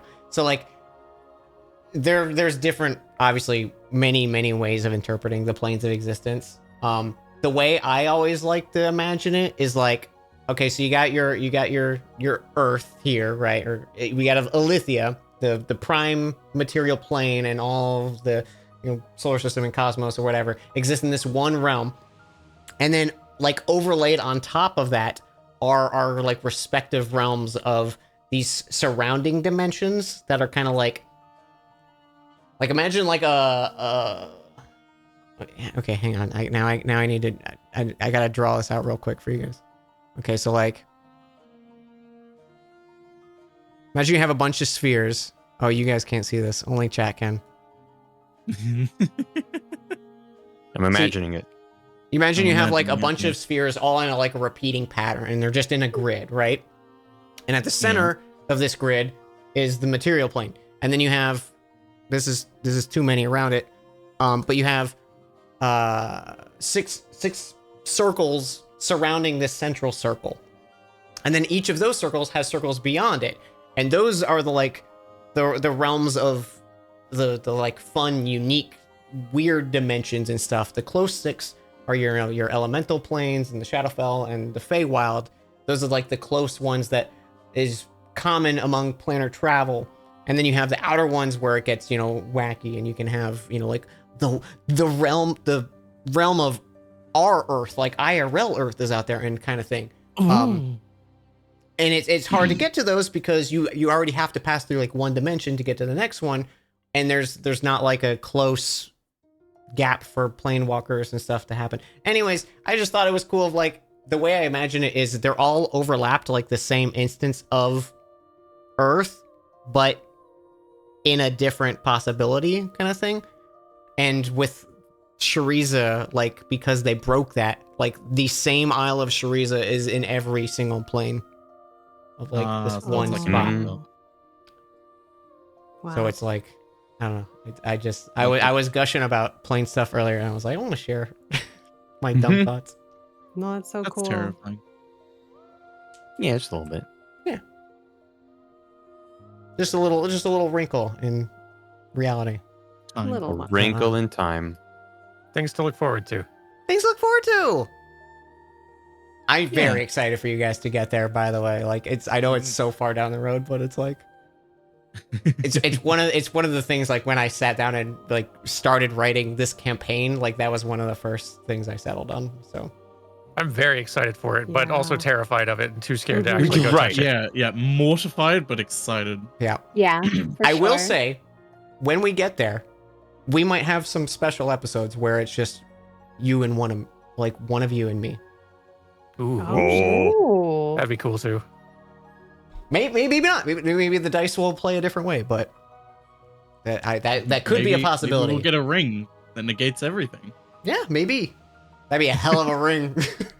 The ring of fuck you, Dan. Fuck you, dude. I'm gonna put that in. Negates one thing the DM says. That's just wish. The ring of DM. Really, you know what? Yeah, it is just wish. It's just wish. All right. Oh, that's a ring. Wish.com. You cast wish, but it's the wish.com version of what you want. All right. I'll talk to you guys in a minute. I'm gonna say bye to chat, but thank you guys so much Yeah. for playing. I love playing with you guys. Love playing Likewise, with man. you. Thanks We so do too. much. Bye, chat. Yeah. Bye. Goodbye. Chat. Hey chat, it's me. It's your boy. Dan. Thank you for all the follows. Thank you so much. I just looked over. Welcome. If you're new here, hi, I'm Dan. Pleasure to have you. I usually play games and stuff, but like once a month we'll do these D&D streams. Thank you guys so much for the support and everything. Really appreciate it. I'm gonna read through some things, and here I'll bring chat over here. Oh hey Ed. The heck? Ed out here with the fucking 5 gifted subs. I should have unmuted. Okay, I unmuted stream alerts. sorry, I always have alerts on. I only mute them for this because I want to make sure me and all my players are focused on just the game. So Ed, thank you for the 5 gifted subs. Thank you very much. And Kimana, thank you for 64 bits. How many times did you practice listing off all those condiments? That was the first time. I just typed them up and just went for it. So I had a little stumble there, but I got most of it. Nerd is the word. Thank you so much for tier 3 for 2 months. Thank you so much. Thank you. What the heck? That's very sweet. Ed gifting a sub to Rebecca Roney. Another amazing, wonderful person. Rebecca Roney streams on Twitch. Does a bunch of cool art. Gam, thank you for 52 months. Download Balatro. I watched Barry play this all like the other day. I just had him on the background when I was doing D&D prep. I didn't pay attention to any of it, and I was just like, I need to see what's happening here, and I still don't know. Speaking of which, hey Barry, thank you for 63 months. That's too many months. That's too many. You're not allowed. No more subs, Barry. Okay. Naru, thank you for soup. Thank you for the 25 bits. I got a noisy soup. You did it. My best toast, thank you for 45 months. Thank you. Naru, thank you for the soup again. And True Unarmed Toaster, thank you for the 301 bits. Hello. Sammy, thank you for the 100 bits. DJ and D Day. Woo. Bakaderu, thank you for 7 months. Whoop whoop. DJ and D. And Lauren, thank you so much for 28. Thank you. So Gam was talking to me about Helldivers 2 and maybe playing tonight. And as much as I want to, I've never been more exhausted after a stream than I am after D&D streams. I'm like totally spent. I think it's just I'm too much. I talk too much. Too much talking. But I had a wonderful time. I hope you guys did too. Streams are always the highlight of your month. Aww. Do you have audio for these as a podcast? I do not. I only have them on YouTube. I'm sure I'm curious if there's a way that I can quickly and easily do a thing for putting out just as audio podcast kind of thing. I could look into that because I that's been something I need to. I'll just make a note. Audio only versions. But hey, and if you're like, hey, I'd like to know what these chucklefucks have been up to before. We have a VOD channel, and you can watch all the previous 21 episodes and see some fun things happen. DD's very exhausting for the DM. It really is. It's so satisfying, but I feel so tired after it.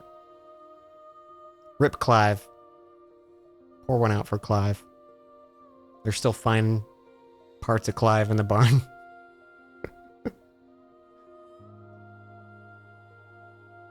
I just want to see what you guys are talking about.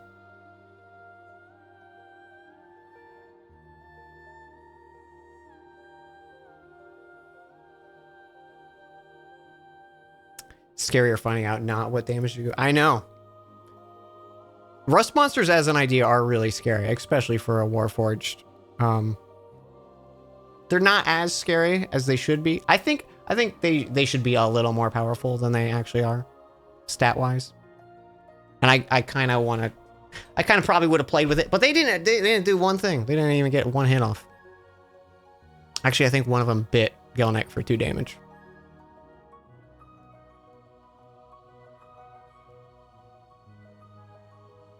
So what do you guys want to talk about? I'm sitting like with both of my hands on my chin, just propping up my dumb face. We gonna talk about boys. Oh my god, you guys won't believe what he said. Kicking my little feets.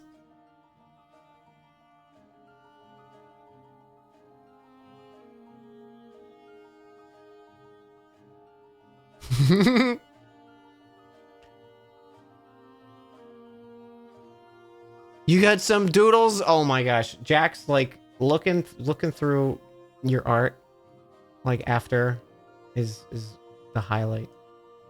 I love it so much. What do you guys think is going on?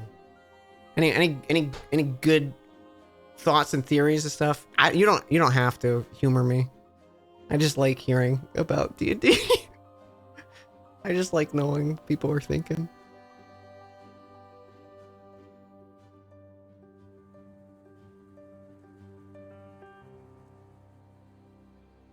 Shit's fucked.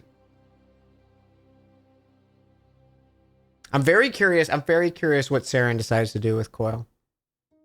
With the black ichor and the core. I'm surprised they saved the core. That encounter, I'm so happy. Like, okay, so robot was custom made. It had 3 attacks a turn. Each of the attacks it would do had a different like specific focus. So it had a kind of like a cleave attack that hit everything within melee of it. It had a specific one target attack, and then it had an attack in a straight line. So like the buzzsaw would hit all targets within a 15-foot line. The scythe would hit everyone within 5 feet of it, and then the hoe was a single target thing. And it was pretty beefy damage. Like it had like close to 200 health kind of thing. High AC, resistance to like magic, like it had advantage on magical saves. It was a beast. And I'm so happy with how it went.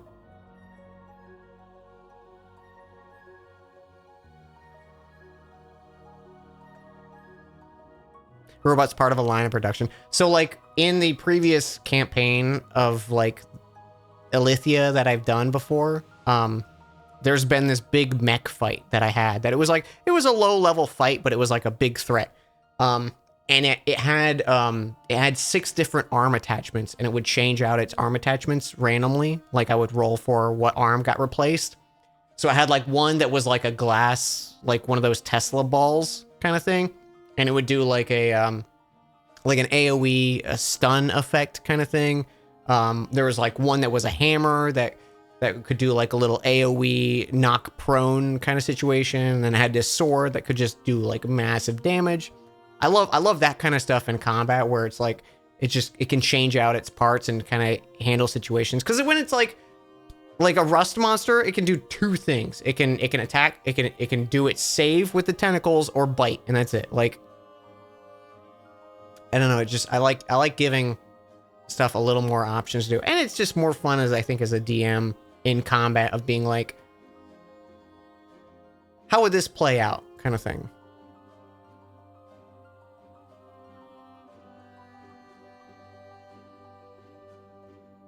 I wasn't pulling any punches. Yeah, the farm bot was gonna be a time.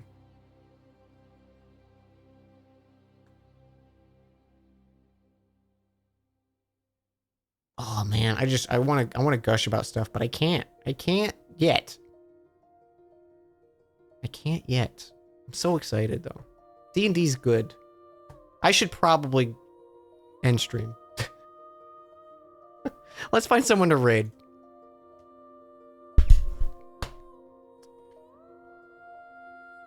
Let's find someone to raid.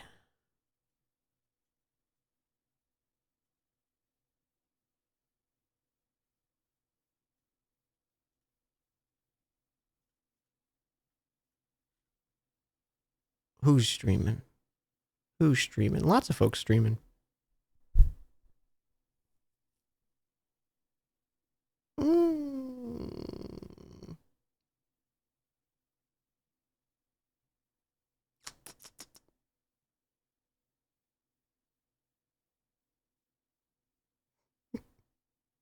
There's this 3D artist I follow, and I'm tempted to raid them because they're sculpting Nibiru from Ocarina of Time. And it's like, you're speaking to me directly.